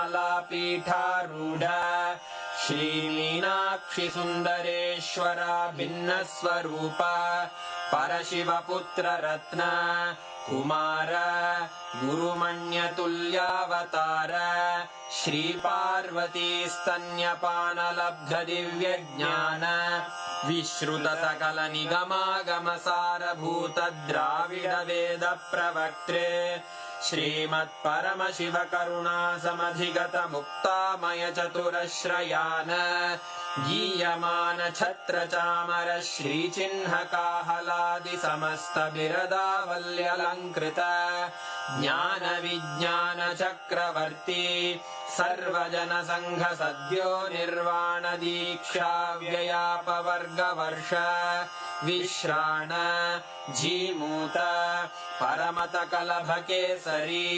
शैवसिद्धान्तस्थापनाचार्य श्रीराजाधिराजपाण्ड्यमहाराज गुरु क्षपणशाक्यादिमहान्धकारनिवारणज्ञानभानु वीक्षणानर्हार्हध्वजोच्छेदनपूर्वक श्रीमद्वृषभध्वजस्थापक शैवसमयकर्त्रे सर्वज्ञपीठारूढ श्रीजगद्गुरु श्रीज्ञानसम्बन्धदेशिकस्वामि वागीशसुन्दरमाणिक्यवाचकस्वामिनाम् अवतारभूत श्रीज्ञानसम्बन्धस्वामि पुनरुद्धृत श्यामलापीठ सर्वज्ञपीठ त्रिनवत्युत्तरद्विशततम गुरुमहासन्निधान अरुणगिरियोगीश्वर परम्परागत अरुणाचल सर्वज्ञपीठ गुरुमहासन्निधान कैलास परम्परागत काञ्ची कैलास सर्वज्ञपीठ त्रयस्त्रिंशदुत्तरद्विशततम गुरुमहासन्निधान नित्योत्सव नित्यमङ्गल नित्यकल्याण नित्यरजित कैलास परम्परागत आदिकैलास नित्यानन्दपीठ महासंस्थान महासिंहासन पीठकर्तः साक्षात् श्रीपरमशिव समुद्भूत कैलास परम्परागत वैवस्वतमनु इक्ष्वाकु हरिश्चन्द्र भगीरथ श्रीरामचन्द्र शूरसेन इत्यादि अनवच्छिन्न सार्वभौम चक्रवर्ति परम्परागत चतुष्षष्टि योगिनी मण्डित चतुष्षष्टि सम्प्रदाय प्रवर्तक मनुधर्मशासन सूर्यवंश प्राप्त सर्वज्ञपीठ सुराङ्गी साम्राज्य मूर्धाभिषिक्त चूडामणे साक्षात् श्री परमशिव समुद्भूत कपिल महागुरु पुनरुद्धृत महानिर्वाणिपीठ अष्टोत्तर सहस्र श्री महामण्डलेश्वर साक्षात् श्री परमशिव सिंहासनाभिषिक्त समस्त गणनायक श्री महागणपति समारंभ अनवच्छिन्न पीठाधीश्वर गुरु परंपरा प्राप्त अटल पीठ अष्टोत्तर सहस्र श्री अटल पीठाधीश्वर धर्म मुक्ति स्वर्गपुर स्वर्ण पीठ त्रयोविंश गुरु महासन्निधान कैलास परम्परागत आदिपीठ सर्वज्ञपीठ जगद्गुरो श्री कैलास पुनरुद्धारक श्री कैलास परमाचार्य श्रीमत्परमहंस परिव्राजकाचार्य वर्य सच्चिदानंद प्रणव स्वरूप श्रोत्रिय ब्रह्मनिष्ठ श्रीमज्जगद्गुरु श्रील श्री भगवत् श्री नित्यानंद परमशिव श्री ज्ञान संबंध देशिक परमाचार्य स्वामिन् अत्रागत्य परिपाल्य च अस्मान् विज्ञानवितरणेन विजयी भव जय जय।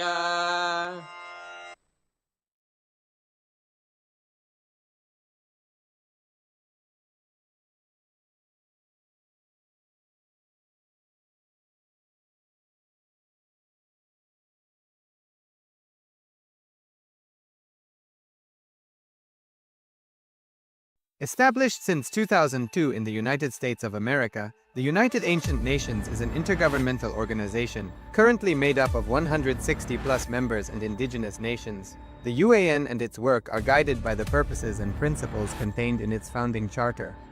The UAN is a manifestation of the profound connection amongst indigenous peoples across the world, including African, Andean, American, European, Caribbean, Oceanic, and Asian regions, rooted in shared wisdom, sustainable practices, and deep reverence for the earth. The United Ancient Nations serves as an international cultural and diplomatic organization focused on uniting indigenous cultures globally. Our governance structure is council-based without territorial claims, led by a collective leadership through our General Secretariat. As a non-state entity with UN-style advocacy, we focus on several key areas: cultural and digital heritage preservation, indigenous diplomacy, revival of indigenous knowledge systems to solve humanity's problems, global peace, environmental preservation, health and wellness, sustained economic development, indigenous and cultural tourism. While the UAN represents numerous indigenous cultures, the United States of KAILASA serves as the first indigenous nation specifically for Hindus. KAILASA's mission is focused on the revival of the ancient enlightened Sanatana Hindu civilization, with a formal governance structure including a head of state, ministers, and ambassadors.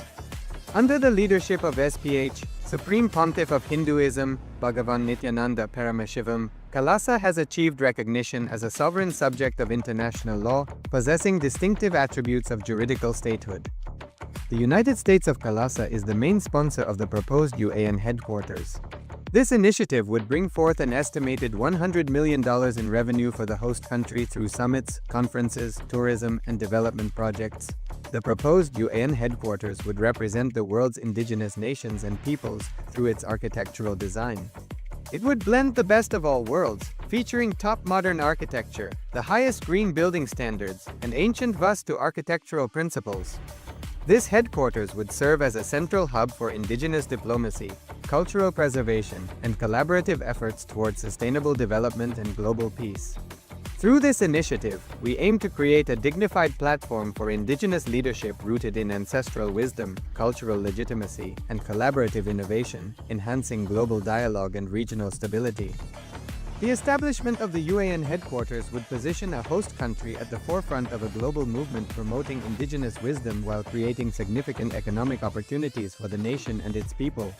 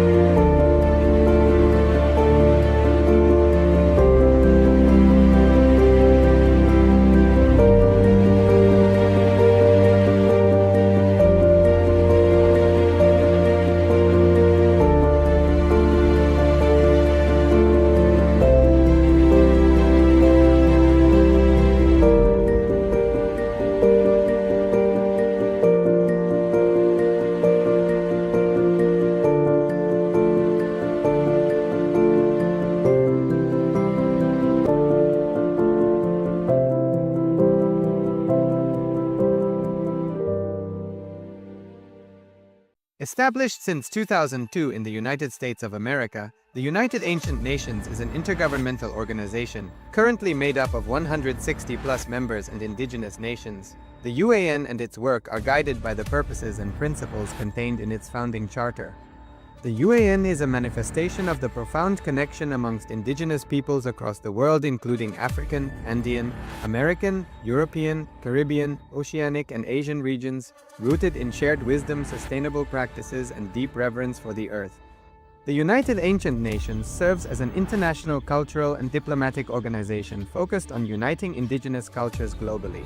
Our governance structure is council-based without territorial claims, led by a collective leadership through our General Secretariat. As a non-state entity with UN-style advocacy, we focus on several key areas: cultural and digital heritage preservation, indigenous diplomacy, revival of indigenous knowledge systems to solve humanity's problems, global peace, environmental preservation, health and wellness, sustained economic development, indigenous and cultural tourism. While the UAN represents numerous indigenous cultures, the United States of KAILASA serves as the first indigenous nation specifically for Hindus. KAILASA's mission is focused on the revival of the ancient enlightened Sanatana Hindu civilization with a formal governance structure including a head of state, ministers, and ambassadors. Under the leadership of SPH, Supreme Pontiff of Hinduism, Bhagavan Nithyananda Paramashivoham, KAILASA has achieved recognition as a sovereign subject of international law, possessing distinctive attributes of juridical statehood. The United States of KAILASA is the main sponsor of the proposed UAN headquarters. This initiative would bring forth an estimated $100 million in revenue for the host country through summits, conferences, tourism, and development projects. The proposed UAN headquarters would represent the world's indigenous nations and peoples through its architectural design.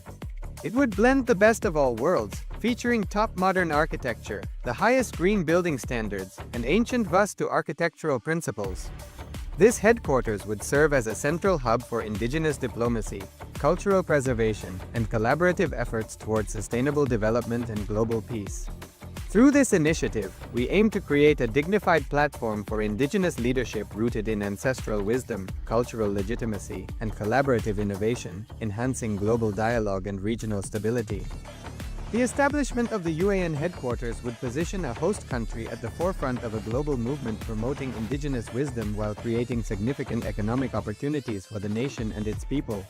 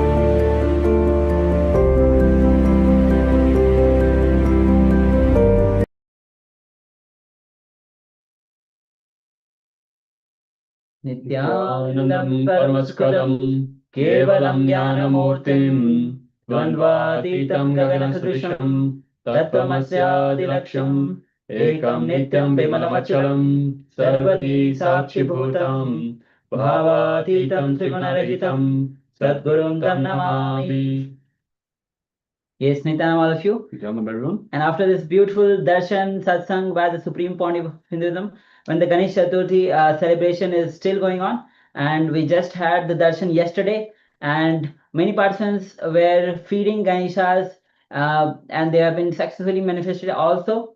Even in various zones around the world, people have been celebrating the Ganesh Chaturthi, and today also Swamiji came and gave darshan. So what a wonderful experience for all of us. If you want to share your experience of this Ganesh Chaturthi, you can always share your experience, your revelation, your cognition, your how you cognize, how you experience this Ganesh Chaturthi. Meanwhile, now we'll be getting ready for the power manifestation. We'll be manifesting the power of third eye readings. So with Acharyas, we'll be projecting you an image on your screen, and through the power of third eye, see what all Parameshwar reveals to you. Meanwhile, we'll be welcome each one of the participants who are here with us. We have Ma Trinetrikananda Nithyanandam, Ma Aghor Sarupani Nithyanandam, Ma Vairagyananda Nithyanandam, Ma Paramashiva Nithyanandam. We have Jerry Maxfield Nithyanandam. We have Piotr Nithyanandam, Shamimuz Nithyanandam, and we have persons with the cameras of requesting all of you to be on the camera, be available, make yourself available. Guizu Singh, Yan, Ruin Nan, Chang, Gwen Wu Hui, Priyatmananda, Zhang Shi Hao, and we have Sri Gyanatma. Yes. Welcome all of you on this wonderful journey of the Paramashivoham. The word itself means I am Paramashiva. The whole journey is to realize your true nature, which is Paramashiva. Even when we do the Guru Puja, we declare, even though I worship, I am Him. So with this cognition, we'll be entering into the power manifestation, understanding the power of third eye. Third eye is a seat of willpower. It is a door to the cosmos itself. That formless energy, that formless consciousness. What we can do is just become one with the cosmos. Be in oneness with Paramashiva. Be in oneness with Swamiji. So let's get ready to be in that space as we enter into the power manifestation. So let's get ready. You can close your eyes, cover your eyes with the blindfold.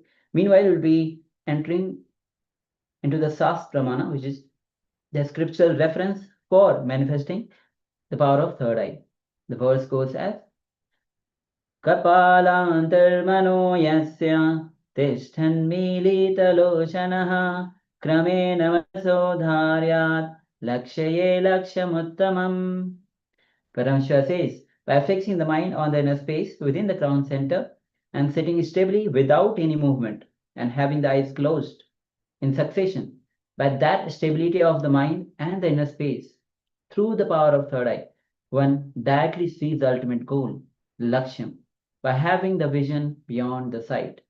That reveals any object or place, attaining the space of oneness with the source, Parameshwar. So with this, let's get ready. If you have not yet covered your eyes, please take a moment, cover your eyes now. We'll be projecting you an image on your screen, and through the power of third eye, see every single detail of the image that Parameshwar reveals to you, that Swamiji reveals to you.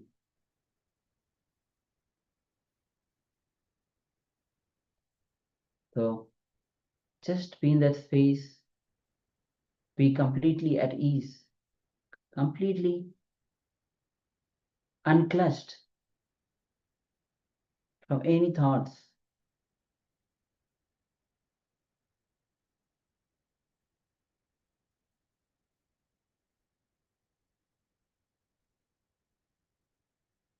Just have that strong declaration to be in oneness. Understand your declaration itself is enough to align your will to Parameshwar's will. So sit with that strong declaration to manifest the state, space, powers of Parameshwar. And once again, requesting all of you, if you have not yet covered your eyes, please go ahead, cover your eyes now.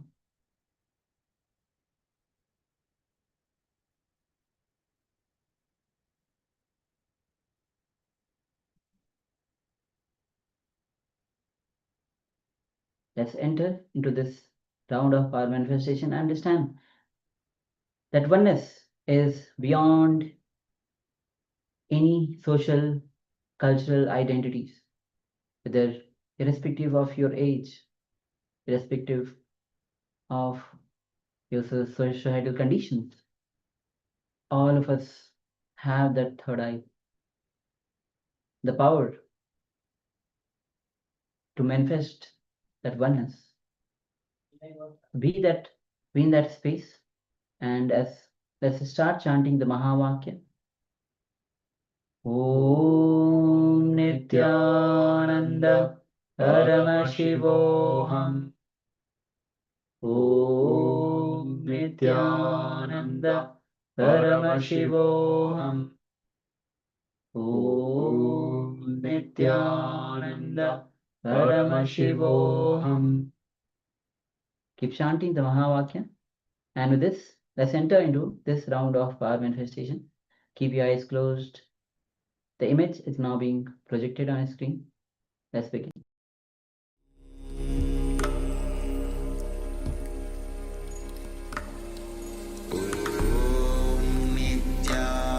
Nithyananda Paramashivoham.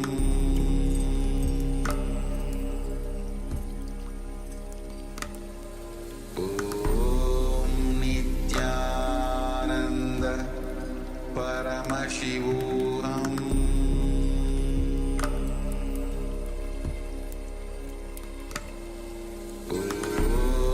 Nithyananda Paramashivoham. Nithyananda Paramashivoham. Nithyananda Paramashivoham.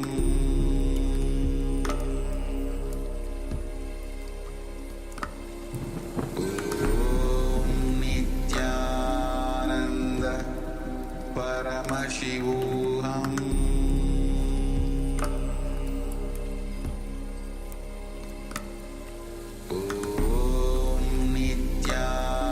Nithyananda Paramashivoham.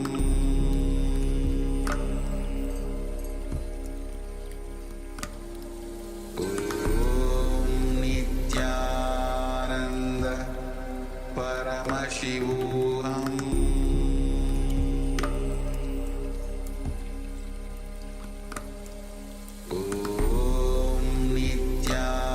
Nithyananda Paramashivoham.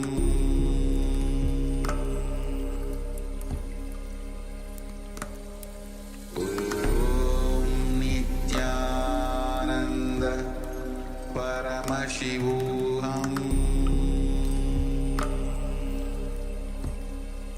Paramashivoham. Nithyananda Paramashivoham.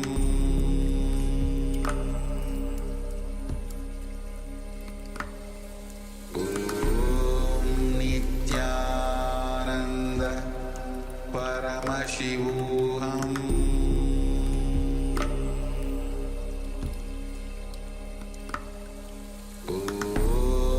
Nithyananda Paramashivoham.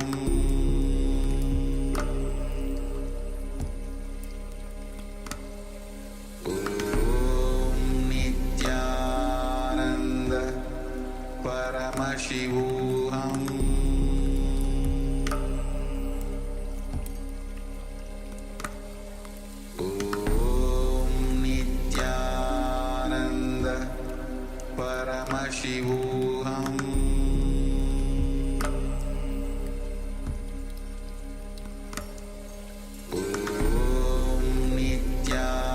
Nithyananda Paramashivoham.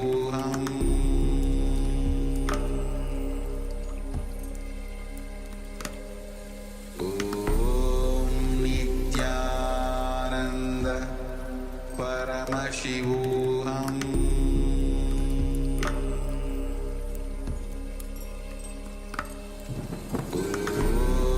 Nithyananda Paramashivoham.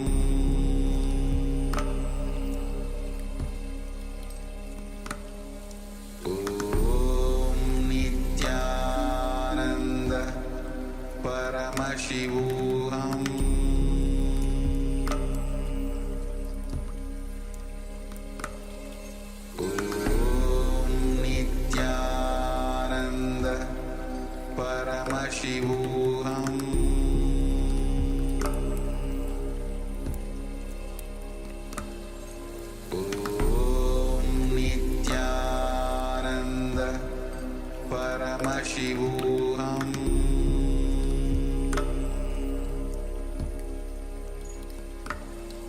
Om Nithyananda Paramashivoham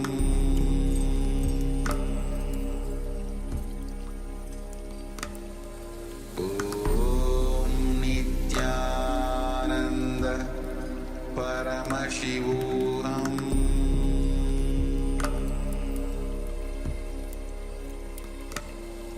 Om Nithyananda Paramashivoham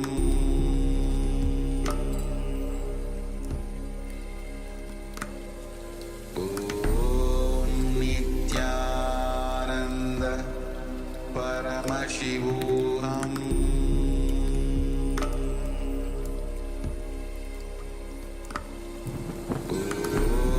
Om Nithyananda Paramashivoham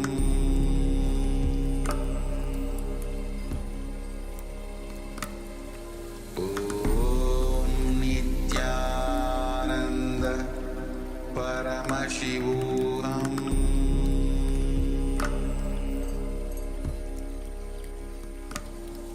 Om Nithyananda Paramashivoham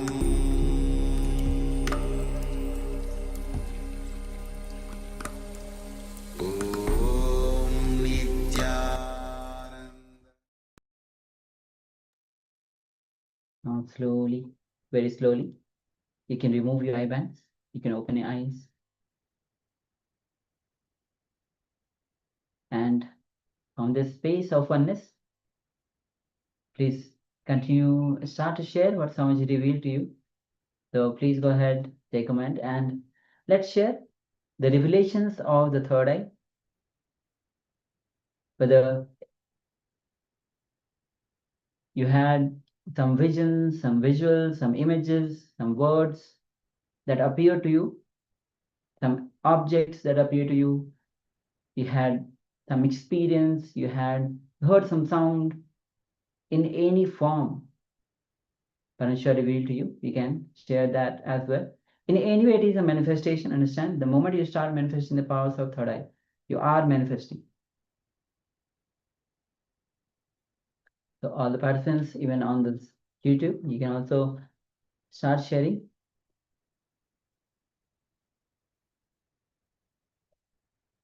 Also requesting everyone in the Zoom room on two-way to please switch on your cameras and be available in the camera frame itself.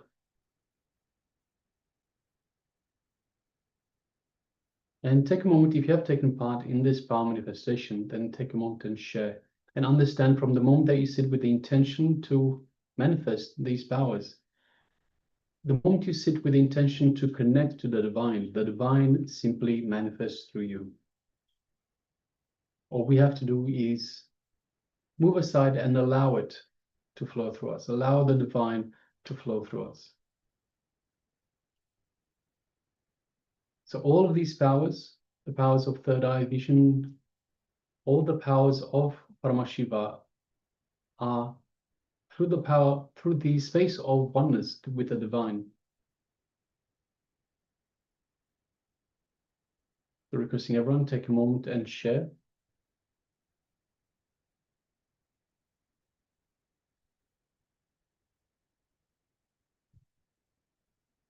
Yes, so use the chat, and in a moment we'll be projecting the image once again on your screen so that we can start verifying our revelation and understand.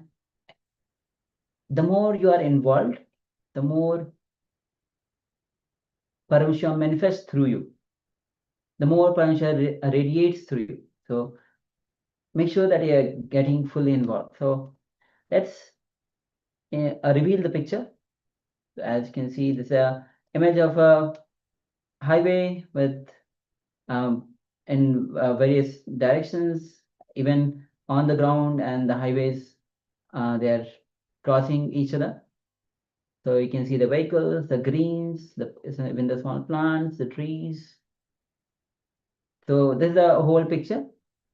So if you have seen anything, even the colors, the roads, highways, plants, trees. Congratulate yourself, you have successfully manifested this power of third eye.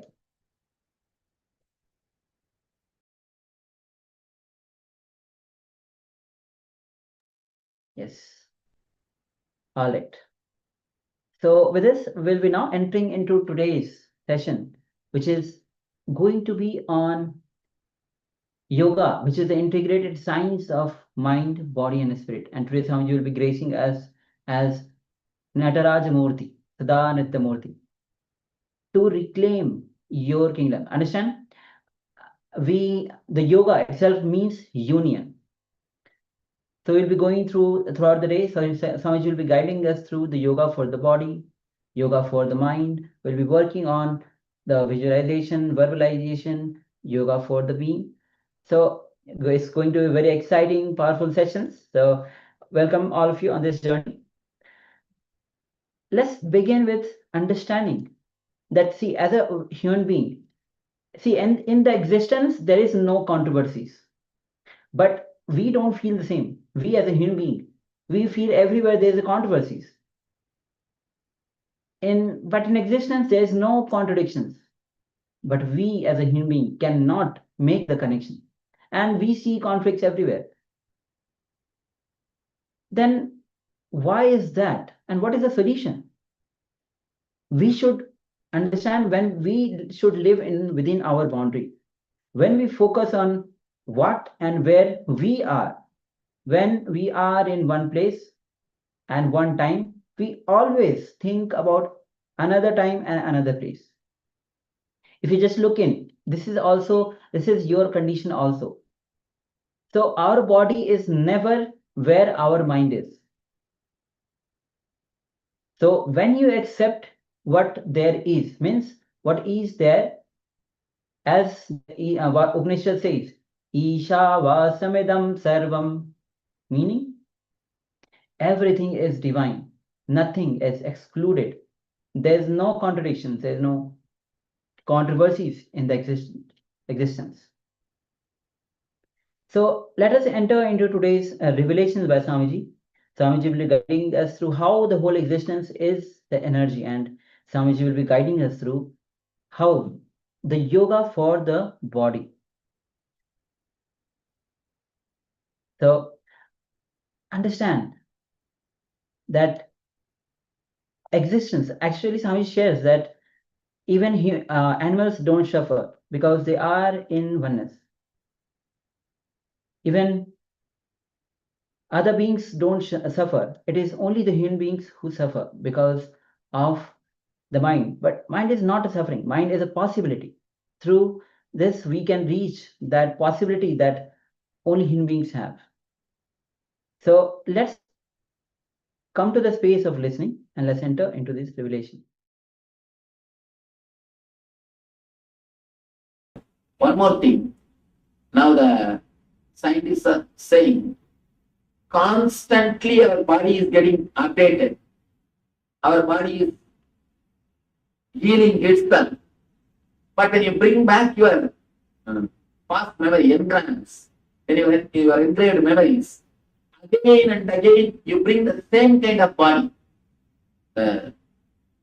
Recently I read a beautiful book, Biology of Belief. Great doctor and a research scholar. He says, in the biology we believe that DNA are cells, only they manage our system. But he says after 30 years of research, not only DNA and cells are not managing your body, your belief system guides the DNA and cells.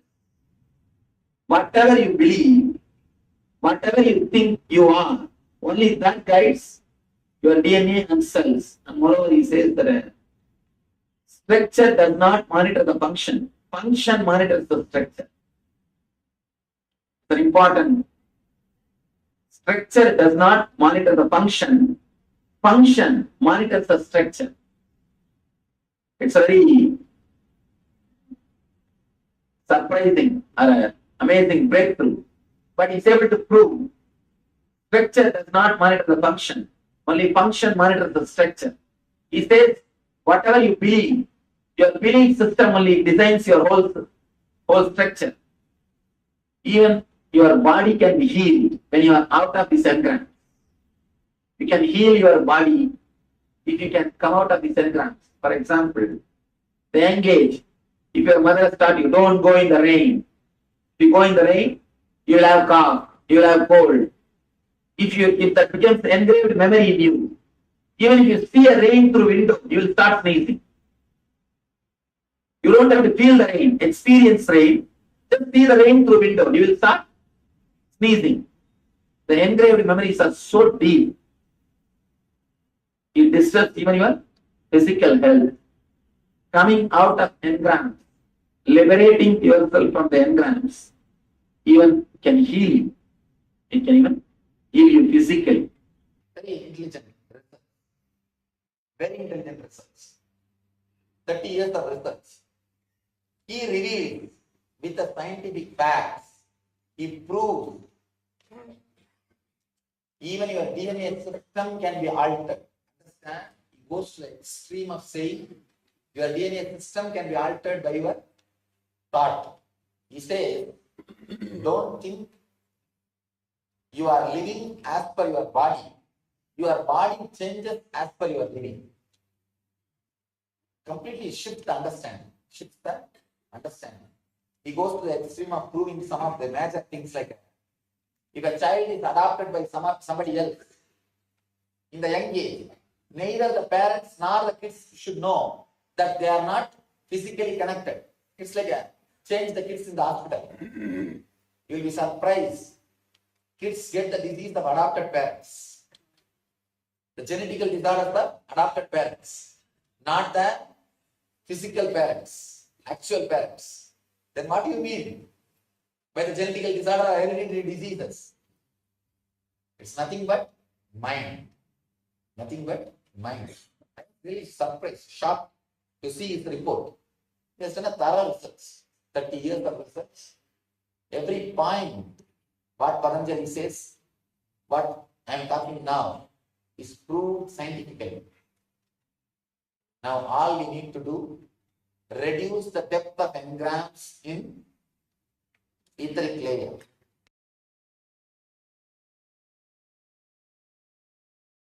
First, the word yoga. Let us analyze the word yoga. In Sanskrit, the word literally means to unite or to become one with.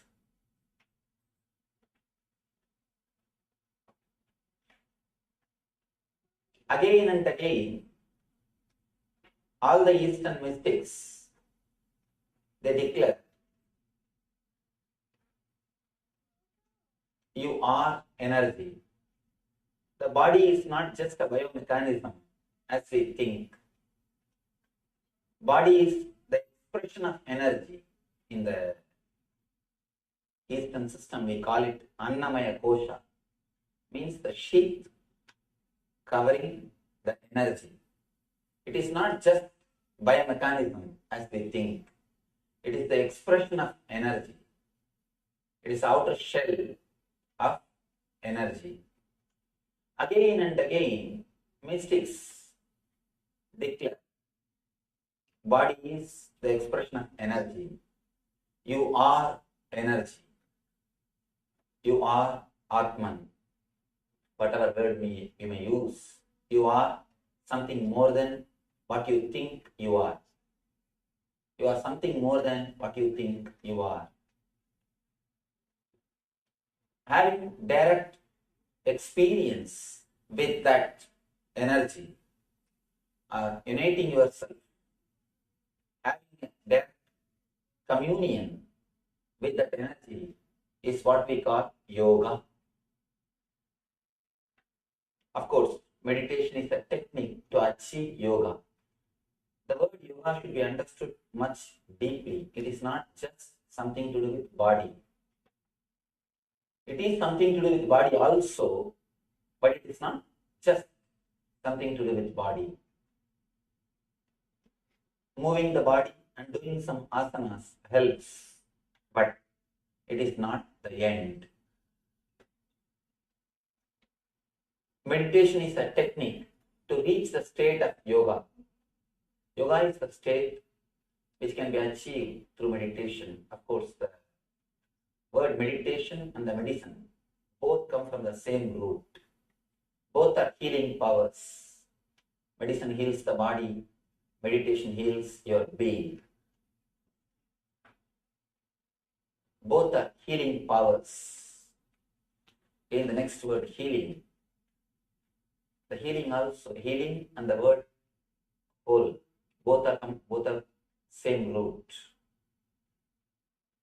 When I use the word healing, I mean being complete, achieving your wholeness, reaching the complete fulfillment, what mystics declare as realization, self-realization. Of course, too big word, but it is much easier than we think.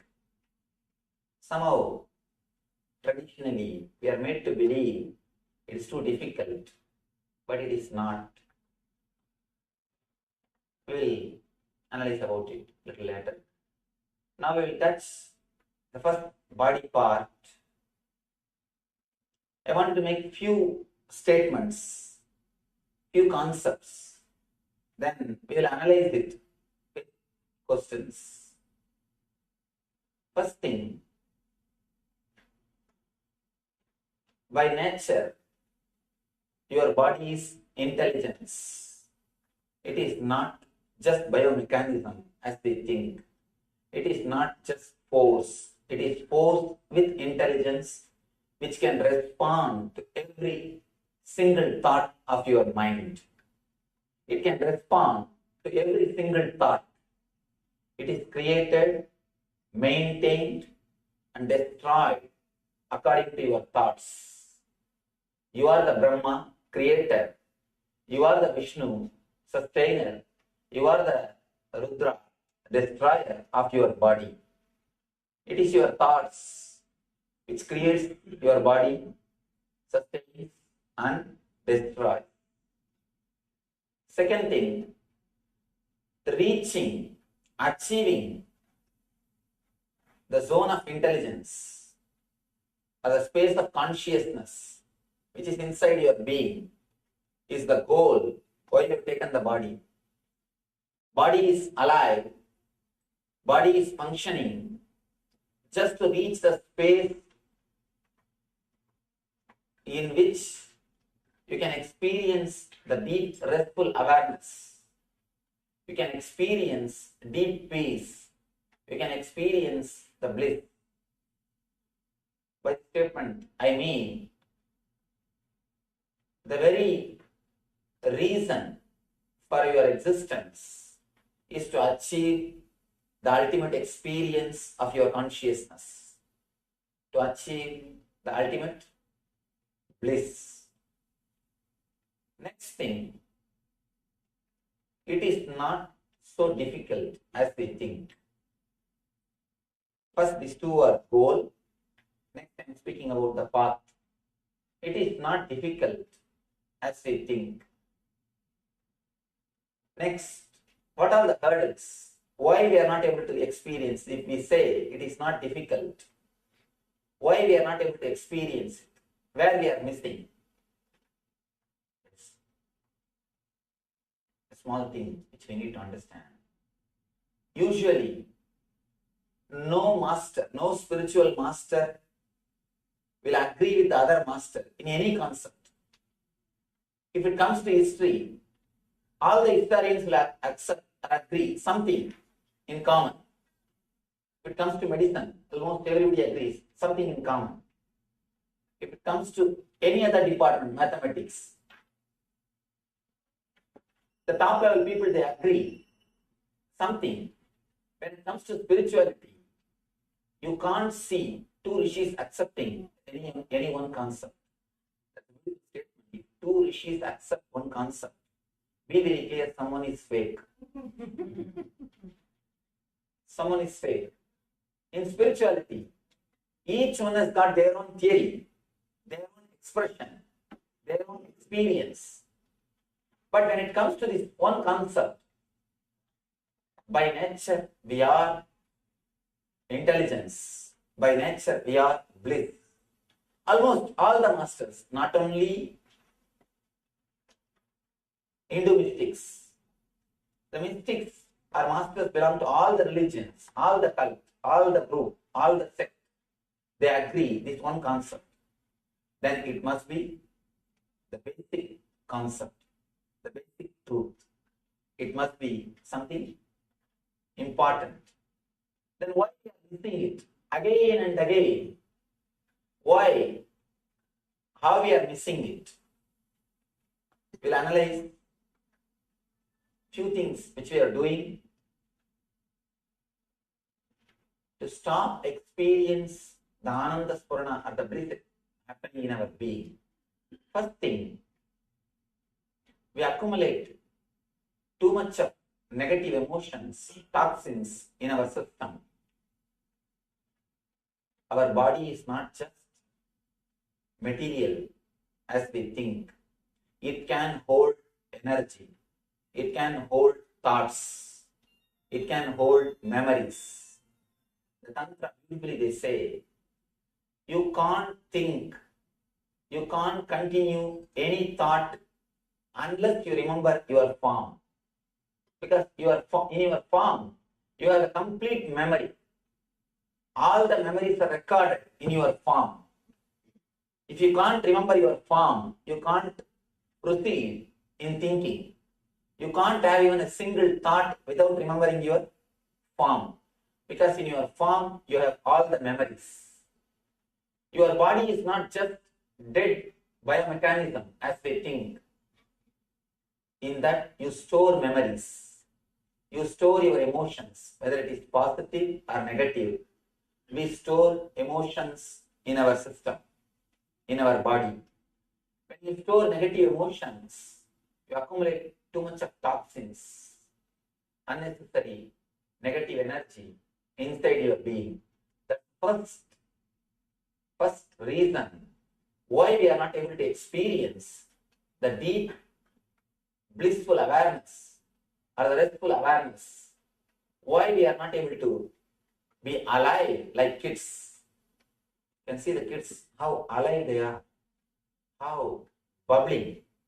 People ask me, Swamiji, how to bring up the kids? I tell them, you relax, they will grow automatically. Actually, we don't bring them up, we bring them down. All our so-called bringing up only brings them down. All our so-called bringing up, it's nothing but bringing them down from their blissful awareness or restful, deep ecstasy. Again and again, we infuse negative emotions, negative energy inside our being, inside our body, and we stop experiencing the ecstasy. If you look deeply into your being, if you don't have anything to worry, you feel like you are losing your boundary. If you don't have anything to bother, you feel you are losing your identity. Actually, your identity is defined only based on your worries. If you don't create more and more trouble for yourself and others, you feel your identity is lost. Actually, you enter into boundaryless consciousness. You will have your boundary as long as you create trouble for yourself and others. If you stop that one activity, immediately you lose your boundary. You start experiencing the boundaryless awareness, the timeless awareness. That's the first thing. Next thing, the idea of I am not enough unto myself. Whether it is physical beauty or mental stability or being level, energy. First we will touch the physical beauty. Again and again, you are made to believe by the society that you are not beautiful. You are not enough unto yourself. The moment you start believing you are not enough unto yourself, you are not beautiful, you start running behind the cosmetics. I think it is a business.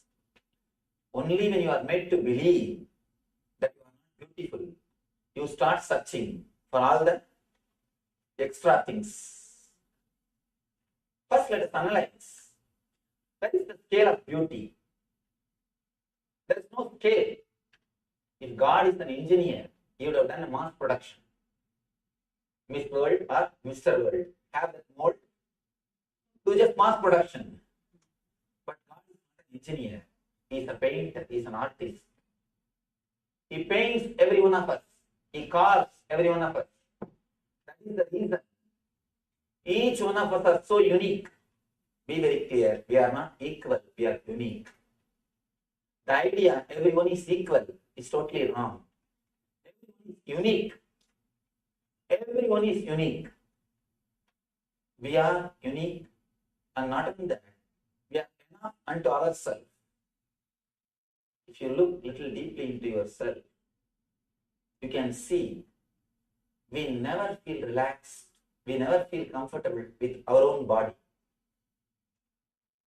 When you have the idea somebody is beautiful, you want to look like that person. You want to look like him. You want to look like somebody. You already created a gap between you and your body.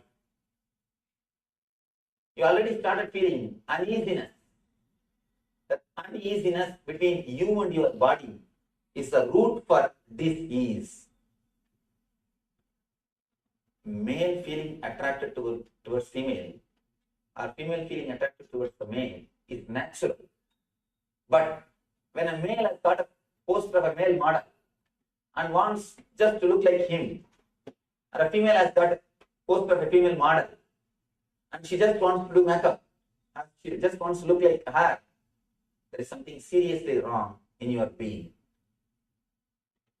God is not engineer. If he is an engineer, he would have created everybody in the same mold. He would have done a mass production. But he is an artist.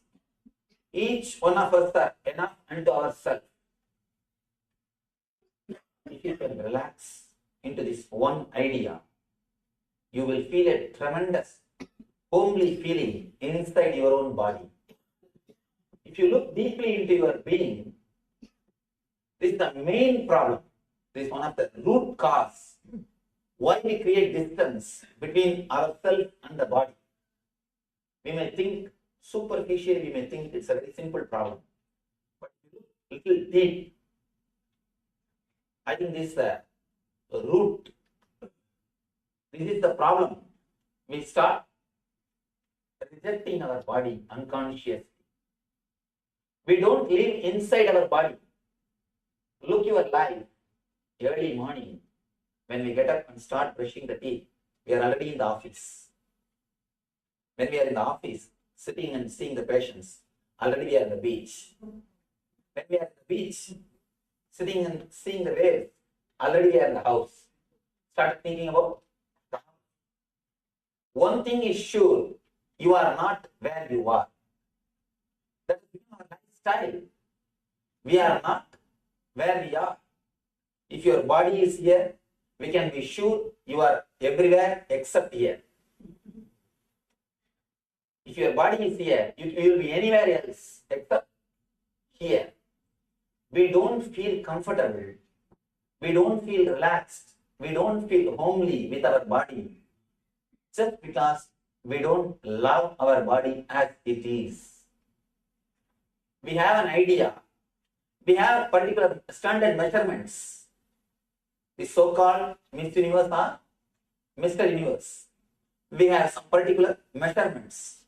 Again and again, we wanted to look like somebody. We wanted to be seen like somebody. We don't understand. When we create a model, we just abuse our body. You disrespect your body. Apart from using chemicals from outside to decorate your body, that is different. Even the very thought The very idea creates a gap. I call this thought as a wedge between you and your body. In India, to break big wood piece, once they break, they will insert a wedge so that the wood will not again unite or something. This thought that you are not enough unto yourself, you are not beautiful, is the wedge inserted into your being. If we can remove this one thought, of course, today we will do a meditation technique to relax into our body, to enter into our own home. That's a beautiful book in Advaita Vedanta. They call it Swarajya Siddhi, means reclaiming your own kingdom, achieving your own kingdom. The first part or the first thing which you need to achieve is your body, your own body, but you are not living inside. The body is there, you are there somewhere else. We are almost living like a ghost. Your body is here, but you are somewhere else. First thing we need to do, enter into your body. Enter into your body and start living inside it. Try to be inside your boundary continuously. All our pain, all our disease is nothing but your body asking your attention. Your body asking your presence. Your body asking your energy. If we can give enough attention to our body, naturally there will be no problem. You know, if you don't give enough attention in the home, what all the problems will be created. The same way, the body is your home. Give enough attention. That is enough. All the problems will be solved. Only when we don't give enough attention to our body, when we don't give our presence to our body, we create all troubles. People ask me, Swamiji, to do meditation, master's presence is necessary. I tell them, no. At least to do the meditation techniques which I am spreading, my presence is not necessary, your presence is enough. Let your body have your presence. That's the first thing which we need to understand. Through this meditation technique which we are going to do, first we will remove the toxins, unnecessary toxins which we have accumulated inside our system through a particular breathing cycle. The technique is originally from Vijnana Tantra, ancient scripture attributed to Shiva. First we will do a particular breathing exercise and remove the unnecessary toxins in our system. The next we will awaken the energy which is inside our being. We call it kundalini shakti, a potential energy. Then it is actually 3 steps. The first step, we will be removing all the toxins from our body. The next step, we will be awakening the higher energy which is in our system, which is inside our body.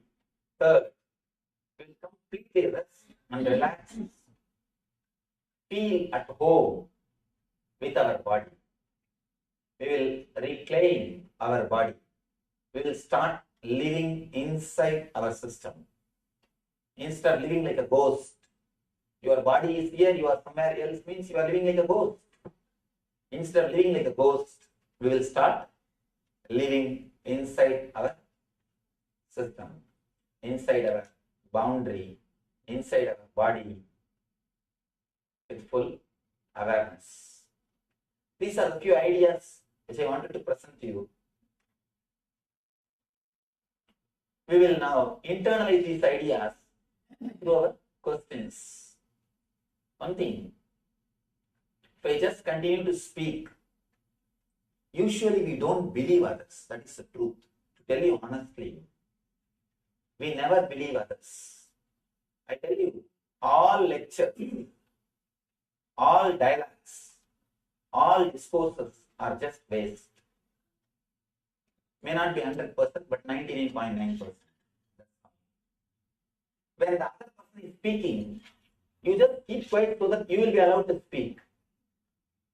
Usually, we never listen, we never allow any words to penetrate our being unless we question, unless we understand, unless we directly involve ourselves into the program. We don't internalize any ideas. Either we sit, we keep quiet out of courtesy, or we don't want to open our mouth. We feel too lazy. Unnecessary. Let's relax. This is the usual thing which happens. Now, let's internalize these ideas through our questions. You are welcome to ask anything related to the statements or the concepts which I express. How do we pay attention to our body when Today we are going to do a meditation technique. That's the first thing. Next thing, whenever you do anything related to your body, brushing the teeth, taking bath, eating, whenever you do anything directly related to your body, just be inside your boundary. You can see, only when you brush your teeth, you will have all ideas about your business. You will be thinking everything about your passions, about your business, about your life, everything. Whenever you do something directly to do with your body, be inside the boundary. Decide that. That's more than enough. Nothing else is necessary. That is more than enough. At least 2 to 3 hours you spend with your body every day. Brushing the teeth, cleaning yourself, taking bath, eating, dressing, all these things. In those moments, decide, I will be with my body. I will be inside my body. Especially when you take bath, just relax with your body. We never look our body. If you see your routine, you can see very clearly, you never look your body. You only wanted others to look your body. You never look your body. No, really. You never penetrate your body. You never deeply look your body. You never deeply relax into your body. You try, you think, you do all possible things to look beautiful according to the standard of the society. But you never relax into your body. I tell you, the moment you relax into your body, the moment you accept yourself, something called grace happens to you. It is not beauty, it is grace. Beauty comes by painting and doing all the makeup. Grace comes by accepting yourself. When you accept yourself, when you relax into yourself, something called grace happens to you. Apart from the meditation technique which we do today, you can take this one thing, this one statement, you can take as a message which you can carry in your life to your home. Decide, whenever I work with my body, I will be inside my boundary. Whenever you work with your body, just be inside the boundary. When I say just be inside the boundary, just feel what is happening inside your body. Stop thinking anything else except your body. Just see what is happening inside your body when you pour water, when you take shower. Just see what is happening inside your body, how your body is responding. When you brush, just feel how your mouth is feeling. When you are dressing, just feel how your body is feeling. Understand, your body responds to every single thought of your mind. Every single thought of your mind. You can just restructure your whole body with your mind. That's why in the East we have a beautiful philosophy called Samudrika Lakshana. The whole theory is Your mind can be studied. The person who has mastered this art can tell everything about your mind just seeing your body. Because your body is the expression of your mind. Your body is just created by your mind. So whenever you are working with your body, decide, I'll be with my body. I will not think of anything else. I will not do anything else. After all, when you are working with your body, you can't do anything else. Am I right? Surely you can't see your patients when you are taking bath. Surely. Not a good idea. At least for patient. I don't know about yourself. For patient. Yes, something. We go to the temples and all religions pray, reaching the God. And we pray. And prayer is one way of gaining the awareness of this. What's the difference between the prayer and meditation? Good question. What's the difference between prayer and meditation? When you pray to God. When you meditate, you become God. When you pray to God. When you meditate, you become God. That's all.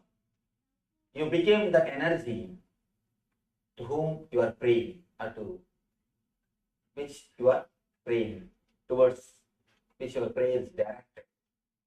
Of course, prayer is a beautiful step. It is a good start, but not to end there. You can start with prayer, but don't end there. It's like a first class, second grade. See, it is good to start, but not to end there. You can directly work with the energy and see the result. And moreover, prayer needs belief, faith, and all these things, which is outdated. To tell you honestly, how much you try, always one part of your being is ready to raise doubts. It is just waiting. See, God does, as long as God does your homework properly, He can sit in the throne of God. The moment He misses some job which you have given Him through your prayer, immediately He will be dethroned. He will be questioned. He will be dethroned. He has to lose his place. He has to lose his post. So, I feel better build your life on meditation, in which you don't have to believe anybody. You don't have to have faith in anybody. And especially the words believe, faith, all these words are outdated. In the modern day, we can use only words like look, see, experience. We can't use the words believe, have faith, trust, and all those words are lost their meaning. They are no more. Our people, this generation can't even relate with those words. Even if they are able to relate, they will be able to relate with these words only out of fear and greed, not out of understanding and love. Even our so-called prayers, you can see, it is out of fear and greed, which is not going to last long. The fear will disappear when you feel secure. The greed will disappear when your things are fulfilled. Or it will be just going to this extreme to that extreme. So better to drop these initial level ideas. Better you build your life on understanding based on meditation. It will be solid base. It will be solid base. Of course, it takes little time and little more intelligence, little more patience to understand these concepts, to analyze them and to internalize them, then start expressing. It's a little big process, but better to go for this than prayer. Prayer is like it will give immediate effect, but only for few days. You know whatever gives immediate effect, how long it will stay, and what are the side effects, all those things, you know. If somebody behind raising the hand. Yes. Most of the time, the watering of the mind, that's at night when you're getting ready to go to sleep. What you do at that time. Second question is there a right time to meditate? Yes. I'll answer these two questions. And this question also, please, can you? Yes, please. Every individual passes through a stage of loving his own, her own body. It is known as autoerotism. After that stage, the love for body does not remain. What is the reason? First thing, please be seated. This is a beautiful question. Do you have mind? Can you give the mind so that everyone will be able to hear the question? All of you are able to hear the question? Yes. Arrange for one. Arrange for one more tomorrow. Get a little loud so that I'm able to hear. I heard. Every individual, man or woman, passes through a stage of development, a particular stage, and every individual loves his or her own body. That is known as autoerotism. After that period of stage of development, man or woman, that love for body does not remain. What is the reason? Society doesn't allow you. You can see you can see a child, it will put the finger into the mouth, it will put the thumb, it will catch the thumb and put it into the mouth and play. And you can see kids whirling, spinning, and you can see kids eating with both hands, playing with their genitals, playing with their whole body. Through all this way, they express their love for their body. They express their feeling homely with their body. They express they are very happy with their body. But we don't allow them. Do you allow when the kids spin around? Do you allow when the kids eat with the left hand? We suppress them. We suppress their joy. Actually, one more thing. When a person feels happy with his body, when a person loves his body, he will be in ecstasy.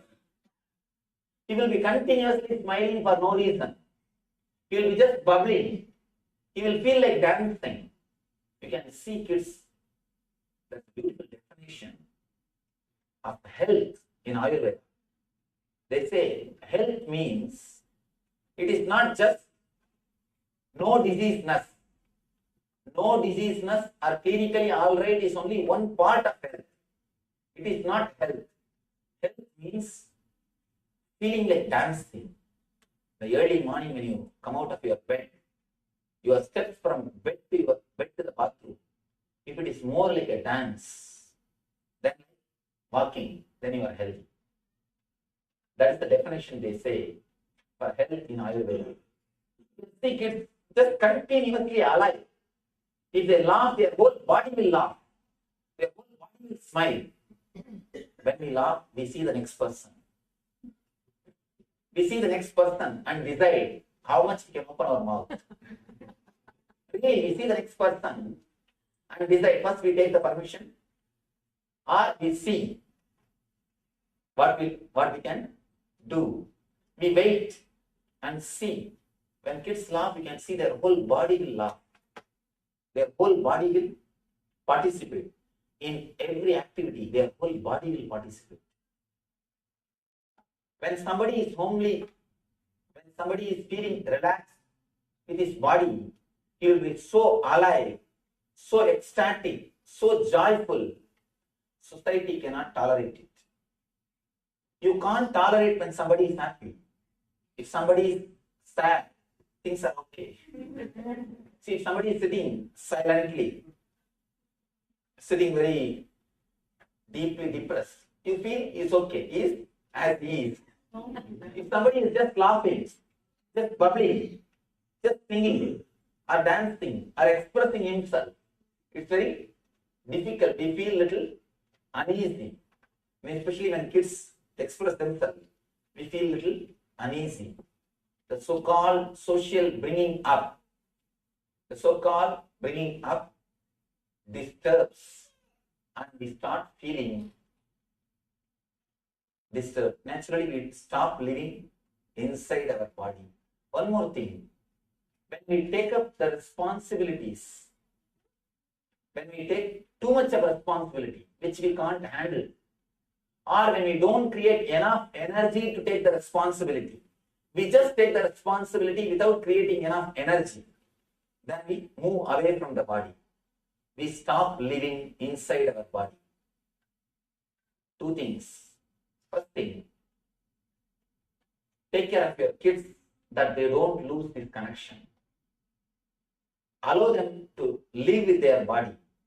Allow them to be happy with their body. When they take bath, if they jump in the water, allow them.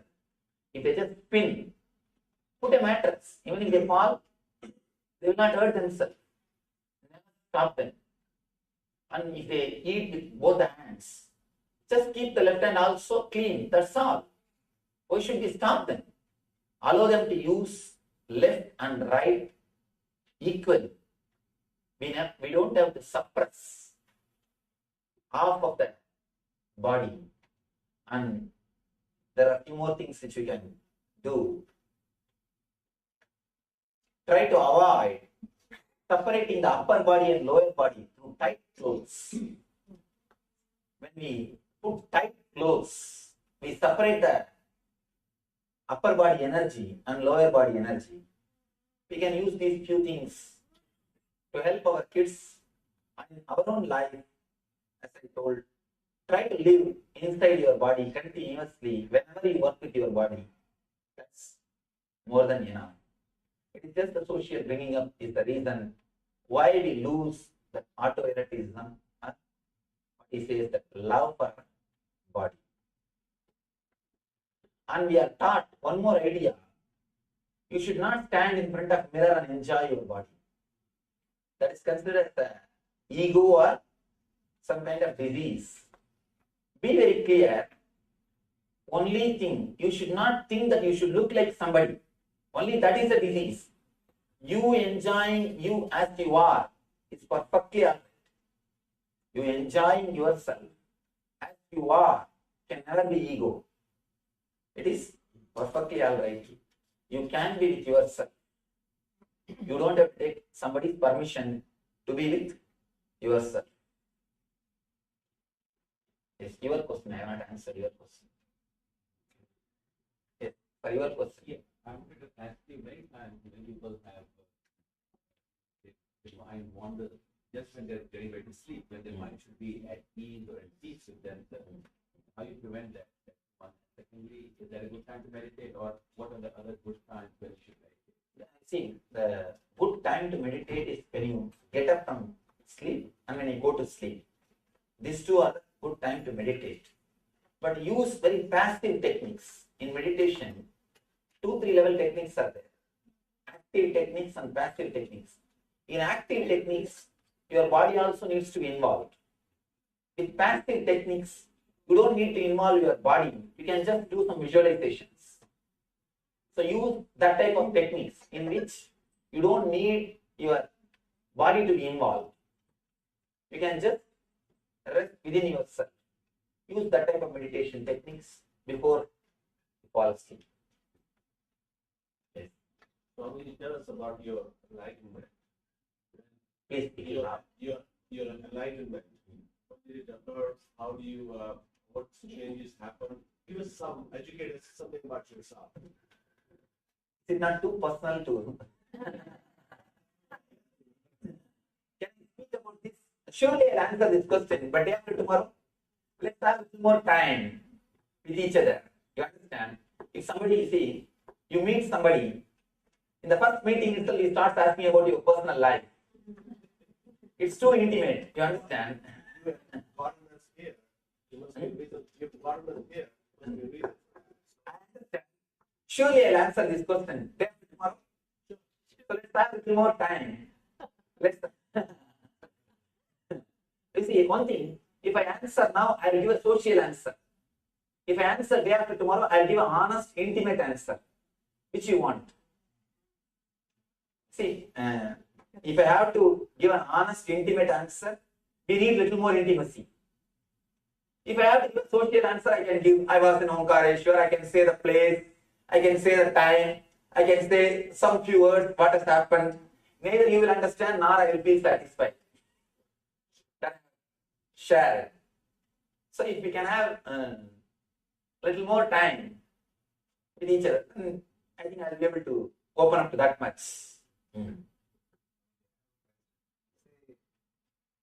What happens about being mindful all the time? Mindfulness is your word in terms of Yes, you can use the word mindfulness, being here and now, meditating or creating awareness. All these words you can use. All these words are one and the same. It is just one and the same. I can say being inside your system is a technique or a method to achieve that awareness. Surely I'll answer your question. Give me a little time.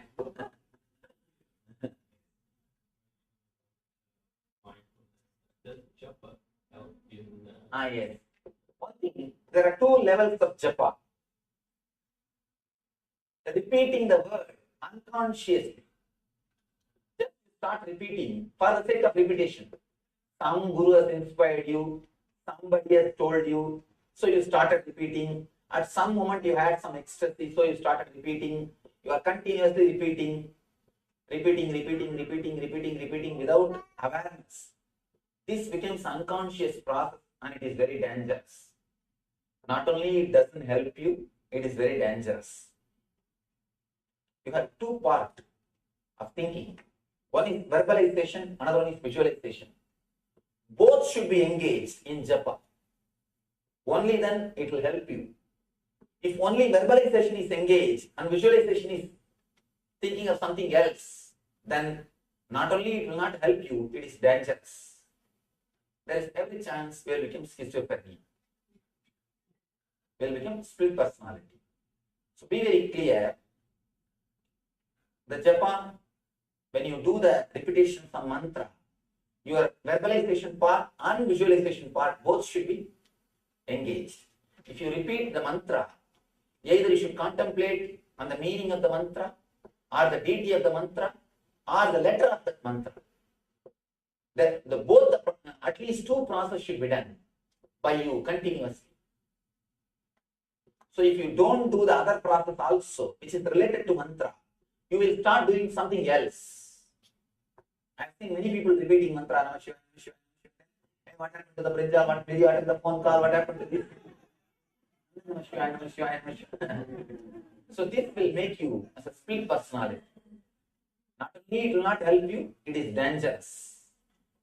So when you repeat, be conscious of the word which you are repeating and be aware of the meaning of the word, or be aware of the person or the deity on which you are meditating through this word. Do both let your visualization and verbalization both be engaged in the japa.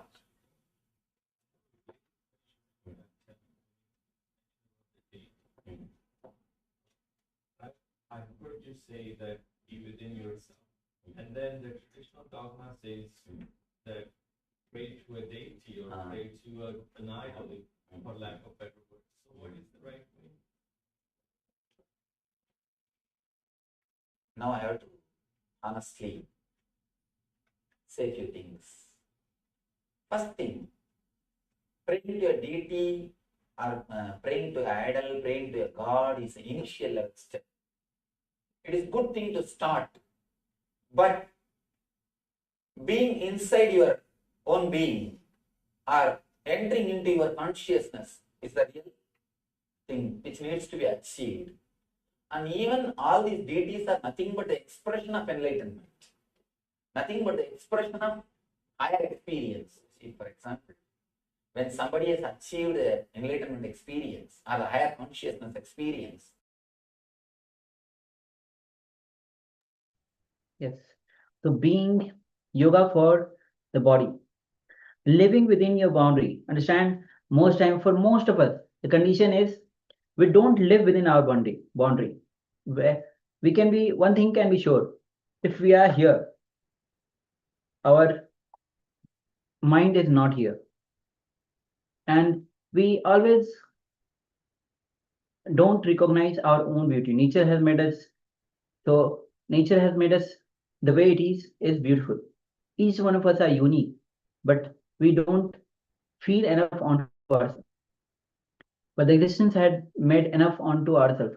We are enough. So just look into your life. Early morning when you get up and start brushing the teeth.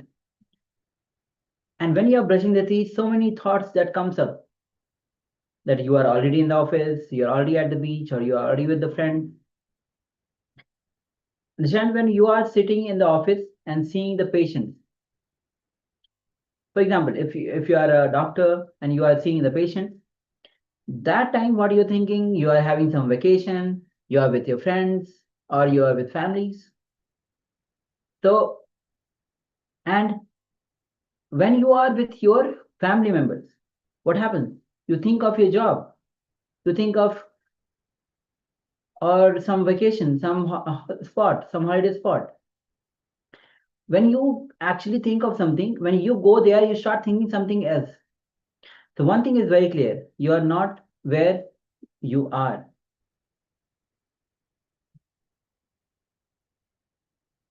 Now, if your body is here, we can be literally sure that mind is something completely somewhere else.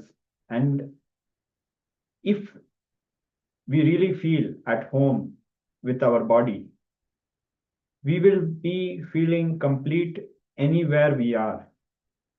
We don't feel comfortable, we don't feel relaxed, we don't feel homely with our own body just because we don't love our body as it is. Jump to the present moment. That is the solution. Whether you are at bedtime or any time, ask yourself whether you are. Am I here? As soon as you cognize, as soon as you consciously ask yourself, the thinking will stop. Now, the reply to your question is yes, it will directly bring your awareness to the present moment. You can try it now. Otherwise, anytime, any number of times is okay. So let's all just try. Ask yourself, am I here? The moment that awareness happens, when you ask yourself, am I here? The moment you will suddenly settle in the present moment. You will settle with your body as you are, with completion with your body. You can try it. Just ask yourself, am I here? Just take few moments and let's jump to the present.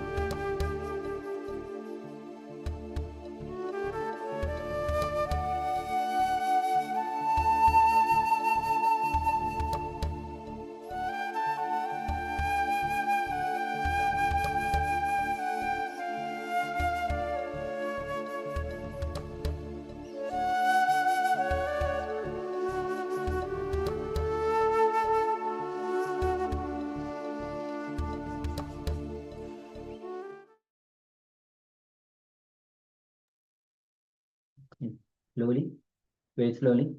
You can relax and understand any moment. You can try. This was just having a glimpse for you for living in the present, wherever you are, living in within your boundary. But wherever you are, whether bedtime, sleep time, whether you are in the bathroom, brushing your teeth, be present within your boundary. With this now, we'll be moving on with the next revelations by Swamiji, which is going to be on the quantum and spirituality. Understanding there is no a separate line for one is for spiritual life, one is for material life. There's no separate life. Both go together. So let's hear directly from Bhagavan, Supreme Pontiff of Hinduism himself, as he reveals on the quantum spirituality. We'll start with a small story.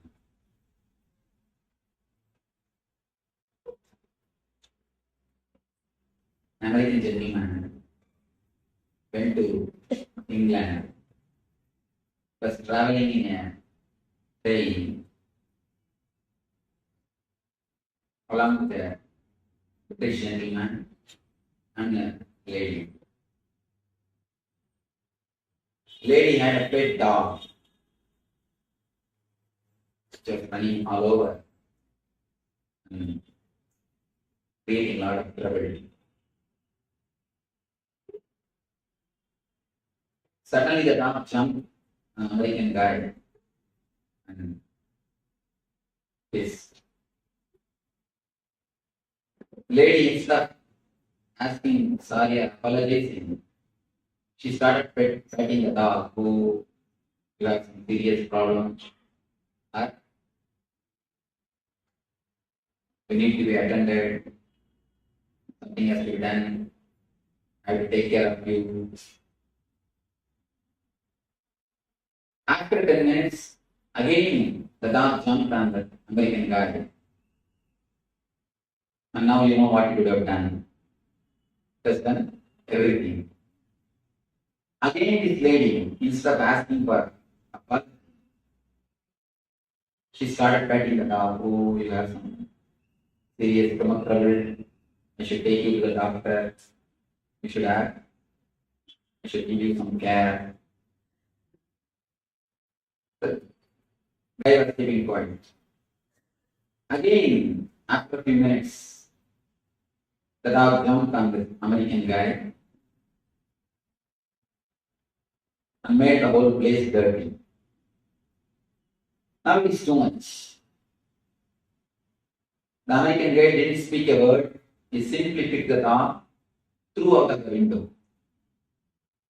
Didn't do anything, he didn't speak, just he picked the dog and threw out of the window. Till this moment, British gentleman was keeping quiet. Now he started speaking. You American guys drive in a wrong way, measure with wrong scales. Now you threw the wrong pitch out of the window. We always throw the wrong pitch out of the window in our life. Of course, whenever you choose someone, your destiny is wrong. You choose anything, the very idea of choosing is wrong. Anything you choose, you omit something or you eliminate something, you bracket out something. In the life, whatever you bracket out or eliminate, you are doing a wrong decision. We always throw the wrong pitch out of the window. One thing we need to remember, it is one of the wonderful quotations from a great master. There is nothing controversial in existence. If you feel something is contradicting the other things, if you feel there is a controversy, only one thing you need to understand, you have not got the link. You are missing some link which connects things of the world. In the existence, there is nothing controversial. Everything complements the other things. In existence, whenever you choose something for something or something against something, you take a wrong decision. In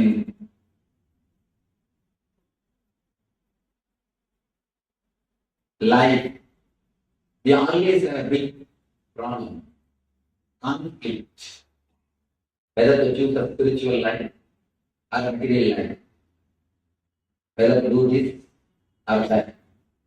We always have conflict.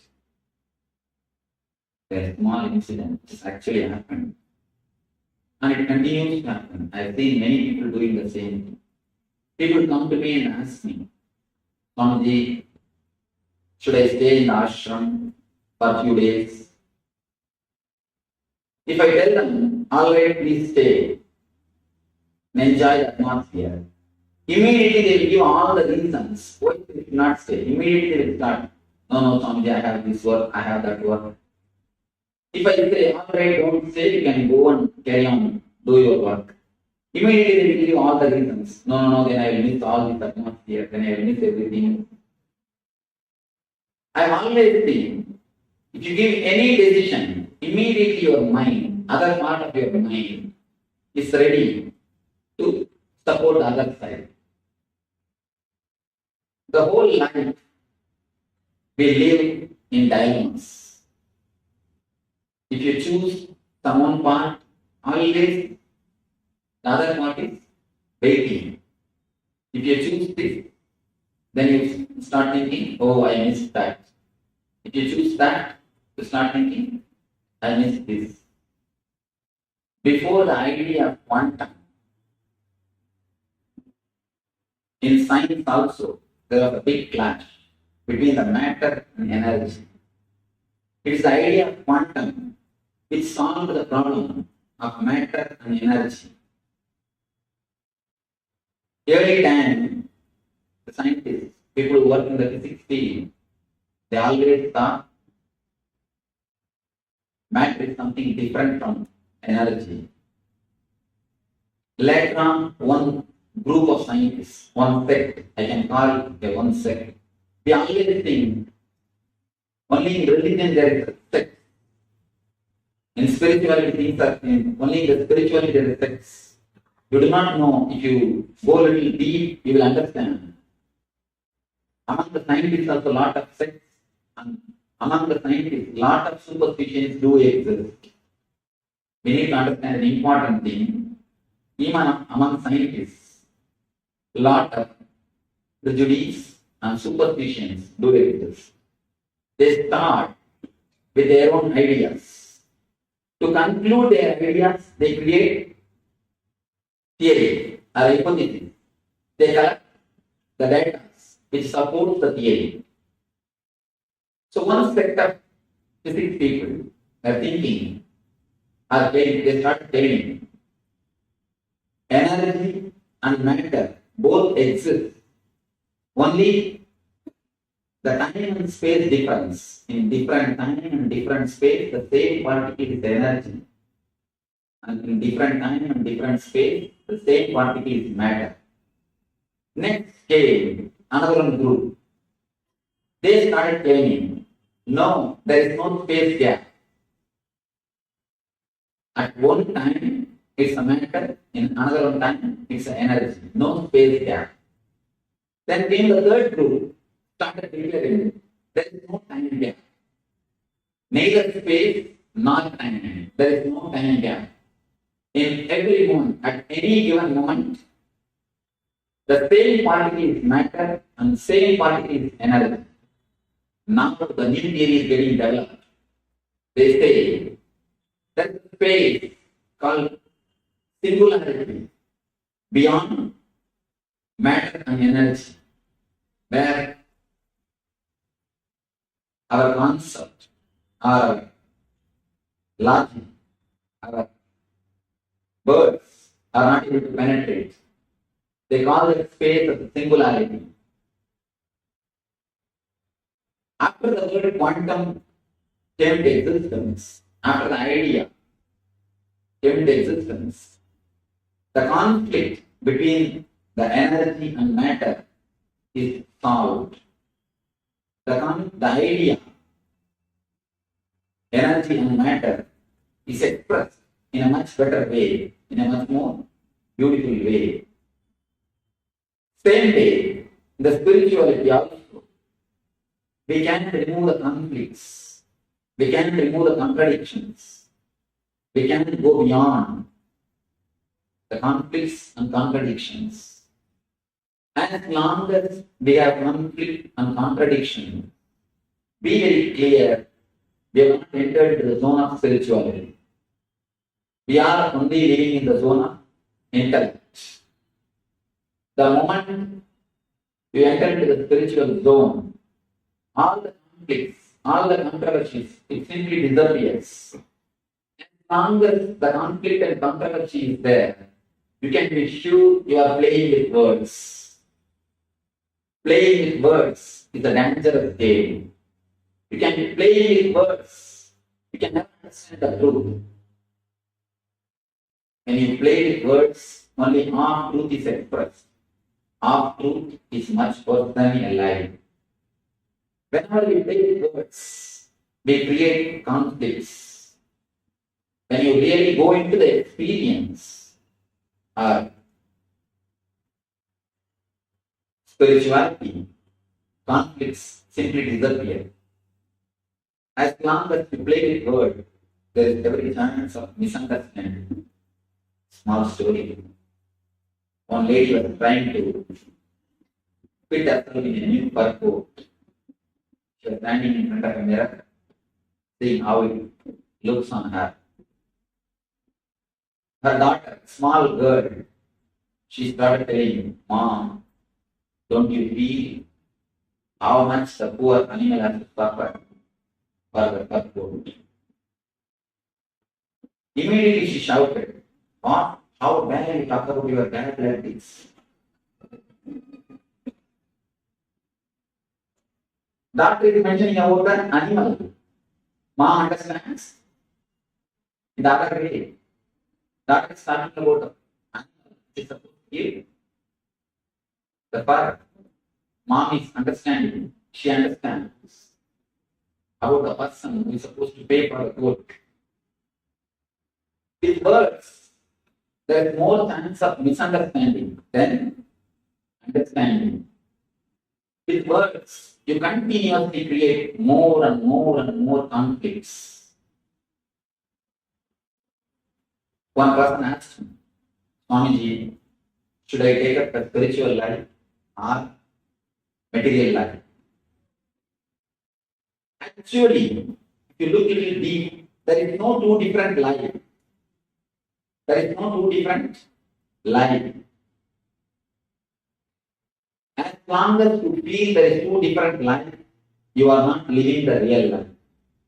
You are only living with mere words. You are only playing with mere words. A small idea which we need to understand.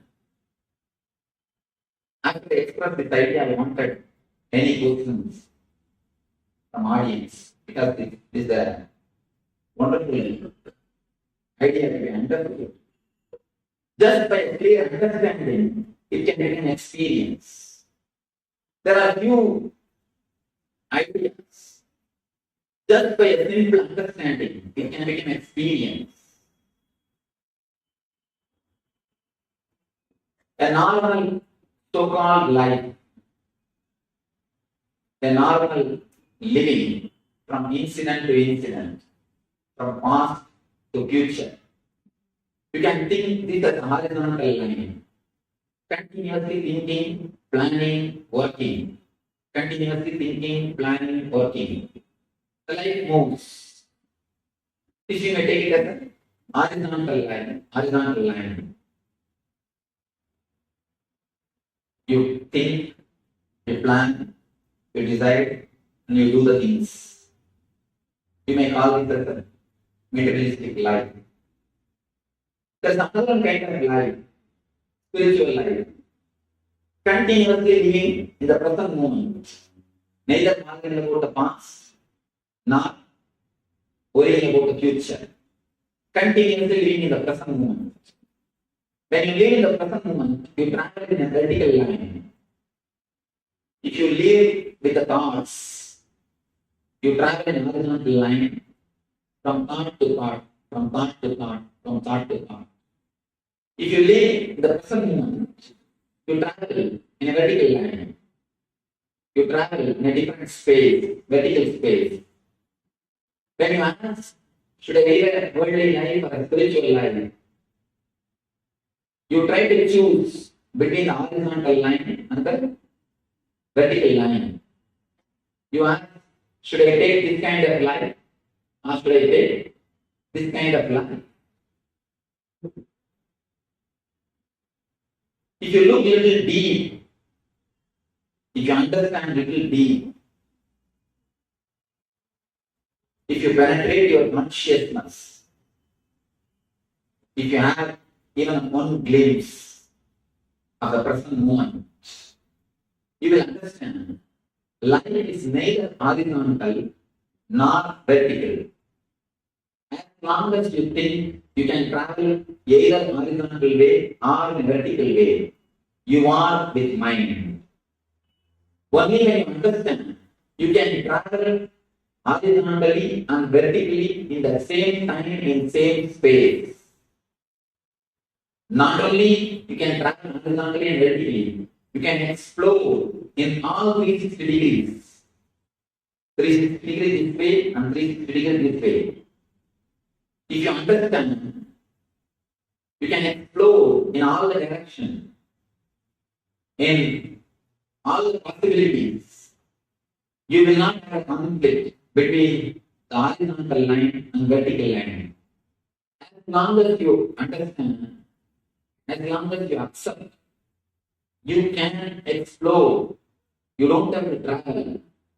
You can explore through in horizontal line and vertical line in all directions. Till you understand that, you will continue to have a conflict between the materialistic life and spiritual life, between the horizontal line and vertical line. The mind keeps you as a slave by making you believe you can travel only in horizontal line or in the vertical line. You will be slave of your mind as long as you believe you cannot travel in all the directions. As long as you believe you can travel only in the horizontal line or the vertical line, mind will keep you as a slave. That is why even the so-called spiritual sadhana, you don't grow, you don't experience the transformation. As long as you decide spiritual practice against the worldly life, you cannot grow into the life. Please be very clear. Whenever you choose spiritual life against the worldly life, be very clear, you can never grow in the spiritual life. As long as you are staying in a plane of making choice, be very clear, you are in a worldly plane. You may need a new coat to your worldly life and the spiritual life. Most of us don't want to transform our whole being. Just we want to show we are struggling for transformation. If you look a little deep, you will understand we have a deep fear of transformation. We don't want the transformation, but we don't even want to say that we don't want the transformation. It's a wonderful game between our mind and the consciousness. You are kept as a slave as long as you believe you can travel only in the horizontal direction or in the vertical direction.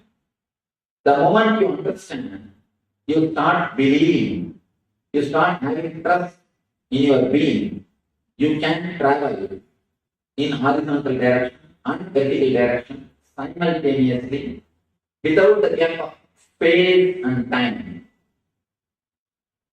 There is no need for space and time gap. If you think, if you travel in horizontal, you can't travel in vertical. Naturally, you will share your life. Some portion for spirituality and some portion for worldly life. That's what I call holiday religion. Holiday religion. In holidays, we go to some discourse, a little bit of meditation, some puja, some ritual. As long as spirituality is a part-time job for you, please be very clear, you can never become spiritual. You may give title spirituality for your acts, but you can never become spiritual by your being. If the spirituality is your part-time job, you can be sure it is just can be. It cannot transform your life. As long as spirituality is a part-time job, be very clear, you will continuously have hypocrisy and guilt. Hypocrisy and guilt. Either you will know that it is not going to help and you will do it, or you will think it is going to help and you will have to think you are not able to do. Either you will know the meditation is not going to help you, but you will try to do it. Just to show for the people in a hypocritical way. Most of us don't believe in some rituals. We do it just for the sake of social prestige. So hypocrisy or guilt. Sometimes it's not believing in some ritual, some meditation. Even a meditation is a ritual. As long as you believe, you can travel only in horizontal line or vertical line. Meditation is also a ritual. As long as you believe, it can be done only some portion at some part of your life. If you do it at some part of your life, if you do it in particular time, be very clear, your so-called meditation is also nothing but a ritual. Only when it becomes your life, only when it becomes your consciousness, you can be sure you are meditating. Till that moment, till that time, it's only a ritual. Either you have hypocrisy, or if you start believing the meditation or a ritual, you will have deep guilt. You are not able to do it continuously. Be very clear. Here I am making a bold statement, which is a little controversial. No intelligent man can do any practice more than 21 days with inspiration. It's a little sharp statement, but I make from my experience. In last 2 years, I have met more than 2 lakh people personally in 5 countries. I have seen thousands of people entering into meditation. I can say I myself initiated at least 40,000 people into meditation. But when I initiate them into meditation, people ask me, we do a meditation camp called Ananda. People ask me, Swamiji, should I do all the 7 meditation techniques? I tell them, no, please don't. Do it only 1 or 2, that's enough. They say, no, Swamiji, it's so nice, I want to do all the 7. Can I do it? I tell them, all right. Just after a month, if I meet them somewhere and ask them, have you started? Always the usual reply, no, Swamiji, I have to start. I'm searching for a good day. It's a usual thing. At least from my experience, I can say, no intelligent man can do any practice more than 21 days with inspiration. If it becomes more than 21 days, it will become a dead ritual. I've seen the people doing puja. They will just wait when they can come out of the puja room after finishing the puja. They will finish with so much such a speed and hurried move. They will never enter the puja room again. See, The same way, meditation. When you do it as a part-time job, as a part of your routine, always you have hypocrisy or guilt. I have seen the people. They come to me because they suffer with some guilt. And I tell them, don't bother, don't worry, relax, and understand some good ideas. I give them some consolation or some idea. People don't feel that they have been offended. So they ask me, no, Swamiji, please give me some meditation. I tell them, there is no need for meditation for your mental setup. Please just understand these few ideas, that is more than enough. But they don't feel fulfilled. They again and again ask me, no, Swamiji, please give me some meditation. Finally, I give them some meditation technique just to console them. After a month, if I ask them, are you following the technique? I find they have now one more guilt. Apart from their usual guilt, now they have one more guilt that they are not able to do the meditation. Whenever you make anything as part of your life, be very clear, another one is going to take revenge on you. As long as you think meditation is the quantity to be added to your routine, you will have conflict.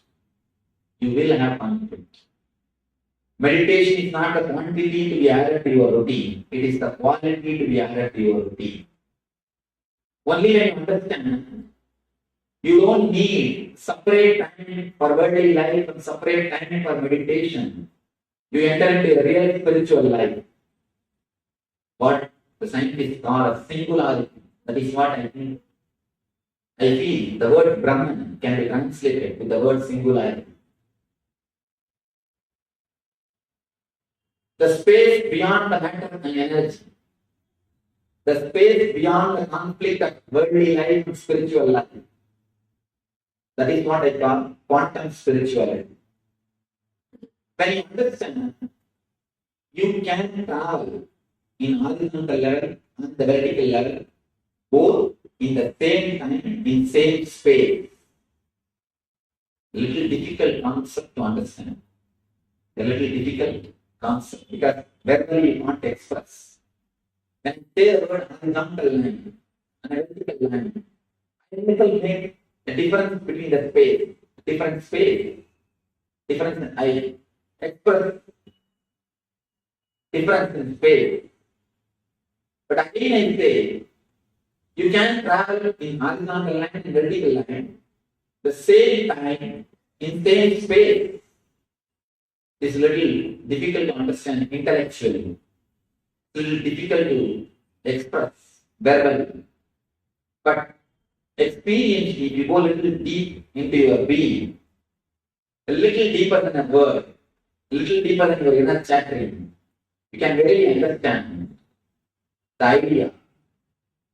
You can travel in horizontal line and vertical line simultaneously. Let me make a small sketch for you to understand this idea because I am bored of giving the public discourses.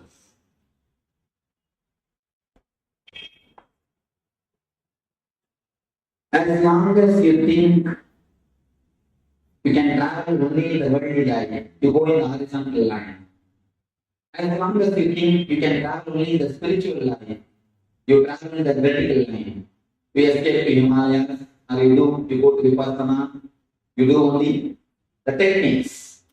As long as you travel in the horizontal line, you just plan for your life, work, and go to the success or the result. Horizontal line and vertical line. Whether you travel in horizontal line or vertical line, under the control of the mind. But only when you understand, you can travel in all these directions simultaneously. You can explore in all the directions at a time. You go beyond mind. You go beyond mind.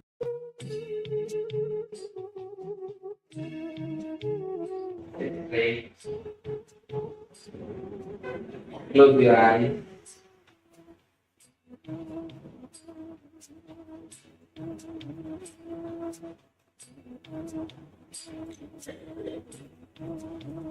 Close your eyes and feel your boundary.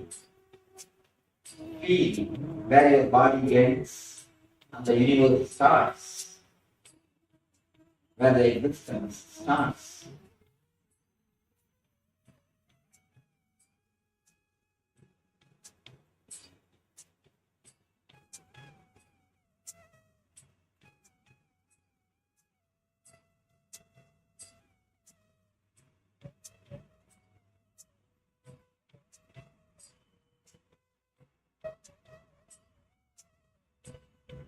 Just feel your boundary. Witness whatever is happening inside your boundary. Don't move out of your boundary.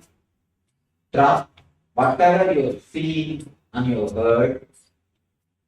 Just be inside your boundary, inside your body. Witness whatever is happening inside your boundary, inside your body.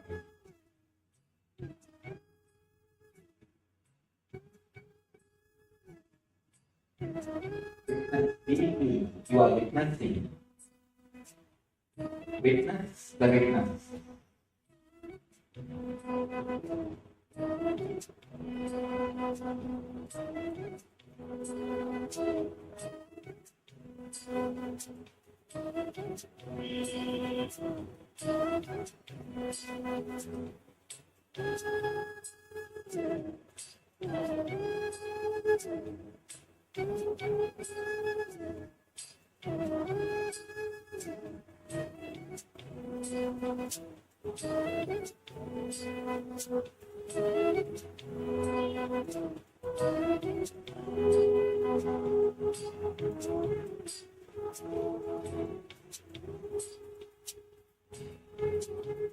Just witness where you are hearing the music inside your body. What is happening inside your boundary? Witness it. Witness the witness. Come down to this present moment. Be here and now.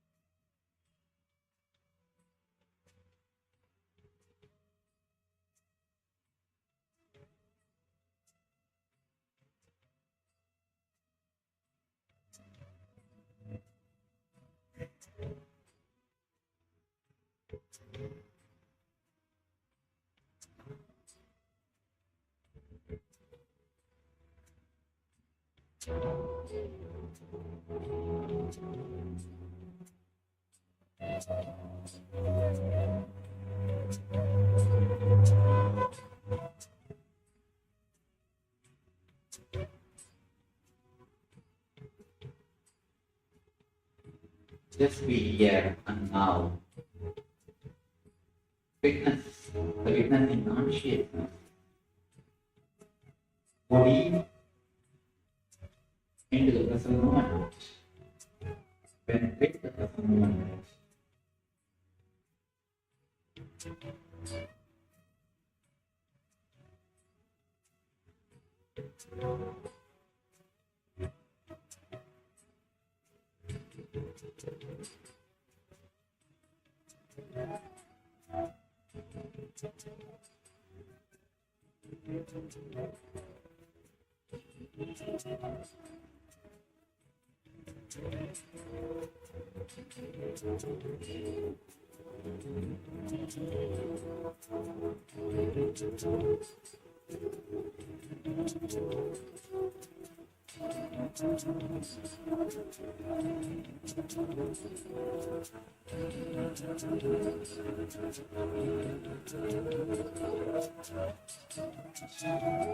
Body into the present moment.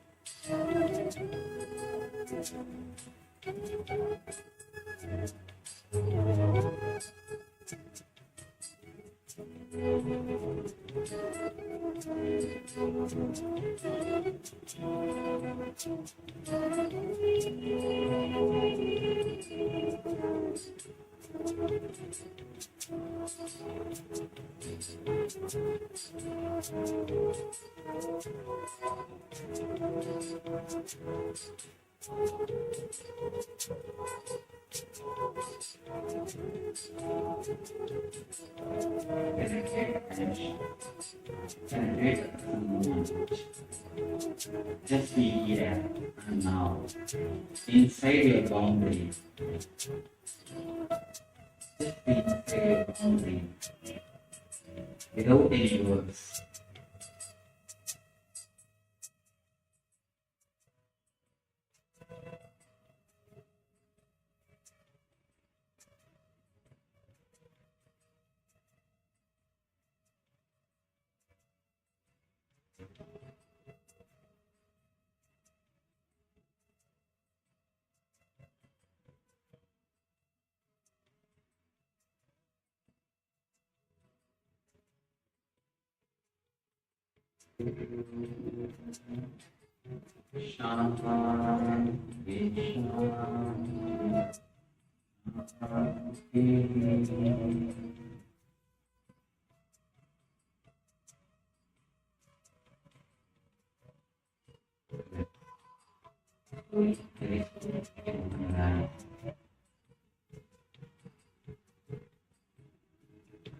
Trust yourself that you can live the present moment.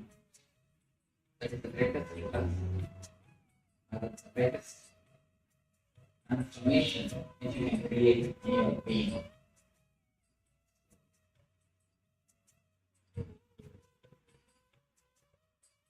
Let these great ideas enter into your life. All the great masters who created these techniques and the great ideas to inspire and transform our life, and all the people who work physically, mentally, economically to organize the whole program and to bring these great ideas of meditation to your life. So let us give thanks to all of them and let these ideas enter into your life, and let quantum spirituality and quantum meditation happen in your life. Let you realize, experience, be in one begin.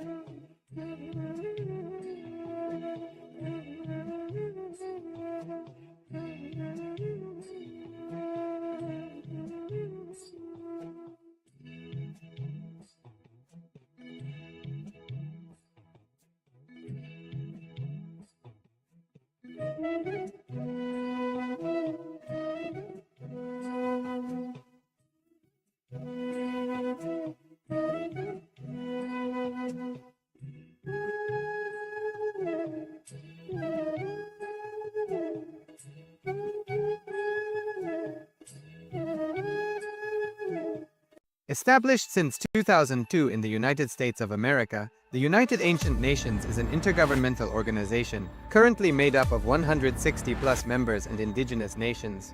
The UAN and its work are guided by the purposes and principles contained in its founding charter. The UAN is a manifestation of the profound connection amongst indigenous peoples across the world, including African, Andean, American, European, Caribbean, Oceanic, and Asian regions, rooted in shared wisdom, sustainable practices, and deep reverence for the earth. The United Ancient Nations serves as an international cultural and diplomatic organization focused on uniting indigenous cultures globally. Our governance structure is council-based without territorial claims, led by a collective leadership through our General Secretariat. As a non-state entity with UN-style advocacy, we focus on several key areas: cultural and digital heritage preservation, indigenous diplomacy, revival of indigenous knowledge systems to solve humanity's problems, global peace, environmental preservation, health and wellness, sustained economic development, indigenous and cultural tourism. While the UAN represents numerous indigenous cultures, the United States of KAILASA serves as the first indigenous nation specifically for Hindus. KAILASA's mission is focused on the revival of the ancient enlightened Sanatana Hindu civilization with a formal governance structure including a head of state, ministers, and ambassadors. Under the leadership of SPH, Supreme Pontiff of Hinduism, Bhagavan Nithyananda Paramashivoham, KAILASA has achieved recognition as a sovereign subject of international law, possessing distinctive attributes of juridical statehood. The United States of KAILASA is the main sponsor of the proposed UAN headquarters. This initiative would bring forth an estimated $100 million in revenue for the host country through summits, conferences, tourism, and development projects. The proposed UAN headquarters would represent the world's indigenous nations and peoples through its architectural design. It would blend the best of all worlds, featuring top modern architecture, the highest green building standards, and ancient Vastu architectural principles. This headquarters would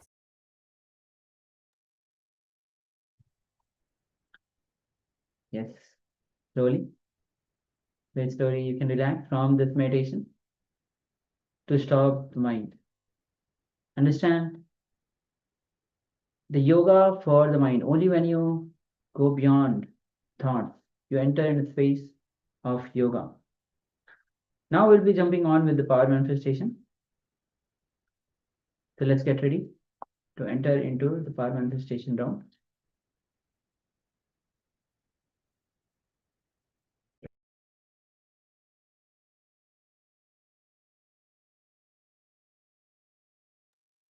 And today we are doing the power of changing the temperature. So let's get ready. As we enter into this round of power manifestation, let's first enter into the Sas Pramana, which is the scriptural reference for manifesting or altering the temperature. And the verse goes as Kvachid Vastuni Vinyasya Tanayadishti Nivartayed Tajjnana Chitta Sahidam Devi Sunyalayo Bhaved. Paramashiva says, having fixed one's eyes on a particular object, Vastu, one should slowly withdraw the sight from that object, as well as slowly eliminate knowledge of that object, along with the thoughts and impressions of it. Then, O Devi, one abides in Shunya, the state where there is nothing other than this exists, which is the state of all inclusiveness or infinity. With this, let's get ready to enter into the power of changing the temperature. So take a container and have the water in it. You'll be manifesting the power of changing the temperature.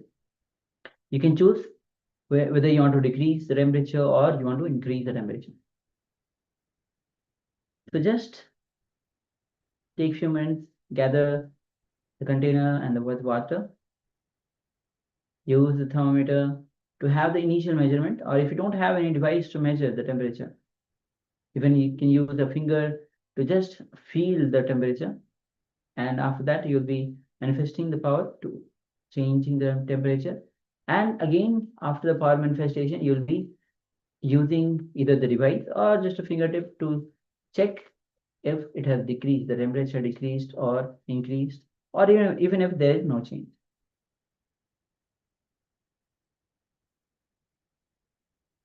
So let's begin the power manifestation.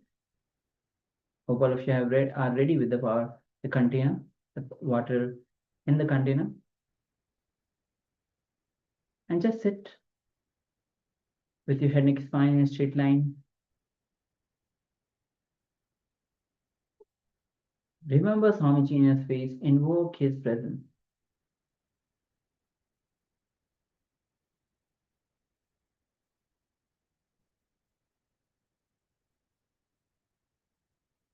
As we connect with Swamiji through the Mahavakya. Om Nithyananda Paramashivoham. Om Nithyananda Paramashivoham. Om Nithyananda Paramashivoham. Yes, keep chanting the Mahavakya, and with it, let's enter into this round of power manifestation. Changing the temperature, altering the temperature of the water in the container. Let's begin this manifestation. Om Nithyananda Paramashivoham.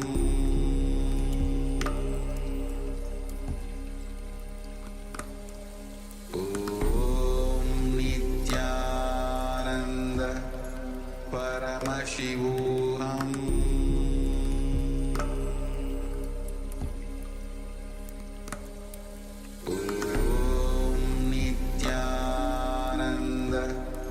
Paramashivoham. Om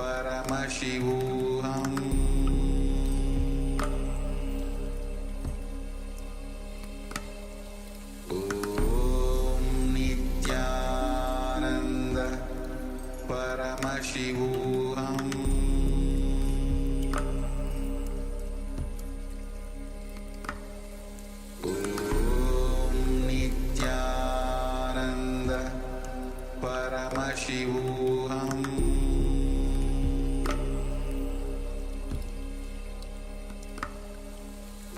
Om Nithyananda Paramashivoham. Paramashivoham.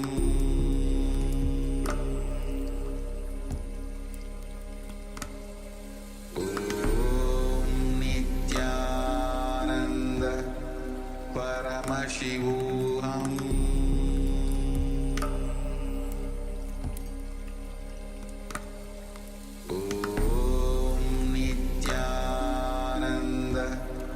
Paramashivoham.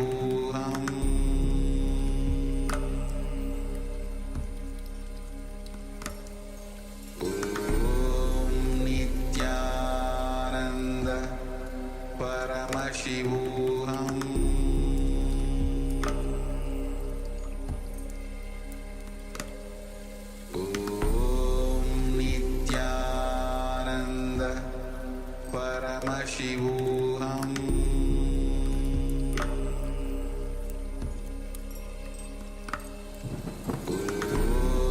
Nithyananda Paramashivoham.